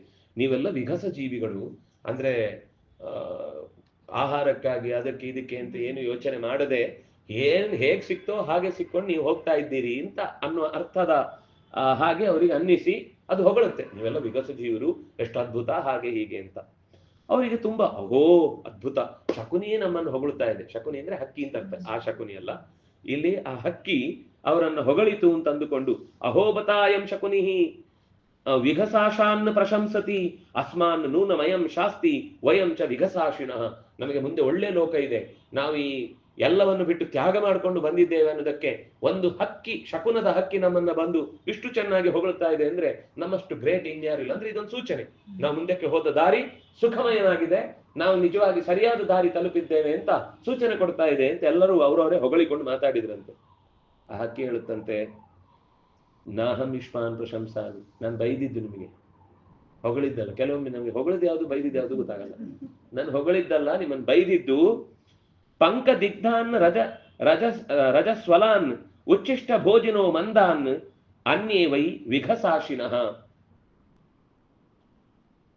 ಮೈಯೆಲ್ಲ ಕೊಳೆ ಮಾಡಿಕೊಂಡು ಎಲ್ಲೆಲ್ಲೋ ಸಿಕ್ಕಿದ ಪದಾರ್ಥಗಳನ್ನೇ ಹೇಗೇಗೋ ತಿಂದುಕೊಂಡು, ಉಚ್ಚಿಷ್ಟ ಭೋಜನ ತಿಂದುಳಿದದ್ದನ್ನೇನೇನು ತಿಂದುಕೊಂಡು, ಮಂದರಂತೆ ಪೆದ್ದರಂತೆ ಎಲ್ಲೆಲ್ಲೋ ಓಡಾಡ್ತಾ ಇದ್ದೀರಿ. ಆ ನೆಪದಲ್ಲಿ ನೀವು ವಿಘಸಾಶಿಗಳು ಅಂತ ಹೇಳಿದ್ದು. ಆದ್ರೆ ನಿಜವಾದ ವಿಘಸಾಶಿ ಹಾಗಲ್ಲ. ನೀವು ಆ ಇನ್ನೊಂದು ಅರ್ಥದಲ್ಲಿ ಅದನ್ನ ಬಳಸಿಕೊಂಡು ನೀವು ಬೇಕಾಬಿಟ್ಟಿ ಬದುಕುವುದೇ ತ್ಯಾಗ ಅಂತ ಅನ್ಕೊಂಡಿದ್ದೀರಿ. ಯಾವುದು ತಲೆ ಕೆಡಿಸಿಕೊಳ್ಳದೆ ಕಲ್ ಹೋ ನ ಹೋ, ಕೇಳಿಕ್ ಚೆನ್ನಾಗಿದೆ, ನಾಳೆ ನೀನೇ ಬರ್ತಿ, ಕಲ್ ಹೇ ಹೋ ಅಲ್ಲ ಅದು, ನಾಳೆ ಇದೆ, ನಾಳೆ ನೀನೇ ಬರ್ಬೇಕಿದೆ. ಮತ್ತೆ ಆ ಹಾಡು ಕೇಳಿದವನು ನಿನ್ನನ್ನು ಮತ್ತೆ ಬಂದು ಯಾರು ರಕ್ಷಣೆ ಮಾಡುವುದಿಲ್ಲ, ಅವನು ಬಂದವನು. ಅದರಿಂದಾಗಿ ನಾಳೆ ನಮ್ದೇ ಬದುಕು, ಮತ್ತೊಂದು ರೀತಿಯಿಂದ ನಾವು ಅದನ್ನು ಎದುರಿಸಲೇ ಬೇಕಿದೆ. ಅದರಿಂದಾಗಿ ನೀನೀಗ ತಪ್ಪಿಸಿಕೊಂಡು ಓಡ್ತಾ ಇದ್ದೀಯಲ್ಲ ಜವಾಬ್ದಾರಿಯಿಂದ, ನಿನಗೆ ಕೈ ಕಾಲಲ್ಲಿ ಕೂಡುವುದಿಲ್ಲ ಅಂತಂದಾಗ ಪ್ರಶ್ನೆ ಬರುತ್ತೆ, ಯಾರು ನಮ್ಮನ್ನು ನೋಡ್ಕೊಳ್ತಾರೆ, ಯಾರು ನಮ್ಮನ್ನು ಕಾಪಾಡ್ತಾರೆ, ಯಾರು ನಮ್ಮನ್ನು ಹತ್ತಿರದಲ್ಲಿ ನಿಂತು ಪ್ರೀತಿಸ್ತಾರೆ. ಸರಿ, ನಾನು ದುಡ್ಡು ಮಾಡಿಟ್ಟು ಒಂದು FD ಇಟ್ಟು ಏನೋ ಮಾಡ್ಕೊಂಡು ನನ್ನ ಮನೆಗೆ ಒಂದು ಸಣ್ಣ ಅಮೌಂಟ್ ಅನ್ನು ಕಟ್ಕೊಂಡು ಆಗಿದ್ದು ಬಿಡ್ತೇನೆ ಅಂತ. ಆಯ್ತಪ್ಪ, ಬ್ಯಾಂಕೇ ಮುಳುಗೋಯ್ತು, ಏನ್ ಮಾಡ್ತಿ? ಮನೆನೇ ಬಿದ್ದೋಯ್ತು. ನಾವು ಯಾವ ಮನೆಯಿಂದ ಚೆನ್ನಾಗಿರ್ತೇವೆ ಅಂತ ಅನ್ಕೊಂಡ್ವೋ ಆ ಮನೆನೇ ಕೊಚ್ಕೊಂಡೋಯ್ತು. ಏನೂ ಆಗ್ಬೋದು, ಯಾರಿಗೂ ಗೊತ್ತಿಲ್ಲ. ಬೆಂಗಳೂರಲ್ಲಿ ಹೆಸರಿಟ್ಟಿರ್ತಾರೆ ರಿವರ್ ವ್ಯೂ ಅಂತ, ಅದು ರಿವರೇ ಹೋಗ್ಬಿಟ್ಟಿರುತ್ತೆ. ಆದ್ರಿಂದಾಗಿ ನಾಳೆಯ ಬದುಕನ್ನ ನಾವು ಹೀಗೆ ಅಂತ ನಿಶ್ಚಯ ಮಾಡಿಕೊಂಡು ಜವಾಬ್ದಾರಿಯಿಂದ ಆಚೆ ತಪ್ಪಿಸ್ಕೊಂಡು ಒಂದಿಷ್ಟು ದುಡ್ಡು ಮಾಡಿಟ್ಕೊಂಡ್ರೆ ಆಯ್ತು ಜೀವನ ಅಂತ ಯೋಚಿಸ್ಲಿಕ್ಕೆ ಆಗಲ್ಲ. ಅಲ್ಲ, ನೀನ್ ಹೊಗಳಿದಿ ಅಂತ ಅನ್ಕೊಂಡ್ವಿ ನಾವು, ನೀನ್ ನೋಡಿದ್ರೆ ಬೈತಾ ಇದ್ಯಾ ನಮ್ಮನ್ನ, ನಾವು ಮಾಡಿ ತಪ್ಪ. ಹಾಗಾದ್ರೆ ತಪ್ಪಲ್ದು ಇನ್ನೇನು, ಮಹಾ ಹೆಡ್ಡತನದ ಕೆಲಸ ಮಾಡ್ತಾ ಇದ್ದೀವಿ. ಹಾಗಾದ್ರೆ ಯಚ್ಛ್ರೇಯೋ ಬ್ರೂಹಿ ನಮ್ಗೆ ಯಾವುದು ಶ್ರೇಯಸ್ಕರವಾದದ್ದು, ವಯಂತೆ ಶ್ರದ್ಧಧಾಮಹೆ, ನೀನು ಹೇಳಿದ ಮಾತನ್ನು ಕೇಳಿಸ್ಕೊಳ್ಳಿಕ್ಕೆ ಸಿದ್ಧ ಇದ್ದೇವೆ. ಈ ಇವರಿಗೆ ಎರಡೇ ಮಾತಿಗೆ ಅರ್ಥ ಆಯ್ತು. ನಮ್ಮ ಮಕ್ಕಳಿಗೆ ಇಷ್ಟು ಬೇಗ ಅರ್ಥ ಆಗಲ್ಲ. ಅವರಿಗೆ ಸಮಸ್ಯೆ ಇನ್ನೂ ತಿಳಿ ಮಾಡಿ ಬಿಡಿಸಿ ಬಿಡಿಸಿ ಹೇಳ್ಬೇಕು. ನಮ್ಮ ಸಮಸ್ಯೆ ಏನ್ ಗೊತ್ತಾ, ತಿಳಿ ಹೇಳೋರಿಗೆ ತಾಳ್ಮೆ ಇಲ್ಲ. ನಾವೆಲ್ಲ ದೊಡ್ಡವ್ರನ್ನ ಪ್ರಶ್ನೆ ಮಾಡ್ತಿರ್ಲಿಲ್ಲ, ಏನ್ ಕೇಳಿದ್ರು ಅದನ್ನ ಮಾಡ್ತಿದ್ವಿ. ನೀವೇನ್ ಪ್ರಶ್ನೆ ಮಾಡುದು, ಆಯ್ತು ನಿಮ್ಗೆ ಉತ್ತರ ಗೊತ್ತಿಲ್ಲ ಅಂತ ಅವ್ರಿಗೆ ಕನ್ಫರ್ಮ್ ಆಯ್ತು, ಸೀದೆ ಬಿಟ್ಟು ಹೊರಟೋಗ್ಬಿಡ್ತಾರೆ. ನಮಗೆ ಗ್ಯಾಪ್ ಅಂತ ಇವತ್ತು ಏನ್ ಶಬ್ದ ಮಾತಾಡ್ತೇವೆ ಅದು ನಾವೇ ಮತ್ತೆ ಮತ್ತೆ ಮಾಡ್ಕೊಳ್ತಾ ಇರುದು, ಅವ್ರು ಹುಟ್ಟಾಕೋದಲ್ಲ ಅದು. ಅದರಿಂದಾಗಿ ಸ್ವಲ್ಪ ಕೇಳಿಸಿಕೊಂಡು, ನಮ್ಗೆ ಗೊತ್ತಿಲ್ಲ ಅಂದ್ರೆ ಅದರಲ್ಲಿ ಅವಮರ್ಯಾದೆ ಏನು ಇಲ್ಲ. ತಿಳಿದವ್ರ ಹತ್ರ ಕರ್ಕೊಂಡು ಹೋಗಿ ನಾಲ್ಕು ಮಾತಾಡಿಸ್ಬೇಕು ಅದ್ರ ಬಗ್ಗೆ. ನಾವೇನ್ ಮಾಡ್ತೀವಿ ಅಂದ್ರೆ ಸಿಟ್ಟು ಬರುತ್ತೆ, ನಮಗೂ ಬೇರೆ ಕಡೆಯಿಂದ ಎಲ್ಲಾ ಪೆಟ್ಟು ತಿಂದು ತಿಂದು ಬೇಜಾರಾಗಿರುತ್ತೆ. ನಮ್ಮವ್ರು ಅಂತ ಇರುದು ಇವ್ರೆ, ಬೇರೆಯವ್ರು ಬೈದ್ರೆ ವಾಪಸ್ ಬೈತಾರೆ, ಇವ್ರು ಬೈದ್ರೆ ಬಾಯಿ ಮುಚ್ಕೊಂಡು ಆಚೆ ಹೋಗ್ಬಿಡ್ತಾರೆ ಅಂತ ಅವರನ್ನೇ 10 ಸರ್ತಿ ಬೈದು ಬೈದು ಬೈದು ಬೈದು ಇನ್ನು ಕಿವಿಗೆ ಇಯರ್ಫೋನ್ ಇಟ್ಕೊಂಡೆ ಓಡಾಡ್ತಿರ್ತಾರೆ. ಏನ್ ಕೇಳಿದ್ರು ಫೋನಲ್ಲಿ ಇದೇನಮ್ಮ ಅಂದ್ಬಿಡ್ತಾರೆ. ಅಲ್ಲಿ ಮುಗಿದು ನಮ್ಗೆ ಕೇಳಲಿಕ್ಕಿಲ್ಲ ಬೇಳಲಿಕ್ಕಿಲ್ಲ. ಹಾಗೆ ನೀವು ಮಾಡಿದ ಕೆಲಸದಲ್ಲಿ ಶ್ರೇಯಸ್ ಅನ್ನೋದು ಇಲ್ಲ ಅಂದಾಗ ಶ್ರೇಯಸ್ಸನ್ನೇ ಹೇಳಿ ನನಗೆ. ಆಗ ಆ ಶಕುನಿ ಹೇಳ್ತಾನೆ, ಯದಿ ಮಾಂ ನಾಭಿಶಂಕಧ್ವಂ, ತುಂಬಾ ಒಳ್ಳೆ ಮಾತು, ವಿಭಜ್ಯಾತ್ಮಾನಮಾತ್ಮನ ತಥೋಹಂ ವಃ ಪ್ರವಕ್ಷ್ಯಾಮಿ ಯಾತಾ ತಥ್ಯಂ ಹಿತಂ ವಚ. ನಾನು ಹೇಳಿದ ತಕ್ಷಣ ನಿಮ್ಗೆ ಇಷ್ಟ ಆಗತ್ತೆ ಅಂತ ಅನ್ಸಲ್ಲ, ನನಗೆ ಗೊತ್ತು. ನೀವು ನಾನು ಹೇಳುವ ಮಾತನ್ನ ಕೇಳುವಾಗ ನೀವಲ್ಲದೆ ಬೇರೆಯವರಾಗಿ ನನ್ನ ಮಾತು ಕೇಳಿ. ವಿಭಜ್ಯಾತ್ಮಾನಮಾತ್ಮನ, ನೀವು ಒಬ್ಬ ಪ್ರೇಕ್ಷಕರಾಗಿ, ಅಂದ್ರೆ ನಾನು ಅನ್ನೋದಕ್ಕಿಂತ ಇನ್ನೊಂದು ಪಾರ್ಟ್ನಿಂದ ನನ್ನನ್ನು ಯೋಚನೆ ಮಾಡ್ಬೇಕು. ನಾನು ಮೂರನೇವನು. ನನಗೆ ನಾನು ಹತ್ರದವನಾದಾಗ ನಾನು ಮಾಡಿದ್ದೆಲ್ಲ ಸರಿ ಅಂತ ಅನಿಸ್ತಾ ಇರುತ್ತೆ. ನಾನೇ ಒಬ್ಬ ಇದೇ ವ್ಯಕ್ತಿಯನ್ನ ನಾನು ಇನ್ನೊಬ್ಬ ಅಂತ ಅನ್ಕೊಂಡು ನೋಡಿದ್ರೆ, ಈಗ ಇನ್ನೊಬ್ಬ ಈ ತಪ್ಪು ಮಾಡಿದಾಗ ನಾನು ಅವನನ್ನು ಹೇಗೆ ಟೀಸ್ ಮಾಡ್ತೇನೆ, ಇನ್ನೊಬ್ಬ ಈ ತಪ್ಪು ಮಾಡಿದಾಗ ನಾನು ಅವನನ್ನು ಹೇಗೆ ಟೀಕೆ ವಿಮರ್ಶೆ ಮಾಡ್ತೇನೆ, ಹಾಗೆ ನಾನು ಅನ್ನೋನು ಮೂರನೇವನು ಅಂತ ಅನ್ಕೊಂಡು ನನ್ನನ್ನು ನಾನು ವಿಮರ್ಶೆ ಮಾಡಿದಾಗ ಏನ್ ಅರ್ಥ ಆಗುತ್ತೋ ಆ ರೀತಿ ನನ್ನ ಮಾತು ಕೇಳಿಸ್ಕೊಳ್ಳಿ ಅಂತಾನೆ. ಎಷ್ಟು ಚಂದದ ಮಾತು. ಬಹುಶಃ ಈ ಅಂಶದಲ್ಲೇ ನಾವೆಲ್ಲರೂ ಸೋತಿರುವುದು. ನಮ್ಮನ್ನ ನಾವು ಇನ್ನೊಬ್ಬರನ್ನಾಗಿ ಯೋಚನೆ ಮಾಡಲ್ಲ. ಬೇರೆಯವರಿಗೆ ಕಷ್ಟಕ್ಕಾದಾಗ ನನ್ನಂತೆ ಪರರು ತನ್ನಂತೆ ಪರರು ಆ ಯೋಚನೆ ಸರಿ. ಆದ್ರೆ ತಪ್ಪಾದಾಗ ನಾನು ಇದೇ ವ್ಯಕ್ತಿ ಇನ್ನೊಬ್ಬ ಈ ತಪ್ಪು ಮಾಡಿದಾಗ ನಾನು ಅವನ ಬಗ್ಗೆ ಏನ್ ಮಾತಾಡ್ತಿದ್ದೆ ಅನ್ನೋದೊಂದು ಯೋಚನೆ ಬಂದ್ರೆ ಉಂಟಲ್ವಾ, ಎಷ್ಟೋ ತಪ್ಪುಗಳು ತನ್ನಿಂದ ತಾನೇ ತಿಳಿಯಾಗ್ತಾ ಹೋಗುತ್ತೆ. ನೀವು ಆ ರೀತಿ ನನ್ನ ಮಾತನ್ನು ಕೇಳಿಸ್ಕೊಳ್ಳಿ ಅಂತಾನೆ. ಋಷಯ ಊಚು, ಆಯ್ತು ನೀವು ಹೇಳಿದ ಮಾತು ಸ್ವಲ್ಪ ಮನದಟ್ಟಾಗ್ತಿದೆ, ದಾರಿ ಸುಲಭದಲ್ಲಿ ಇಲ್ಲ ಅಂತ ಅರ್ಥ ಆಗಿದೆ. ಆಯ್ತು, ನೀನು ಹೇಳಿದ ಹಾಗೆ ಧರ್ಮದ ನೆಲೆಯಲ್ಲಿ ಒಬ್ಬ ಮೂರನೇ ವ್ಯಕ್ತಿಯಾಗಿ ಏನ್ ಯೋಚನೆ ಮಾಡ್ತಾನೋ ಆ ರೀತಿ ಯೋಚನೆ ಮಾಡ್ತೇವೆ. ಸ್ಥಾತು ಇಚ್ಛಾಮ ಶಾಧೀನ, ಸರಿಯಾದ ದಾರಿಯಲ್ಲಿ ನಿಲ್ಲಬೇಕು ಅಂತಾನೆ ನಾವು ಸಂಕಲ್ಪ ಮಾಡಿದ್ದೇವೆ, ಆದೇಶಿಸು, ದಾರಿ ತೋರಿಸು ಅಂತ ಹೇಳ್ತಾನೆ. ಆಗ ಆ ಶಕುನ ಹೇಳುವ ಹಕ್ಕಿ ಹೇಳುತ್ತೆ, ಚತುಷ್ಪದಾಂ ಗೌಃ ಪ್ರವರಾಹ ಲೋಹಾನಾಂ ಕಾಂಚನಂ ವರಂ ಶಬ್ದಾನಾಂ ಪ್ರವರೋ ಮಂತ್ರೋ ಬ್ರಾಹ್ಮಣೋ ದ್ವಿಪದಾಂ ವರ. ಇವರೆಲ್ಲ ಋತ್ವಿಜರಾಗಿ ಹೊರಟದ್ದಾದ್ರಿಂದ ಅವರಿಗೆ ಆ ಉಪದೇಶವನ್ನು ಕೊಡ್ತಾ ಇದೆ. 4 ಕಾಲಿನ ಪ್ರಾಣಿಗಳಲ್ಲಿ ಗೌಹು ಪ್ರವರ, ಹಸು ಅನ್ನೋದು ಅತ್ಯಂತ ಶ್ರೇಷ್ಠವಾದ ಪ್ರಾಣಿ. ಲೋಹಗಳಲ್ಲಿ ಕಾಂಚನಂ ವರಂ, ಅದರಿಂದಾಗಿ ಅದು ಎಷ್ಟಾದ್ರೂ ಕಮ್ಮಿ ಆಗುದೇ ಇಲ್ಲ, ರೇಟ್ ಹೋಗ್ತಾನೆ ಇರುತ್ತೆ ಆಕಾಶಕ್ಕೆ. ಶಬ್ದಾನಾಂ ಪ್ರವರೋ ಮಂತ್ರ, ಶಬ್ದಗಳಲ್ಲಿ ಸರಿಯಾದ ಪರ್ಮಿಟೇಷನ್ ಕಾಂಬಿನೇಷನ್ ಇಂದ ಜೋಡಿಸಿದ ಅಕ್ಷರಗಳ ಗುಂಪನ್ನ ಮಂತ್ರ ಅಂತ ಕರೀತಾರೆ. ಅದೇ ಅಕ್ಷರ ಹಿಂದೆ ಮುಂದೆ ಆದ್ರೆ ಅದಕ್ಕೆ ಆ ಬೆಲೆ ಇಲ್ಲ. ರಾಮಾಯ ನಮಃ, ಯಮಾರ ಅಂತಂದ್ರೆ ಅದಕ್ಕೆ ಮಂತ್ರ ಆಗುದಿಲ್ಲ, ರಾಮಾಯ ಅಂತಾನೆ ಹೇಳಬೇಕು. ರಾಮಾಯ ನಮಃ ಅಂದಾಗ ಅದಕ್ಕೇನ್ ತಾಕತ್ತಿದೆ, ಆ ತಾಕತ್ತನ್ನ ಅದೇ ಶಬ್ದನ ಆಚೆ ಇಂಗ್ಲಿಷಲ್ಲಿ ಬರೆದ್ರೆ ಅದು ಏನೇನೋ ಆಗುತ್ತೆ. RAMAYA, ಅದು ರಾಮಾಯನೂ ಆಗುತ್ತೆ, ರಮಾಯನೂ ಆಗುತ್ತೆ, ರಮಯಾನೂ ಆಗುತ್ತೆ. ಏನ್ ಬೇಕಾದ್ರು ಮಂತ್ರ ಆ ಭಾಷೆಯಿಂದ ಓದುವರು. ನಮ್ಮಲ್ಲಿ ಇವತ್ತು ಇಂಗ್ಲಿಷ್ನಿಂದ ಕನ್ನಡ ಓದುದು, ಇಂಗ್ಲಿಷ್ನಿಂದ ಹಿಂದಿ ಓದುದು, ಇಂಗ್ಲಿಷ್ನಿಂದ ತಮಿಳು ಓದುದು ಒಂದು ದುಸ್ಥಿತಿ ಇದೆ. ಹಾಗಾಗಿ ಅದು ಕೃಷ್ಣ ಹೋಗಿ ಕೃಷ್ಣ ಆಗುತ್ತೆ. ಕೆಲವೊಮ್ಮೆ ಬರ್ದಾಕಿರ್ತಾರೆ ಕೃಷ್ಣ ರಾಜಾಚಾರ್ಯ ಅಂತ. ನಾನು ಹೇಳುದು, ನೀವು ಯಾವ ಭಾಷೆ ಕಲ್ತ್ರೆ, ಇಲ್ಲ KRISHME ಅಲ್ವಾ ಅದು, ಹಾಗಾದ್ರೆ ಕೃಷ್ಣನೇ ಆಗ್ಬೇಕಲ್ವಾ ಅಂತ ಅವ್ರು ಅಲ್ಲಿಂದ ಇಲ್ಲಿ ಕಲಿಯುದು. ಅಂದ್ರೆ ಇದು ನಮ್ ದುಸ್ಥಿತಿ. ಹಾಗೆ ಮಂತ್ರಗಳು ಅಂತನ್ನುವುದು ಅತ್ಯಂತ ಶ್ರೇಷ್ಠವಾದದ್ದು, ಶಬ್ದದ ರಾಶಿಯಲ್ಲಿ ಬೆಲೆ ಬಾಳುವಂಥದ್ದು. ಇನ್ನು ದ್ವಿಪದ ಪಾದಗಳುಳ್ಳ ಜೀವಿಗಳಲ್ಲಿ ಬ್ರಾಹ್ಮಣ ಅಂದ್ರೆ ಯಜ್ಞೋಪವೀತ ಇದ್ದವನು ಅಂತ ಅನ್ಕೊಳ್ಬೇಡಿ. ಅದು ನಾವಿವತ್ತು ಅರ್ಥ ಮಾಡ್ಕೊಳ್ಳೋದು. ಕಲಿಯುಗದ ಅದೇ ಕ್ರಮ ಅಂತ ಹೇಳಿದ್ದಾನೆ ಭಾಗವತದಲ್ಲಿ, ಕೊನೆಯ ಸ್ಕಂದದಲ್ಲಿ 12ನೇ ಸ್ಕಂದದಲ್ಲಿ. ಕಲಿಯುಗದಲ್ಲಿ ಬ್ರಾಹ್ಮಣ ಅಂದ್ರೆ ಮೈ ಮೇಲೆ 2 ನೂಲೆಳೆ ಇದ್ರೆ ಮುಗಿದು. ಅದು ಯಾವಾಗ ಕಾರ್ಯಕ್ಕೆ ಹೋದಾಗ, ಇಲ್ಲ ಅಂದ್ರೆ ಗೂಟದಲ್ಲಿ ಇರುತ್ತೆ, ಆಮೇಲೆ ಹಾಕೊಳ್ಳೋದು ಮತ್ತೆ ಓಡುದು. ಇವತ್ತು ನಾನು ಇದು ಒಂಥರ ಶ್ರೇಷ್ಠತೆಯ ಕೇವಲ ಭ್ರಮೆ. ಆ ಶ್ರೇಷ್ಠತೆಗೆ ಬೇಕಾದ ಗುಣವನ್ನು ಸಂಪಾದಿಸುವಂತಹ ಸ್ವಭಾವ ಇವತ್ತು ಹೊರಟೋಗಿದೆ. ಅದಾಗ ಅವನು ಹೇಳುವುದೇನು ಅಂದ್ರೆ, ಬ್ರಹ್ಮ ಅಣತಿ, ಪರಮಾತ್ಮನನ್ನು ನಿಜವಾಗಿ ತಿಳಿಯುವುದಕ್ಕೆ ಪ್ರಯತ್ನ ಮಾಡುವಂತಹ ವ್ಯಕ್ತಿ ಯಾರಿದ್ದಾನೋ ಅವನು 2 ಕಾಲು ಉಳ್ಳವರಲ್ಲಿ ಶ್ರೇಷ್ಠ. ಜ್ಞಾನಿಯಾದವನು ಶ್ರೇಷ್ಠ ಹೊರತು ಕೇವಲ ಇವತ್ತು ಹಾಕುವ ವೇಷಭೂಷಗಳಿಂದ ಇರುವ ಬ್ರಾಹ್ಮಣನನ್ನು ಶ್ರೇಷ್ಠ ಅಂತ ಹೇಳಿದ್ದಲ್ಲ. ನೀವು ಜ್ಞಾನದ ದಾರಿಯಲ್ಲಿ ಹೋಗಬೇಕಾದವರು. ಯಾಕಂದ್ರೆ ನೀವು ಆ ರೀತಿ ಗುರುಕುಲದಲ್ಲಿ ಕಲ್ತು ಅಭ್ಯಾಸ ಮಾಡಿ ಒಂದು ಹಂತಕ್ಕೆ ಎಲ್ಲ ಚೆನ್ನಾಗಿ ಮನೆ ಬಾಳ್ತೆ ಎಲ್ಲ ಮಾಡ್ಲಿಕ್ಕೆ ರೆಡಿಯಾಗಿ ಅಂತ ನಿಮ್ಮನ್ನ ಗುರುಗಳು ಕಳಿಸಿದ್ರೆ, ನಾವು ಮನೆಗೆ ಹೋಗಲ್ಲ, ನಾವು ಮತ್ತೆ ವಾಪಸ್ ಎಲ್ಲೆಲ್ಲೋ ತಿರುಗಾಡ್ಕೊಂಡು ಊಟಕ್ಕೆ ತಿಂಡಿಗೆ ಜನ ಊರು ಯಾರು ಬೇಡ ಅನ್ನೋದಿಲ್ಲ ಅಂತ ತಿರುಗಾಡ್ತಾ ಇದ್ರೆ ಇದು ಔದಾಸೀನ್ಯದ ಕರ್ಮ ಆಗುತ್ತೆ ಹೊರತು ನಿಮ್ಮ ಗುರುಗಳು ಕೊಟ್ಟ ಆದೇಶಕ್ಕೆ ತಕ್ಕಂತೆ ಬದುಕುವುದು ಅನ್ನುವ ಧರ್ಮ ಅಲ್ಲಿಲ್ಲ. ಇದು ತಪ್ಪು ಅಂತ ಎಚ್ಚರಿಸ್ತಾನೆ.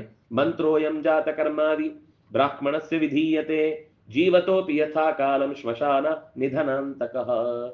ಒಬ್ಬ ವ್ಯಕ್ತಿಗೆ ಹುಟ್ಟಿನಿಂದ ಹಿಡಿದು ಮರಣದ ಶಯ್ಯೆಯಲ್ಲಿ ಕೊಂಡು ಹೋಗಿ ಇಡುವ ತನಕವೂ ಕೂಡ ಅನೇಕ ಮಂತ್ರಗಳನ್ನು ಹೇಳಲಿಕ್ಕಿದೆ, ಅನೇಕ ತಂತ್ರಗಳನ್ನು ಮಾಡ್ಲಿಕ್ಕಿದೆ, ಅನೇಕ ಪ್ರಾರ್ಥನೆಗಳನ್ನ ನಡೆಸಲಿಕ್ಕಿದೆ.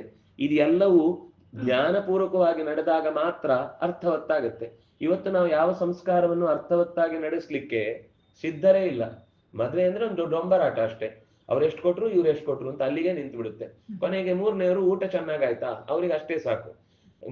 ಒಂದಿಷ್ಟು ಜನಕ್ಕೆ ತಮ್ಮ ಅಸ್ತಿತ್ವವನ್ನು ತೋರ್ಪಡಿಸುವ ಕಾರ್ಯಕ್ರಮ, ಒಂದಿಷ್ಟು ಜನಕ್ಕೆ ತಮ್ಮ ಈ ಉಳಿದ ಮಕ್ಕಳನ್ನೆಲ್ಲ ಹಳ್ಳಕ್ಕೆ ಹಾಕುವ ಕಾರ್ಯಕ್ರಮ, ಇನ್ನೊಂದಿಷ್ಟು ಜನಕ್ಕೆ ಬಂದವರು ಹೇಗಿದ್ರು ಏನೇನಿದ್ರು ನನ್ನ ಲಾಭ ಎಲ್ಲಿದೆ ಅಂತ ಹುಡುಕೋ ಕಾರ್ಯಕ್ರಮ ಬಿಟ್ರೆ ಸ್ಟೇಜ್ ನಲ್ಲಿ ನಡೆಯುವ ಕಾರ್ಯಕ್ರಮಕ್ಕೆ ಬೆಲೆಯೇ ಇಲ್ಲ. ಅಲ್ಲೇ ಬೂಟ್ ಹಾಕೊಂಡು ಅಲ್ಲೇ ಎಲ್ಲಾ ವರ್ಗದವರು ಸೇರ್ಕೊಂಡು, ಅದು ನಿಜವಾಗಿ ಅಗ್ನಿ ಅಂತನೋ ದೇವತೆ ನಿಂತು ಅವರನ್ನ ಒಂದಾಗಿಸ್ಲಿಕ್ಕೋಸ್ಕರ ಸಾಕ್ಷಿಯಾಗಿ ನಿಲ್ಲುವಂತಹ ಜಾಗ. ಆ ಜಾಗದಲ್ಲಿ ಅವನು ಕಟ್ಟುವಾಗ ಗಡಿಬಿಡಿಯಲ್ಲಿ ಕಟ್ಟಿಬಿಟ್ಟ ಅಂದ್ರೆ ಫೋಟೋಗ್ರಾಫರ್ ಹೇಳ್ತಾನೆ, ಬಿಚ್ಚಿ ಬಿಚ್ಚಿ ಬಿಚ್ಚಿ ಫೋಟೋ ಬರ್ಲಿಲ್ಲ, ಇನ್ನೊಮ್ಮೆ ಕಟ್ಟಬೇಕು ಅಂತ. ಮುಹೂರ್ತಕ್ಕೆ ಏನಾಗ್ಬೇಕಿತ್ತು ಅದರ ತಡ ಆಗಿ ಮಾಡಿದ್ಮೇಲೂ ಮತ್ತೊಮ್ಮೆ ಇವನು ಬಿಚ್ಚಿಸಿ ಕಟ್ಟಿಸ್ತಾನೆ. ಏನದರ ಅರ್ಥ? ಈ ಸಂಸ್ಕಾರಗಳಿಗೆಲ್ಲ ಕೇವಲ ಒಂದು ಫೋಟೋದಲ್ಲಿ ತುಂಬಿಸುವ ಕಾರ್ಯಕ್ರಮ ಆಗಿದೆ ಬಿಟ್ರೆ ಅದರ ನಿಜವಾದ ಅರ್ಥದಲ್ಲಿ ಆ ಮಂತ್ರಾರ್ಥ ಏನು, ಹುಡುಗಿಗೆ ಇರಬೇಕಾದ ಜ್ಞಾನ ಏನು, ಅಲ್ಲಿರುವ ಭಗವತ್ ತತ್ವಗಳು, ಲಕ್ಷ್ಮೀನಾರಾಯಣರು ಹೇಗೆ ನಿಂತಿದ್ದಾರೆ, ಶಿವಪಾರ್ವತರು ಹೇಗೆ ಇದ್ದಾರೆ, ಅರುಂಧತಿ ಸರಸ್ವತಿಯರು ವಸಿಷ್ಠರು ಹೇಗೆ ತುಂಬಿದ್ದಾರೆ, ಇದರ ಬಗ್ಗೆ ನಾವು ಮಕ್ಕಳಿಗೆ ಪಾಠನೆ ಮಾಡಲಿಲ್ಲ. ಮದುವೆ ಆಗುವ ಮುನ್ನ ಹುಡುಗಿಗೆ ಆಯಾ ಮದುವೆ ಹಿನ್ನೆಲೆಯನ್ನು ಮೊದಲು ತಿಳಿಸ್ಬೇಕು ಅವರಿಗೆ. ಮದುವೆ ಅಂದ್ರೆ ಅದು ಸುಮ್ಮನೆ ಅಲ್ಲ, ದೊಡ್ಡ ಜವಾಬ್ದಾರಿ. ಅದು 10 ಜನರ ಮಧ್ಯದಲ್ಲಿ ಯಾಕೆ ಆಗುದು ಹೇಳಿ? ಅದೊಂದು ಆಶೀರ್ವಾದ ಒಂದು. 2ನೇದು ಅಷ್ಟು ಸಮಾಜಕ್ಕೆ ನಾವು ಮದುವೆ ಆಗಿದ್ದೆ ಅನ್ನೋದೊಂದು ಸಾಕ್ಷಿ. ಹಾಗೆ ಹೇಳ್ಕೊಂಡ್ರೆ ಆವಾಗ ನಾಳೆ ಮುರಿಲಿಕ್ಕೆ ಭಯ ಆಗುತ್ತೆ. ಇವತ್ತು ಎಲ್ಲೋ ಒಂದು ಕಡೆ ಒಂದು ಆಫೀಸಲ್ಲಿ ಕೂತ್ಕೊಂಡು ಸೈನ್ ಹಾಕಿದ್ರೆ ಮದುವೆ ಆಯ್ತು ಅಂತ ಅನ್ಕೊಂಡ್ರೆ, ಕಾನೂನಿನ ವ್ಯವಸ್ಥೆಯಲ್ಲಿ ಆಯ್ತು ಅಂತ ಬಿಟ್ರೆ ಆ ಭಾರ ಅಥವಾ ಆ ಕರ್ತವ್ಯದ ಭರ ಅಲ್ಲಿ ಬರಲ್ಲ. ಮತ್ತೆ ಅಷ್ಟು ಜನರ ಆಶೀರ್ವಾದ ಸಿಗ್ಲಿಲ್ಲ, ಅಷ್ಟು ಜನ ಉಂಡು ಹೋದಾಗ ಚೆನ್ನಾಗಿರ್ಲಪ್ಪ ಮದುಮಕ್ಕಳು ಅಂತ ಒಂದು ಆಡಿದ ಮಾತೇನಿದೆ. ದೊಡ್ಡವರ ಆಶೀರ್ವಾದ ಮಾಡುದು ಒಂದು, ಉಂಡವರಲ್ಲಿ ಒಂದು ತೇಗ್ತಾರಲ್ಲ, ಆ ತೇಗುವುದು ಒಂದು ಆಶೀರ್ವಾದ. ಅಪ್ಪ ಚೆನ್ನಾಗಿತ್ತು ಅಡಿಗೆ ಅಂತ ಈ ಮಾತು ಬರುತ್ತಲ್ಲ, ಅದ್ರ ಯಜಮಾನನಿಗೆ ಅದರ ಪಾಲು ಹೋಗುತ್ತೆ, ಅವನ ಮನೆ ಸುಸ್ಥಿರವಾಗಿ ಬದುಕಲಿಕ್ಕಾಗುತ್ತೆ. ಇಲ್ಲಿ ಆಶೀರ್ವಾದ ಮಾಡ್ಲಿಕ್ಕೆ ಬರುವವರೇ ಎಲ್ಲ ಡಿವೋರ್ಸಿಗಳು, ಅವರಿಗೆ ಏನು ಜೀವನದ ಬಗ್ಗೆ ಪ್ರಜ್ಞೆ ಇರುವುದಿಲ್ಲ. ಇವರಿಗೆ ಒಂದು ಊಟಕ್ಕೆ ಅಥವಾ ಫೋಟೋ ತೆಗೆಸ್ಕೊಳ್ಳಿಕ್ಕೆ ಅದೆಲ್ಲ ಸುಮ್ಮನೆ ಒಂದು ಆಟ ಅಷ್ಟೇ. ಅವರಿಗೆ ಒಂದು ಫೋಟೋ ಕಾರ್ಯಕ್ರಮ ಒಂದು ನೆಪ ಅಂತ ಅನ್ನೋ ಹಾಗೆ ನಿಂತಿರುತ್ತೆ. ಅವ್ರು ಏನು ಆಶೀರ್ವಾದ ಮಾಡ್ತಾರೆ? ಅವರಿಗೆ ಒಬ್ರು ಸುಖವಾಗಿ ಜೊತೆಯಾಗಿ ಬಾಳ್ತಾರೆ ಅನ್ನೋದು ಕಂಡನೇ ಆಗುದಿಲ್ಲ. ಅವ್ರದೇ ಒಂದು ಕುಟುಂಬ ಇರುತ್ತೆ, ಅಂದ್ರೆ ಅವ್ರದೇ ಒಂದು ಸಮಿತಿ ಇರುತ್ತೆ, ಏನೇನು ಮಹಿಳಾ ಮಂಡಳಿ ಇಂತ ತರ ಆ ತರ ಅದಲ್ಲ, ಆ ತರ ಅವ್ರದೇ ಒಂದು ಗುಂಪು ಇರುತ್ತೆ, ಎಲ್ಲ ಬಿಟ್ಟವರದ್ದೇ ಒಂದು ಗುಂಪು. ಸಮಾಜದಲ್ಲಿ ಏನೋ ನಾವು ಹೊಸ್ತು ಮಾಡ್ತೇವೆ ಅಂತ ಬಂಡಾಯ ಹೇಳುವ ಒಂದು ಯೋಚನೆ. ನಾನು ತಪ್ಪನ್ನ ಒಪ್ಕೊಂಡು ಸುಮ್ಮನೆ ಇರಿ ಅಂತ ಹೇಳುವುದಲ್ಲ, ತಪ್ಪು ತಪ್ಪೆ, ಯಾರು ಮಾಡಿದ್ರು ತಪ್ಪೆ, ಅವ್ನು ಮಾಡಿದ್ರು ತಪ್ಪೆ, ಇವಳು ಮಾಡಿದ್ರು ತಪ್ಪೆ, ಅದು ಅಲ್ಲಿಗೆ ಹೋಗಿ ನಿಲ್ಲುವುದಿಲ್ಲ. ಉಳಿದವರು ಯಾರೂ ಕೂಡ ಅವ್ರೊಂದು ಸುಖವಾಗಿ ಒಟ್ಟಿಗೆ ಇರ್ಬೇಕು ಅನ್ನೋದೇ ತಪ್ಪು ಅನ್ನೋ ಸ್ಥಿತಿಗೆ ಬಂದು ನಿಲ್ತಾರೆ. ಯಾರು ಒಂದು ಗಂಡ ಹೆಂಡತಿಯಾಗಿ ಚೆನ್ನಾಗಿರುವುದನ್ನ ನೋಡ್ಲಿಕ್ಕೆ ಇಷ್ಟಪಡದ ರೀತಿಯಲ್ಲಿ ಬೇರ್ಪಡಿಸಿದ ಒಂದು ಹುಚ್ಚು ಅನ್ನುವ ಯಾಕೆ ಒಬ್ಬರ ಹತ್ರನೇ ಕೊಳಿಬೇಕು? ಬೇಕಾದಷ್ಟು ಜಗತ್ತಲ್ಲಿ ಓಡಾಡ್ಲಿಕ್ಕೆ ಅವಕಾಶ ಇರಬೇಕಾದ್ರೆ ನಮ್ಮ ಕನಸುಗಳನ್ನ ಯಾಕೆ ನಾವು ಹೂತು ಹಾಕಿ ಈ ಕುಟುಂಬದ ವ್ಯವಸ್ಥೆಯೊಳಗೆ ಬಲಿಯಾಗಬೇಕು ಅಂತನ್ನುವಂತ ಒಂದು ಹುಚ್ಚಿದೆ. ಅವನು ಹೇಳ್ತಾನೆ, ಯಾರು ಅರ್ಜುನ, ಇದು ಸುಲಭದ್ದಲ್ಲ ದಾರಿ, ಅತ್ಯಂತ ಅದ್ಭುತವಾದ ದಾರಿ ಇದು. ಗ್ರಸಂತೆ ಕರ್ಮಭೂತಾನಿ ತದಿದಂ ಕರ್ಮಶಂಸಿನ. ಯಾವಾಗ್ಲೂ ಸಿದ್ಧಕ್ಷೇತ್ರವಿದಂ. ಕರ್ಮ ಯೋಗ ಅನ್ನೋದು ಮನುಷ್ಯನ ಸಿದ್ಧಕ್ಷೇತ್ರ. ಕರ್ಮಯೋಗ ಇಲ್ಲದೆ ಜವಾಬ್ದಾರಿಯಿಂದ ತಪ್ಪಿಸಿಕೊಂಡು ಬಾಳುವುದು ಅಂತ ಏನಿದೆ, ನೀವು ಅಲ್ಲೇ ಕನಸು ಸೇರಿಸಿಕೊಳ್ಳಿ, ಆ ಜವಾಬ್ದಾರಿಯ ಜೊತೆಗೆ ಕನಸು ಸೇರಿಸಿಕೊಳ್ಳಿ. ಜವಾಬ್ದಾರಿ ಬಿಟ್ಟು ಕನಸನ್ನ ಮಾತ್ರ ಬೆನ್ನಟ್ಟಿಕೊಂಡು ಹೋಗ್ತೇವೆ ಅಂದ್ರೆ ಆಚೆ ಕನಸು ಇಲ್ಲ, ಈಚೆಗೆ ಜವಾಬ್ದಾರಿಯು ನೆರವೇರಿಸಲಿಲ್ಲ ಅನ್ನೋದು ಅತಂತ್ರ ಸ್ಥಿತಿಗೆ ಬರುತ್ತೆ. ಈಗ ಈ ಮಾತುಗಳನ್ನು ಹೇಳಿದ ತಕ್ಷಣ ಬಹಳ ಜನ ಸಿಟ್ಟು ಬರುತ್ತೆ. ಆದರೆ ದೂರದೃಷ್ಟಿಯ ಕೊರತೆ ಇರುವುದರಿಂದ ನಾಳೆ ಇದರ ದುಷ್ಪರಿಣಾಮ ಏನಾಗುತ್ತೆ, ಇಡೀ ಸಮಾಜ ಹೀಗೆ ಬದಲಾದ್ರೆ ಅದರ ಅವ್ಯವಸ್ಥೆ ಏನಾಗ್ತಾ ಇದೆ ಅಂತ ನಾವು ವಿದೇಶದ ಬದುಕಿನ ಸ್ಥಿತಿಗತಿಗಳಲ್ಲಿ ನೋಡ್ತಾ ಇದ್ದೇವೆ. ಅಲ್ಲಿ ಅವರವರ ಮಕ್ಕಳನ್ನೇ ಅಪ್ಪ ಅಮ್ಮ ಭೇಟಿ ಆಗ್ಬೇಕು ಅಂದ್ರೆ ಮೊದಲೇ ಹೇಳಿ ಹೋಗಬೇಕು, ಅವರಿಗೆ ಏನಂತ ಅಪಾಯಿಂಟ್ಮೆಂಟ್ ತಗೊಂಡು ಹೋಗ್ಬೇಕು. ಅಂತ ಸ್ಥಿತಿಗೆ ಹೋದಾಗ ಅದೊಂದು ಕುಟುಂಬ ಆಗ್ಲಿಕ್ಕೆ ಸಾಧ್ಯವೋ? ಮಕ್ಕಳಿರುವುದು ತಂದೆ ತಾಯಿಗಳ ಜೊತೆಗಿರ್ಲಿಕ್ಕೆ ತಾನೆ. ಅವರು ಓದುದು ಬಿಡುವುದು ಅದೆಲ್ಲ ಬಿಡಿ, ಆ ಹಿಂದೆಯೂ ಕೂಡ ಓದ್ಲಿಕ್ಕೆ ಅಂತ ಒಂದು 10-12 ವರ್ಷ ದೂರ ಇಡ್ತಾ ಇದ್ದದ್ದೇನು ದೊಡ್ಡ ಸಂಗತಿ ಅಲ್ಲ, ಅದು ಅಪರಾಧ ಅಂತ ಇಟ್ಟದ್ದಲ್ಲ, ಕಲೀಲಿಕ್ಕೋಸ್ಕರ ದೂರ ಇರ್ಬೇಕಾದದ್ದು. ಆದ್ರೆ ಬಂದ ಮೇಲೆ ಜವಾಬ್ದಾರಿ ಅವರದ್ದೇ ಅಲ್ವಾ. ಅದು ಬಿಟ್ಟು ಯಾವುದೋ ವಿದೇಶದ ದೂರದ ಊರಿನಲ್ಲಿ ಕೂತ್ಕೊಂಡ್ಬಿಟ್ಟು ನಿಮಗೆ ಬೇಕಾದ ತಿಂಗಳಿಗೆ ಕಳಿಸ್ತೇನೆ ಅಂತ ಹೇಳಿ ಒಂದು ಮಾತ್ರೆ ಹಾಕಿ ಕೊಡ್ಲಿಕ್ಕೂ ಮನೆಯಲ್ಲಿ ಒಬ್ಬರು ನಮ್ಮವರು ಅಂತ ಇಲ್ಲದೆ ಇರುವ ಆ ವಯಸ್ಸಿನ ಹೊತ್ತಿನ ಕಾಲಕ್ಕೆ ಇಷ್ಟು ಕಾಲ ಹೊಟ್ಟೆ ಕಟ್ಟಿದ್ದು, ಮನಸ್ಸು ಕಟ್ಟಿದ್ದು, ನೋವು ತಡ್ಕೊಂಡಿದ್ದು, ಇದಕ್ಕೆಲ್ಲ ಏನು ಫಲ? ಇದು ಇಲ್ಲದೆ ಹೋಗುವ ಸ್ಥಿತಿ ಒಂದು ದಿವಸ ಅವರು ಆ ಸ್ಥಾನಕ್ಕೆ ಬಂದಾಗ ಅರ್ಥ ಆಗುತ್ತೆ. ಈಗ ಯಾರು ಬಿಸಿ ರಕ್ತದಿಂದ ಮಾತಾಡ್ತಾರೆ, ಅವ್ರಿಗೆ ಯಾರೆಲ್ಲ ವಯಸ್ಸಾದವ್ರನ್ನ ಬೈತಾರೋ ಒಂದು ಎಚ್ಚರ ಇರ್ಬೇಕಾದ್ದು, ಅವರಿಗೂ ವಯಸ್ಸಾಗತ್ತೆ. ಅದ್ ಮರ್ತು ಬಿಡ್ತಾರೆ. ಅದು ಮರ್ತು ಬಿಟ್ಟು ಏನು ಅಸಂಬದ್ಧ ಮಾತಾಡ್ತಾರೆ, ಹಿಂದಿನ ಮುಂದಿನ ನೆನಪಿರಲ್ಲ. ಮಗು ದೊಡ್ಡದಾಗಿ ಮತ್ತೆ ಮಗುವಾಗುವುದು ಮನುಷ್ಯ. ಬುದ್ಧಿ ದೊಡ್ಡದಾದ್ಮೇಲೆ ಎಲ್ಲೋ ಮಗುವಿಗಿಂತ ಕೆಲವು ಅಂಶದಲ್ಲಿ ಸ್ವಲ್ಪ ಭಿನ್ನತೆ ಬಿಟ್ರೆ ಹೆಚ್ಚಿನ ಅಂಶದಲ್ಲಿ ಮತ್ತೆ ಮಗುವೇ ಆಗುವುದು. ಎಲ್ಲ ಮರ್ತೋಗುತ್ತೆ, ಇಂದ್ರಿಯಗಳಲ್ಲಿ ಆ ಪರಿಪೂರ್ಣತೆ ಇರುವುದಿಲ್ಲ. ಈ ಎಲ್ಲ ಸ್ಥಿತಿಯನ್ನ ಅರ್ಥ ಮಾಡಿಕೊಂಡು ಹೋಗುವುದೇ ಕುಟುಂಬ. ಹಾಗೆ ಒಬ್ರಿಗೊಬ್ರು ನೆರವಾಗುವುದು ಅನ್ನೋದೇ ಕುಟುಂಬ. ಇದೆಲ್ಲ ತಪ್ಪಿಸಿಕೊಳ್ಳಿಕ್ಕೋಸ್ಕರ ನಾವು ಮಾಡುವಂತಹ ಆತುರದ ನಿರ್ಧಾರಗಳೇನಿದೆ ಅದು ಜೀವನಕ್ಕೆ ಖುಷಿ ಕೊಡುವಂತದ್ದಲ್ಲ ಅಂತ ಅವನು ಬೈತಾನೆ. ದೇವಕರ್ಮ, ಅತಿಥಿಗಳ ಕರ್ಮ, ಪಿತೃಕರ್ಮ ಇದೆಲ್ಲ ಶಾಶ್ವತವಾದ ಸ್ಥಾನವನ್ನು ಕೊಡುವಂಥದ್ದು. ಮತ್ತೆ ಈ ಎಲ್ಲ ಕರ್ಮಗಳಿಗೆ ನಾವು ದುಡಿದ ಅಂಶದಲ್ಲಿ ಒಂದು ಭಾಗವನ್ನು ತೆಗೆದಿಡಬೇಕು, ಅದಕ್ಕೆ ಉಪಯೋಗಿಸ್ಬೇಕು. ಹಾಗೆ ಸಂವಿಭಜ್ಯ ಗುರೋಶ್ಚರ್ಯ, ಅಷ್ಟೇ ಅಲ್ಲ, ಗುರುಗಳ ಸೇವೆ ಮಾಡಬೇಕು, ಅಪ್ಪ ಅಮ್ಮಂದಿರ ಸೇವೆ ಮಾಡಬೇಕು. ಆಗ ಇದು ಒಂದು ಪೂರ್ಣತೆಯನ್ನು ಸಂಪಾದಿಸುತ್ತೆ, ಜೀವನ ಅನ್ನೋದು ಪೂರ್ಣವಾಗುತ್ತೆ. ಇದಿಲ್ಲದೆ ಹೋದ್ರೆ ತದ್ವೈ ದುಷ್ಕರ ಮುಚ್ಯತೆ. ಅದಿಲ್ಲದೆ ಮುಂದಿನ ಬದುಕು ಹೇಗಿರುತ್ತೆ ಅಂತಂದ್ರೆ ವಿದ್ಯೆಯೂ ಸಿಗಲ್ಲ ಸರಿಯಾದ, ಯಾಕೆಂದ್ರೆ ಗುರುಗಳೇ ಇಲ್ಲ. ಇವತ್ತೆಲ್ಲ ಹೊಟ್ಟೆಪಾಡಿಗೋಸ್ಕರ ಸಂಬಳಕ್ಕೋಸ್ಕರ ಅಭ್ಯಾಸ ಮಾಡುವ ಅಧ್ಯಾಪಕರಿರುವುದು, ಅವರಿಗೆ ಮಕ್ಕಳಿಗೆ ಉದ್ಧಾರ ಆಗ್ಬೇಕು ಅಂತ ಹೇಳುವ ಯೋಚನೆಯಲ್ಲಿ ಕಲಿಸುವ ಅವಕಾಶವೂ ಇಲ್ಲ. ಆ ರೀತಿ ಅಪೇಕ್ಷೆ ಪಟ್ಟ ಅಂದ್ರೆ ಅವನನ್ನ ಸೇರಿಸ್ಕೊಳ್ಳೋದು ಇಲ್ಲ. ಈ ಸ್ವಲ್ಪ ದಿವಸ ಹೋದ್ರೆ ಈಗ ಇರುವಂತೆ ಅಧ್ಯಾಪಕರು ಕೇವಲ ಟೆಕ್ಸ್ಟ್ ಅಲ್ಲಿ ಇದ್ದದ್ದನ್ನ, ಗೈಡ್ ಅಲ್ಲಿ ಇದ್ದದ್ದನ್ನ ಹೇಳ್ತಾರೆ ಅಂದ್ರೆ ಸ್ಮಾರ್ಟ್ ಟಿವಿ ಪಾಠ ಮಾಡುತ್ತೆ. ಅಧ್ಯಾಪಕರು ಬೇಡ, ಕೆಲಸ ಹೋಯ್ತು. ಟೆಕ್ಸ್ಟ್ ಅಲ್ಲಿ ಹೇಳದ್ದನ್ನ ನೀವು ಅವರಿಗೆ ತಾನಾಗಿ ತಿಳಿಯದ್ದನ್ನ ಅನುಭವದ ಹಿನ್ನೆಲೆಯಲ್ಲಿ ಹೇಳುವುದು ಅನ್ನೋದು ಪಾಠ, ಅದು ವಿಶೇಷ. ಕೇವಲ ಶ್ಲೋಕಾರ್ಥ ಹೇಳ್ಬೇಕಂದ್ರೆ ಇನ್ನೊಂದು ಅನುವಾದದ ಪುಸ್ತಕ ತಂದು ಕೊಟ್ರೆ ನೀವೇ ಓದ್ಕೋತೀರಿ. ಮಹಾಭಾರತ ಹೇಳಲಿಕ್ಕೆ ಯಾರು ಬೇಡ. ಮಹಾಭಾರತದ ಜೊತೆಗೆ ಮಹಾಭಾರತದ ಆ ಭಾವ ಅದು ಏನಿದೆ ಅನ್ನೋದನ್ನ ನಮ್ಮ ಅನುಭವದ ಜೊತೆಗೆ ಹಂಚಿಕೊಂಡ್ರೆ ಮಾತ್ರ ಅದು ಮನಸ್ಸಿಗೆ ಆಳಕ್ಕೆ ಇಳಿಯತ್ತೆ. ಅದಿಲ್ಲದೆ ಹೋದ್ರೆ ಸುಮ್ಮನೆ ಬಂದರು ಹೋದರು ನಿಂತರು ಕೂತರು ಅಂತಂದ್ರೆ ಅದು ಒಂದು ಯಾವುದೋ ಉಪ್ಪಿಟ್ಟು ಕಾಫಿ ಕಾದಂಬರಿ ಓದಂಗೆ ಇರುತ್ತೆ ಅಷ್ಟೇ. ಅದರಿಂದ ಜೀವನಕ್ಕೇನು ಲಾಭ ಕಾಣ್ಲಿಕ್ಕೆ ನಮ್ಮ ಹತ್ರ ಸಾಧ್ಯ ಇಲ್ಲ. ಹಾಗಾಗಿ ದೇವಾವೈ ದುಷ್ಕರಂ ಕೃತ್ವ ವಿಭೂತಿಂ ಪರಮಾಂಗತಾ. ದೇವತೆಗಳು ದೇವತೆಗಳಾದದ್ದು ಸುಮ್ಮನೆ ಅಲ್ಲ, ಅವರು ಕಷ್ಟಪಟ್ಟಿದ್ದಾರೆ, ಅವರು ಕರ್ತವ್ಯ ನಿರ್ವಹಿಸಿದ್ದಾರೆ, ಅವರ ಪೂರ್ವ ಪಿತೃಗಳನ್ನು ಅವರು ಗೌರವಿಸಿದ್ದಾರೆ, ಅವರಿಗೆ ಕೊಟ್ಟ ಪೋರ್ಟ್ಫೋಲಿಯೋಗಳನ್ನು ಚೆನ್ನಾಗಿ ಪಾಲನೆ ಮಾಡಿದ್ದಾರೆ. ಹಾಗಾಗಿ ಅವರು ದೇವತ್ವಂತೆ ಗತಾಹ, ದೇವತ್ವಕ್ಕೆ ಏರ್ಲಿಕ್ಕೂ ಕೂಡ ಸುಲಭದಲ್ಲಿ ಅದು ದೇವತ್ವ ಅಂದ್ರೆ ಒಂದು ಸುಮ್ಮನೆ ಪೋಸ್ಟು, ಸುಮ್ಮನೆ ಹೀಗೆ ಕೂತ್ರೆ ಆಯ್ತು, ಕಣ್ಣು ಮುಚ್ಚಿದ ತಕ್ಷಣ ಆ ಊರಿಂದ ಈ ಊರಿಗೆ ಬರುದು, ಈ ಊರಿಂದ ಆ ಊರಿಗೆ ಬರುದು, ಬೇಕಾದ ಅಪ್ಸರರ ಜೊತೆ ತಿರುಗುದು ಅಂತ ಅನ್ಕೋಬೇಡಿ. ದೇವತ್ವವು ಕೂಡ ಆ ಸ್ಥಾನದಲ್ಲಿ ನಾವು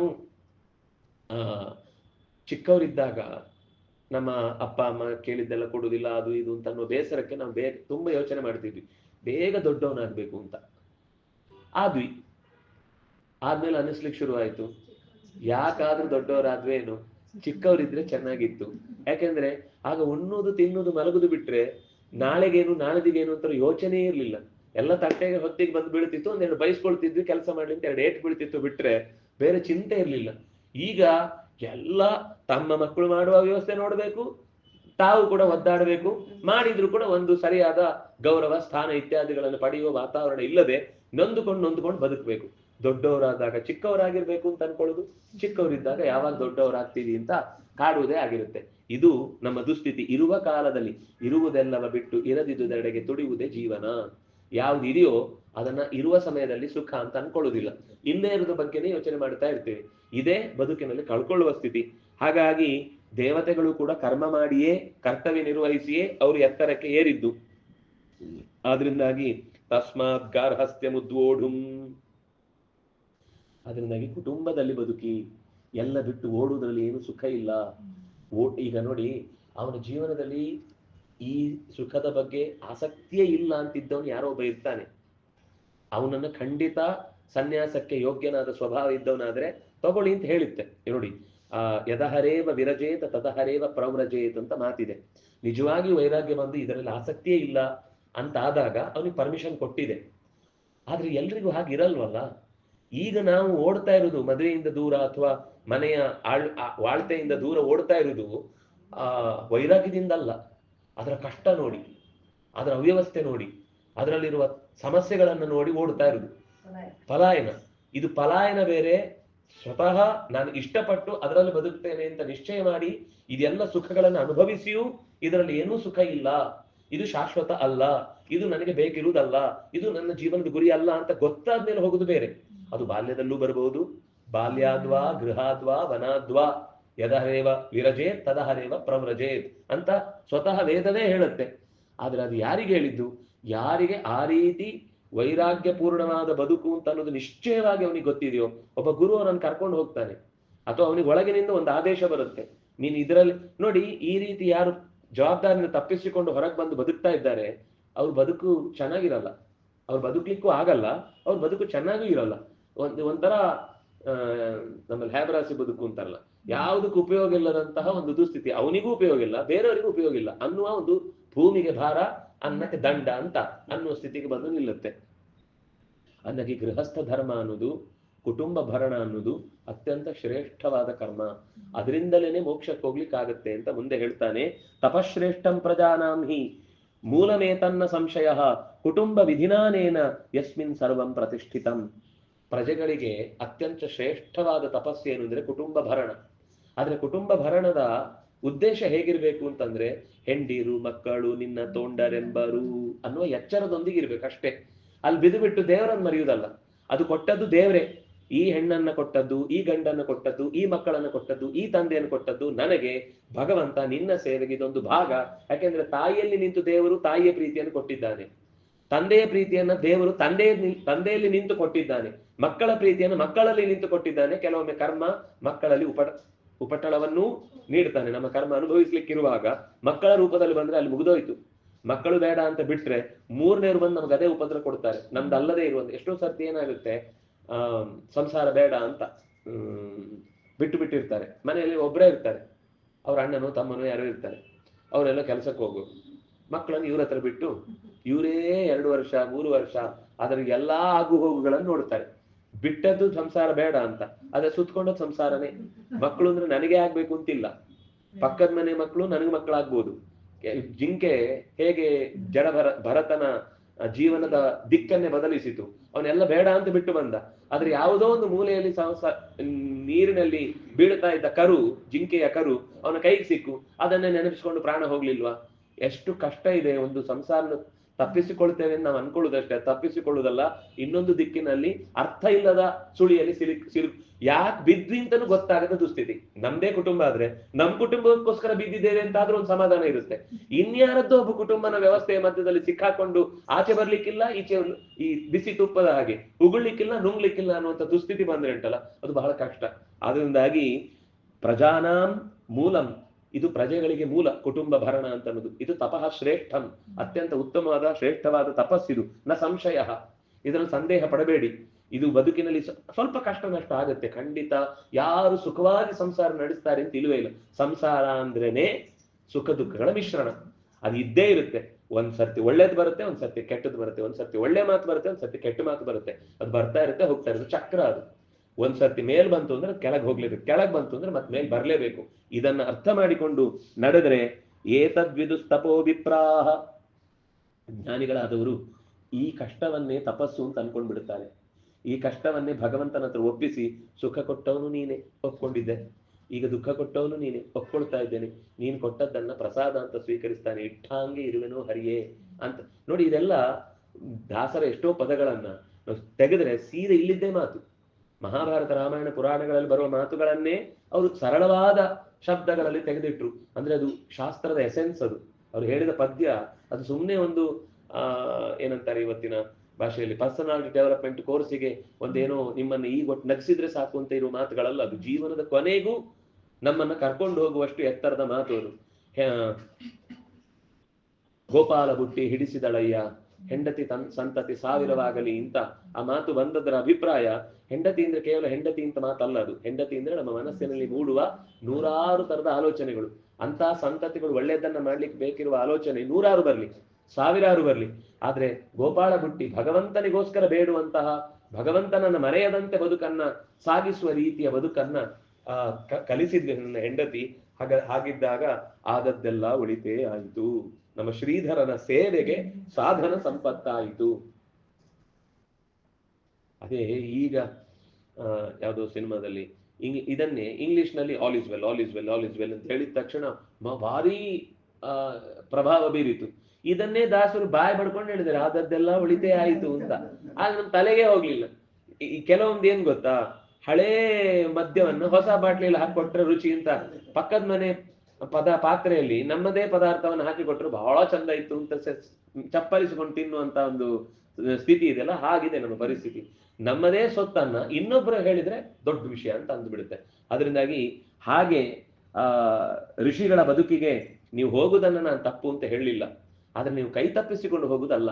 ವಿಮತ್ಸರ, ನೀವು ಇಲ್ಲಿ ಇರಿ, ಈಸಬೇಕು, ಇದ್ದು ಜಯಿಸಬೇಕು. ನೀರಲ್ಲಿ ಬೀಳದೆ ಈಜು ಕಲಿತೇನೆ ಅಂದ್ರೆ ಚಾಪೆಯಲ್ಲಿ ಈಜು ಕಲೀಲಿಕ್ಕಾಗತ್ತಾ? ಹಿಂದಿನ ಕೈ ಹಿಂದೆಂದ ಹೊಡಿಬೇಕು, ಮುಂದಿಂದ ಹೊಡಿಬೇಕು, ಕಾಲು ತಳ್ಳಬೇಕು, ಎಲ್ಲ ಪ್ರಾಕ್ಟೀಸ್ ಮಾಡಿದ ಚಾಪೆಯಲ್ಲಿ. ನೀರಲ್ಲಿ ಬಿದ್ದಾಗ ಮುಳುಗ್ದ. ಅದರಿಂದ ಎಲ್ಲಿ ಪ್ರಾಕ್ಟೀಸ್ ಮಾಡಬೇಕು ಅಲ್ಲೇ ಪ್ರಾಕ್ಟೀಸ್ ಮಾಡಬೇಕು. ಎಲ್ಲೆಲ್ಲಿದ್ದನೋ ಎಲ್ಲೆಲ್ಲೋ ಪ್ರಾಕ್ಟೀಸ್ ಮಾಡಿದ್ರೆ ಅದರ ಫಲ ಸಿಗುವುದಿಲ್ಲ. ಸಂಸಾರದಲ್ಲಿ ಇದ್ದೇ ಸಂಸಾರದಿಂದ ಹೊರಗೆ ಬರಬೇಕು. ಇದನ್ನು ತಪ್ಪಿಸಿಕೊಂಡು ಹೋಗ್ತೇವೆ ಅಂದ್ರೆ ಇನ್ನೊಂದು ಗೊತ್ತಿಲ್ಲದ ಗುಂಡಿಗೆ ಬೀಳ್ತೇವೆ. ಗೊತ್ತಿದ್ದ ದೆವ್ವದ ಮನೆ ಆದ್ರೂ ಆಗ್ಬೋದು. ಗೊತ್ತಿರುತ್ತೆ, ಯಾರೋ ಇಬ್ರು ನಮ್ಮಿಬ್ಬರ ಸಮಸ್ಯೆಯನ್ನ ಶೇರ್ ಮಾಡ್ಕೊಳ್ಳೋಣ ಅಂತ. ಅಂದ್ರೆ ನಾನೆಲ್ಲ ತೆಗೆದು ನನ್ನ ಸಮಸ್ಯೆಯನ್ನು ಇಡ್ತೇನೆ, ಅದನ್ನ ನೀನ್ ಸಾಲ್ವ್ ಮಾಡ್ಬೇಕು. ನಿನ್ನ ಸಮಸ್ಯೆ ಎಲ್ಲ ನಾನು ಕೊಟ್ಟು ನಾನು ಸಾಲ್ವ್ ಮಾಡ್ತೇನೆ ಅಂತ ತೆಗೆದಿಟ್ಟ ಮೇಲೆ ಗೊತ್ತಾಯ್ತು ನನ್ನ ಸಮಸ್ಯೆ ಸ್ವಲ್ಪ ಆದ್ರೂ ಪರವಾಗಿಲ್ಲ, ಅವನ ಸಮಸ್ಯೆ ನನಗಿಂತ ಖರಾಬು ಅಂತ. ಅವನಿಗೂ ಅರ್ಥ ಆಯ್ತು ನನ್ನ ಸಮಸ್ಯೆ ನನಗೆ ಚೂರು ಹೇಗಿ ಹೇಗಿ ಹೇಗಿ ಹೇಗೆ ಅಭ್ಯಾಸ ಆಗಿದೆ, ಇದನ್ನ ಹೇಗೋ ಬೈದ್ರು ತೊಂದ್ರೆ ಎಲ್ಲ, ಬೈಕೊಂಡಾದ್ರೂ ಕಾಫಿ ಕೊಡ್ತಾಳೆ ಮನೆಗೆ ಹೋದ್ರೆ, ಇದನ್ನ ಕಟ್ಕೊಂಡು ನಾನು ಬದುಕ್ಲಿಕ್ಕೆ ಸಾಧ್ಯ ಇಲ್ಲ ಅಂತ ಅನ್ಕೊಂಡು ಅಲ್ಲಿಂದ ಹೊರಗೆ ಬರ್ತೇವೆ ನಾವು. ನಮ್ಮ ಸಮಸ್ಯೆ ಬೇರೆಯವರ ಸಮಸ್ಯೆಯ ಜೊತೆ ಯಾವಾಗ್ಲೂ ಎಲ್ಲರ ತಲೆಯಲ್ಲಿ ಏನ್ ಹೇಳಿ, ಎಲ್ಲರೂ ಸುಖವಾಗಿದ್ದಾರೆ ನಾನೇ ಕಷ್ಟದಲ್ಲಿದ್ದೇನೆ ಅಂತ ಎಲ್ಲರೂ ಹಾಗೆ ಅನ್ಕೊಳ್ಳುದು. ಎಲ್ಲರ ಬಗ್ಗೆನೂ ಹಾಗೆ ಅನ್ಕೊಳ್ತಾ ಇರೋದು. ವಸ್ತುತಃ ಎಲ್ಲರೂ ಸುಖವಾಗಿದ್ದಾರೆ ಅನ್ನೋದು ಸುಳ್ಳು.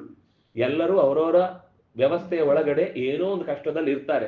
ಹೇಗೋ ಏಕೊಂಡು ಸಾಕ್ತಾ ಇರ್ತಾರೆ, ಮುಖದಲ್ಲಿ ನಗು ತಂದ್ಕೊಂಡು. ಅದರ ಅರ್ಥ ಅವರು ಎಲ್ಲವನ್ನು ಆರಾಮಾಗಿ ಏನೂ ಕಷ್ಟವೇ ಇಲ್ಲದ ಜೀವನವನ್ನು ನಿಭಾಯಿಸ್ತಾ ಇದ್ದಾರೆ ಅಂತ ಅರ್ಥ ಅಲ್ಲ. ಅದು ಗೊತ್ತಾದ್ರೆ ಈ ಸಮಸ್ಯೆ ಅನ್ನೋದು ನಿಮ್ಗೂ ತಿಳಿಯಾಗುತ್ತೆ, ನೀವು ಬದುಕನ್ನ ಕಟ್ಟಿಕೊಳ್ಳಿಕ್ಕಾಗತ್ತೆ. ದುರಾಧರ್ಷಂ ಪದಂ ಚೈವ ಗಚ್ಚಂತಿ ವಿಕಸಾಶಿನ ಸಾಯಂ ಪ್ರಾತರ್ ವಿಭಂಜ್ಯಾನ್ನಂ ಸಕುಟುಂಬೇ ಯಥಾ ವಿಧಿ. ವಿಘಸಾಶಿನ ಅಂತ ನಾನಾಗ ಹೇಳಿದ್ರೆ ಅದಕ್ಕೆ ಏನರ್ಥ ಗೊತ್ತಾ ಅಂತ ಆ ಇಂದ್ರ ಶಕುನಿಯ ರೂಪದಲ್ಲಿ ಹೇಳ್ತಾನೆ. ಕಷ್ಟಕರವಾದಂತಹ ಜೀವನದ ಹೆಜ್ಜೆಗಳನ್ನು ಕೂಡ ಬೇಸರ ಮಾಡಿಕೊಳ್ಳದೆ ಮುಂದೆ ಸಾಗುತ್ತಾ ಬೆಳಗ್ಗೆ ಸಂಜೆ 2 ಹೊತ್ತು ಬಂದ ಅನ್ನವನ್ನ ತನ್ನ ಕುಟುಂಬದ ಜೊತೆಗೆ ಹಂಚಿಕೊಂಡು ತಿಂದು ಸುಖವಾಗಿ ಇನ್ನೊಬ್ರು ತಿನ್ನುವಾಗ್ಲೂ ಸಂತೋಷದಿಂದ ಅದನ್ನು ಅನುಭವಿಸ್ತಾನಲ್ಲ, ಅವನು ವಿಘಸಾಶಿ. ವಿಭಜ್ಯ ಘಸನ. ವಿಭಜ್ಯ ಅಂದ್ರೆ ವಿಭಾಗ ಮಾಡಿ, ಅವರವರದ್ದನ್ನು ಅವರವರಿಗೆ ವಿಭಾಗ ಮಾಡಿ, ಘಸ ಅಂದ್ರೆ ತಿನ್ನುವುದು, ಅದೇ ಗ್ರಾಸ ಆಯ್ತು. ನಮ್ಗೆ ಗ್ರಾಸ್ ಆದಾಗ ಓ GRAS ಅಂತ ಓದ್ ಕಷ್ಟಪಟ್ಟು ಓದ್ತೀವಿ. ಅದೇ ಗ್ರಾಸ, ಗ್ರಾಸ ಅಂದ್ರೆ ಹುಲ್ಲು. ಗೋವಿಗೆ ಹಾಕುವ ಗ್ರಾಸ ಅಂದ್ರೆ ಅದು ಇಂಗ್ಲಿಷ್ ಅಲ್ಲಿ ಬಹಳ ಒಳ್ಳೆ ಪದ ಅಂತ ನಾವು ಅದನ್ನು ಖುಷಿ ಪಡ್ತೇವೆ. ನಮ್ದೇ ಪದ ಆದಾಗ ನಾವು ಅದನ್ನು ಕಲೀಲೇ ಇಲ್ಲ. ನಮ್ದು ಇದೆ ಎಲ್ಲ ಅವ್ಯವಸ್ಥೆಗಳು ಹೀಗೆ. ಆದ್ರಿಂದಾಗಿ ಸಕುಟುಂಬೇ ಯಥಾವಿಧಿ, ನನ್ನ ಕುಟುಂಬದಲ್ಲಿ ವಿಧಿವತ್ತಾಗಿ ಒಂದಿಷ್ಟು ಕಷ್ಟ ನಷ್ಟಗಳನ್ನ ಎದುರಿಸಿಕೊಂಡು ಎಲ್ಲವನ್ನು ಎದುರಿಸ್ತೇನೆ ಅಂತ ಧೈರ್ಯ ತಾಳಿ ಮುನ್ಸಾಗುವುದೇ ತಪಸ್ಸು, ಅದೇ ವಿಗಸಾಶಿಗಳು ಅಂತ ಶಾಸ್ತ್ರಕಾರರು ಎತ್ತರದಲ್ಲಿಟ್ಟು ಆ ವ್ಯಕ್ತಿಗಳನ್ನ ಗೌರವಿಸಿದ್ದು, ಹೊಗಳಿದ್ದು, ಅವರಾಗುವುದನ್ನೋದನ್ನೇ ನಾನು ನಿಮ್ಗೆ ವಿಗಸಾಶಿಗಳಾಗಿ ಅಂತ ಹೇಳಿದ್ದು ಹೊರತು ಹೀಗೆ ಬಿಟ್ಟು ಜವಾಬ್ದಾರಿಯಿಂದ ತಪ್ಪಿಸಿಕೊಳ್ಳುವುದರ ಬಗ್ಗೆ ಹೇಳಿದ್ದಲ್ಲ. ತ್ರಿದಿವಂ ಪ್ರಾಪ್ಯ ಶಕ್ರಸ್ಯ ಸ್ವರ್ಗಲೋಕೆ ವಿಮತ್ಸರಾಹ ವಸಂತಿ ಶಾಶ್ವತಾನ್ ವರ್ಷಾನ್ ಯುಂಜಾನ ದುಷ್ಕರ ಕಾರಿಣಃ. ಈ ರೀತಿ ಹಿಂದಿನವರೆಲ್ಲ ದುಷ್ಕರವಾದದ್ದು ಅಂತ ಅನ್ನಿಸಿದ್ರು ಕೂಡ ಅದನ್ನ ಔಡುಗಚ್ಚಿ ಸಹಿಸಿಕೊಂಡು ಮುಂದೆ ಸಾಗಿದ್ರಿಂದ ಅವರೆಲ್ಲ ಸ್ವರ್ಗದಲ್ಲಿದ್ದಾರೆ. ಇದನ್ನು ತಪ್ಪಿಸಿಕೊಂಡು ಹೋದವ ಇಲ್ಲೂ ನರಕ ಅನುಭವಿಸ್ತಾನೆ, ತನ್ನ ಜವಾಬ್ದಾರಿ ನಿರ್ವಹಿಸಲಿಲ್ಲ ಅನ್ನೋದಕ್ಕೆ ಅಲ್ಲೂ ಕೂಡ ನರಕವನ್ನೇ ಅನುಭವಿಸ್ತಾನೆ. ಇದು ನೀವು ಎಚ್ಚರದಲ್ಲಿ ಇಟ್ಕೊಳ್ಬೇಕಾದದ್ದು. ಹಾಗಾದ್ರೆ ಏನು? ದತ್ವಾ ಅತಿಥಿಭ್ಯ, ಅತಿಥಿಗಳಿಗೆ ಸೇವೆ ಮಾಡಬೇಕಾದ್ದು. ದೇವೇಭ್ಯ, ನಿತ್ಯ ದೇವ ಪೂಜೆ ಇತ್ಯಾದಿಗಳನ್ನು ನಡೆಸಬೇಕಾದದ್ದು. ಪಿತೃಭ್ಯ, ತನ್ನ ಪೂರ್ವ ಹಿರಿಯರನ್ನು ಸ್ಮರಿಸಿಕೊಂಡು ಅವರ ಒಂದು ಆಸೆ ಆಕಾಂಕ್ಷೆಗಳು ಏನಿತ್ತೋ, ಅವರೇನೋ ಒಂದು ಒಳ್ಳೆ ಕಾರ್ಯ ನಡೆಸ್ತಾ ಇದ್ರೆ ಅದನ್ನ ಅವರ ಹೆಸರಲ್ಲೇ ನಾವು ಮುಂದುವರಿಸುವಂತಹ ಇಂತಹದ್ದು ಕರ್ಮ ಮತ್ತು ಶ್ರಾದ್ದಾದಿ ಕರ್ಮ, ಇದು ಪಿತೃಕರ್ಮ. ಸ್ವಜನಾಯ, ಮತ್ತು ಹತ್ತಿರದಲ್ಲಿರುವ ಬಂಧು ಬಳಗ ನಮ್ಮವರು ಅಂತ ಯಾರಿದ್ದಾರೋ ಅವರ ಜೊತೆಗೆ ಅವಶಿಷ್ಟಾನಿ ಯೋಷ್ಣಂತಿ, ಉಳಿದದ್ದನ್ನ ಸ್ವಲ್ಪ ಇದ್ರೆ ಅದನ್ನೇ ಹಂಚಿಕೊಂಡು ಯಾರು ಬದುಕ್ತಾನೋ ಅವರೇ ವಿಘಸಾಶಿಗಳು. ಅವರೇ ನಿಜವಾಗಿಯೂ ಕೂಡ ದೇವತೆಗಳಿಗೆ ಮೆಚ್ಚುಗೆಗೆ ಪಾತ್ರವಾಗುವ, ಕುಟುಂಬವನ್ನು ಕಾಪಾಡುವ, ಗೃಹಸ್ಥ ಧರ್ಮದಲ್ಲಿ ಪಾಲನೆ ಮಾಡಿ ಬ್ರಹ್ಮಚಾರಿಗಳನ್ನು, ವಾನಪ್ರಸ್ಥಾಶ್ರಮಿಗಳನ್ನು, ಸನ್ಯಾಸಿಗಳನ್ನು ತನ್ನ ಮನೆಯಲ್ಲಿ ಕಾದು ರಕ್ಷಿಸಿ ಅವರೂ ಸ್ವಧರ್ಮವನ್ನು ಪಾಲನೆ ಮಾಡಲಿಕ್ಕೆ ಹೆಲ್ಪ್ ಮಾಡ್ತಾನೆ, ತಾನು ಅವರನ್ನು ಕಾಪಾಡುವ ಸ್ವಧರ್ಮವನ್ನು ಪಾಲಿಸ್ತಾನೆ, ಅವರನ್ನೂ ಉನ್ನತಿಗೆ ಕರ್ಕೊಂಡು ಹೋಗ್ತಾನೆ, ಇವನು ಕೂಡ ಉನ್ನತಿಗೆ ಏರ್ತಾನೆ ಅಂತ ಅನ್ನೋದು ಕುಟುಂಬದ ಅಸಾಧಾರಣವಾದ ಗುಣ. ಅದರಿಂದಾಗಿ ನೀವು ಓಡುವುದು ಸರಿಯಲ್ಲ ಅಂತ ಈ ಕಥೆಯನ್ನು ಹೇಳಿದ ಮೇಲೆ ಅವರು ವಾಪಸ್ ಮನೆಗೆ ಬಂದ್ರು, ಸುಖವಾಗಿ ತಮ್ಮ ಬದುಕನ್ನು ಕಳೆದು ಉತ್ತಮವಾದ ಗತಿಯನ್ನು, ಲೋಕವನ್ನು ಹೊಂದಿದ್ರು. ಇದು ಕಥೆ ನಾನು ನಿನಗೆ ಹೇಳಬೇಕಾಗಿಲ್ಲ, ನಿನಗೆ ಗೊತ್ತಿದೆ, ಆದ್ರೂ ನನಗೆ ಪ್ರಸಂಗವಶಾತ್ ನೆನಪಾಯಿತು ಅಂತ ನಿನಗೆ ಹೇಳ್ತಾ ಇದ್ದೇನೆ ಅಂತ ಅರ್ಜುನ ಯುಧಿಷ್ಠನಿಗೆ ಈ ಕಥೆಯನ್ನ ಹೇಳ್ತಾನೆ. ಅನ್ನುವಲ್ಲಿಗೆ ಇವತ್ತಿನ ಈ ಚಿಂತನೆಯನ್ನ ಮುಕ್ತಾಯ ಮಾಡೋಣ. ಶ್ರೀ ಹರಿ ಪ್ರಿಯತಾಂ ಶ್ರೀ ಕೃಷ್ಣಾರ್ಪಿತಂ ಅಸ್ತು. ಎಷ್ಟು ಚಂದ ಇದೆ.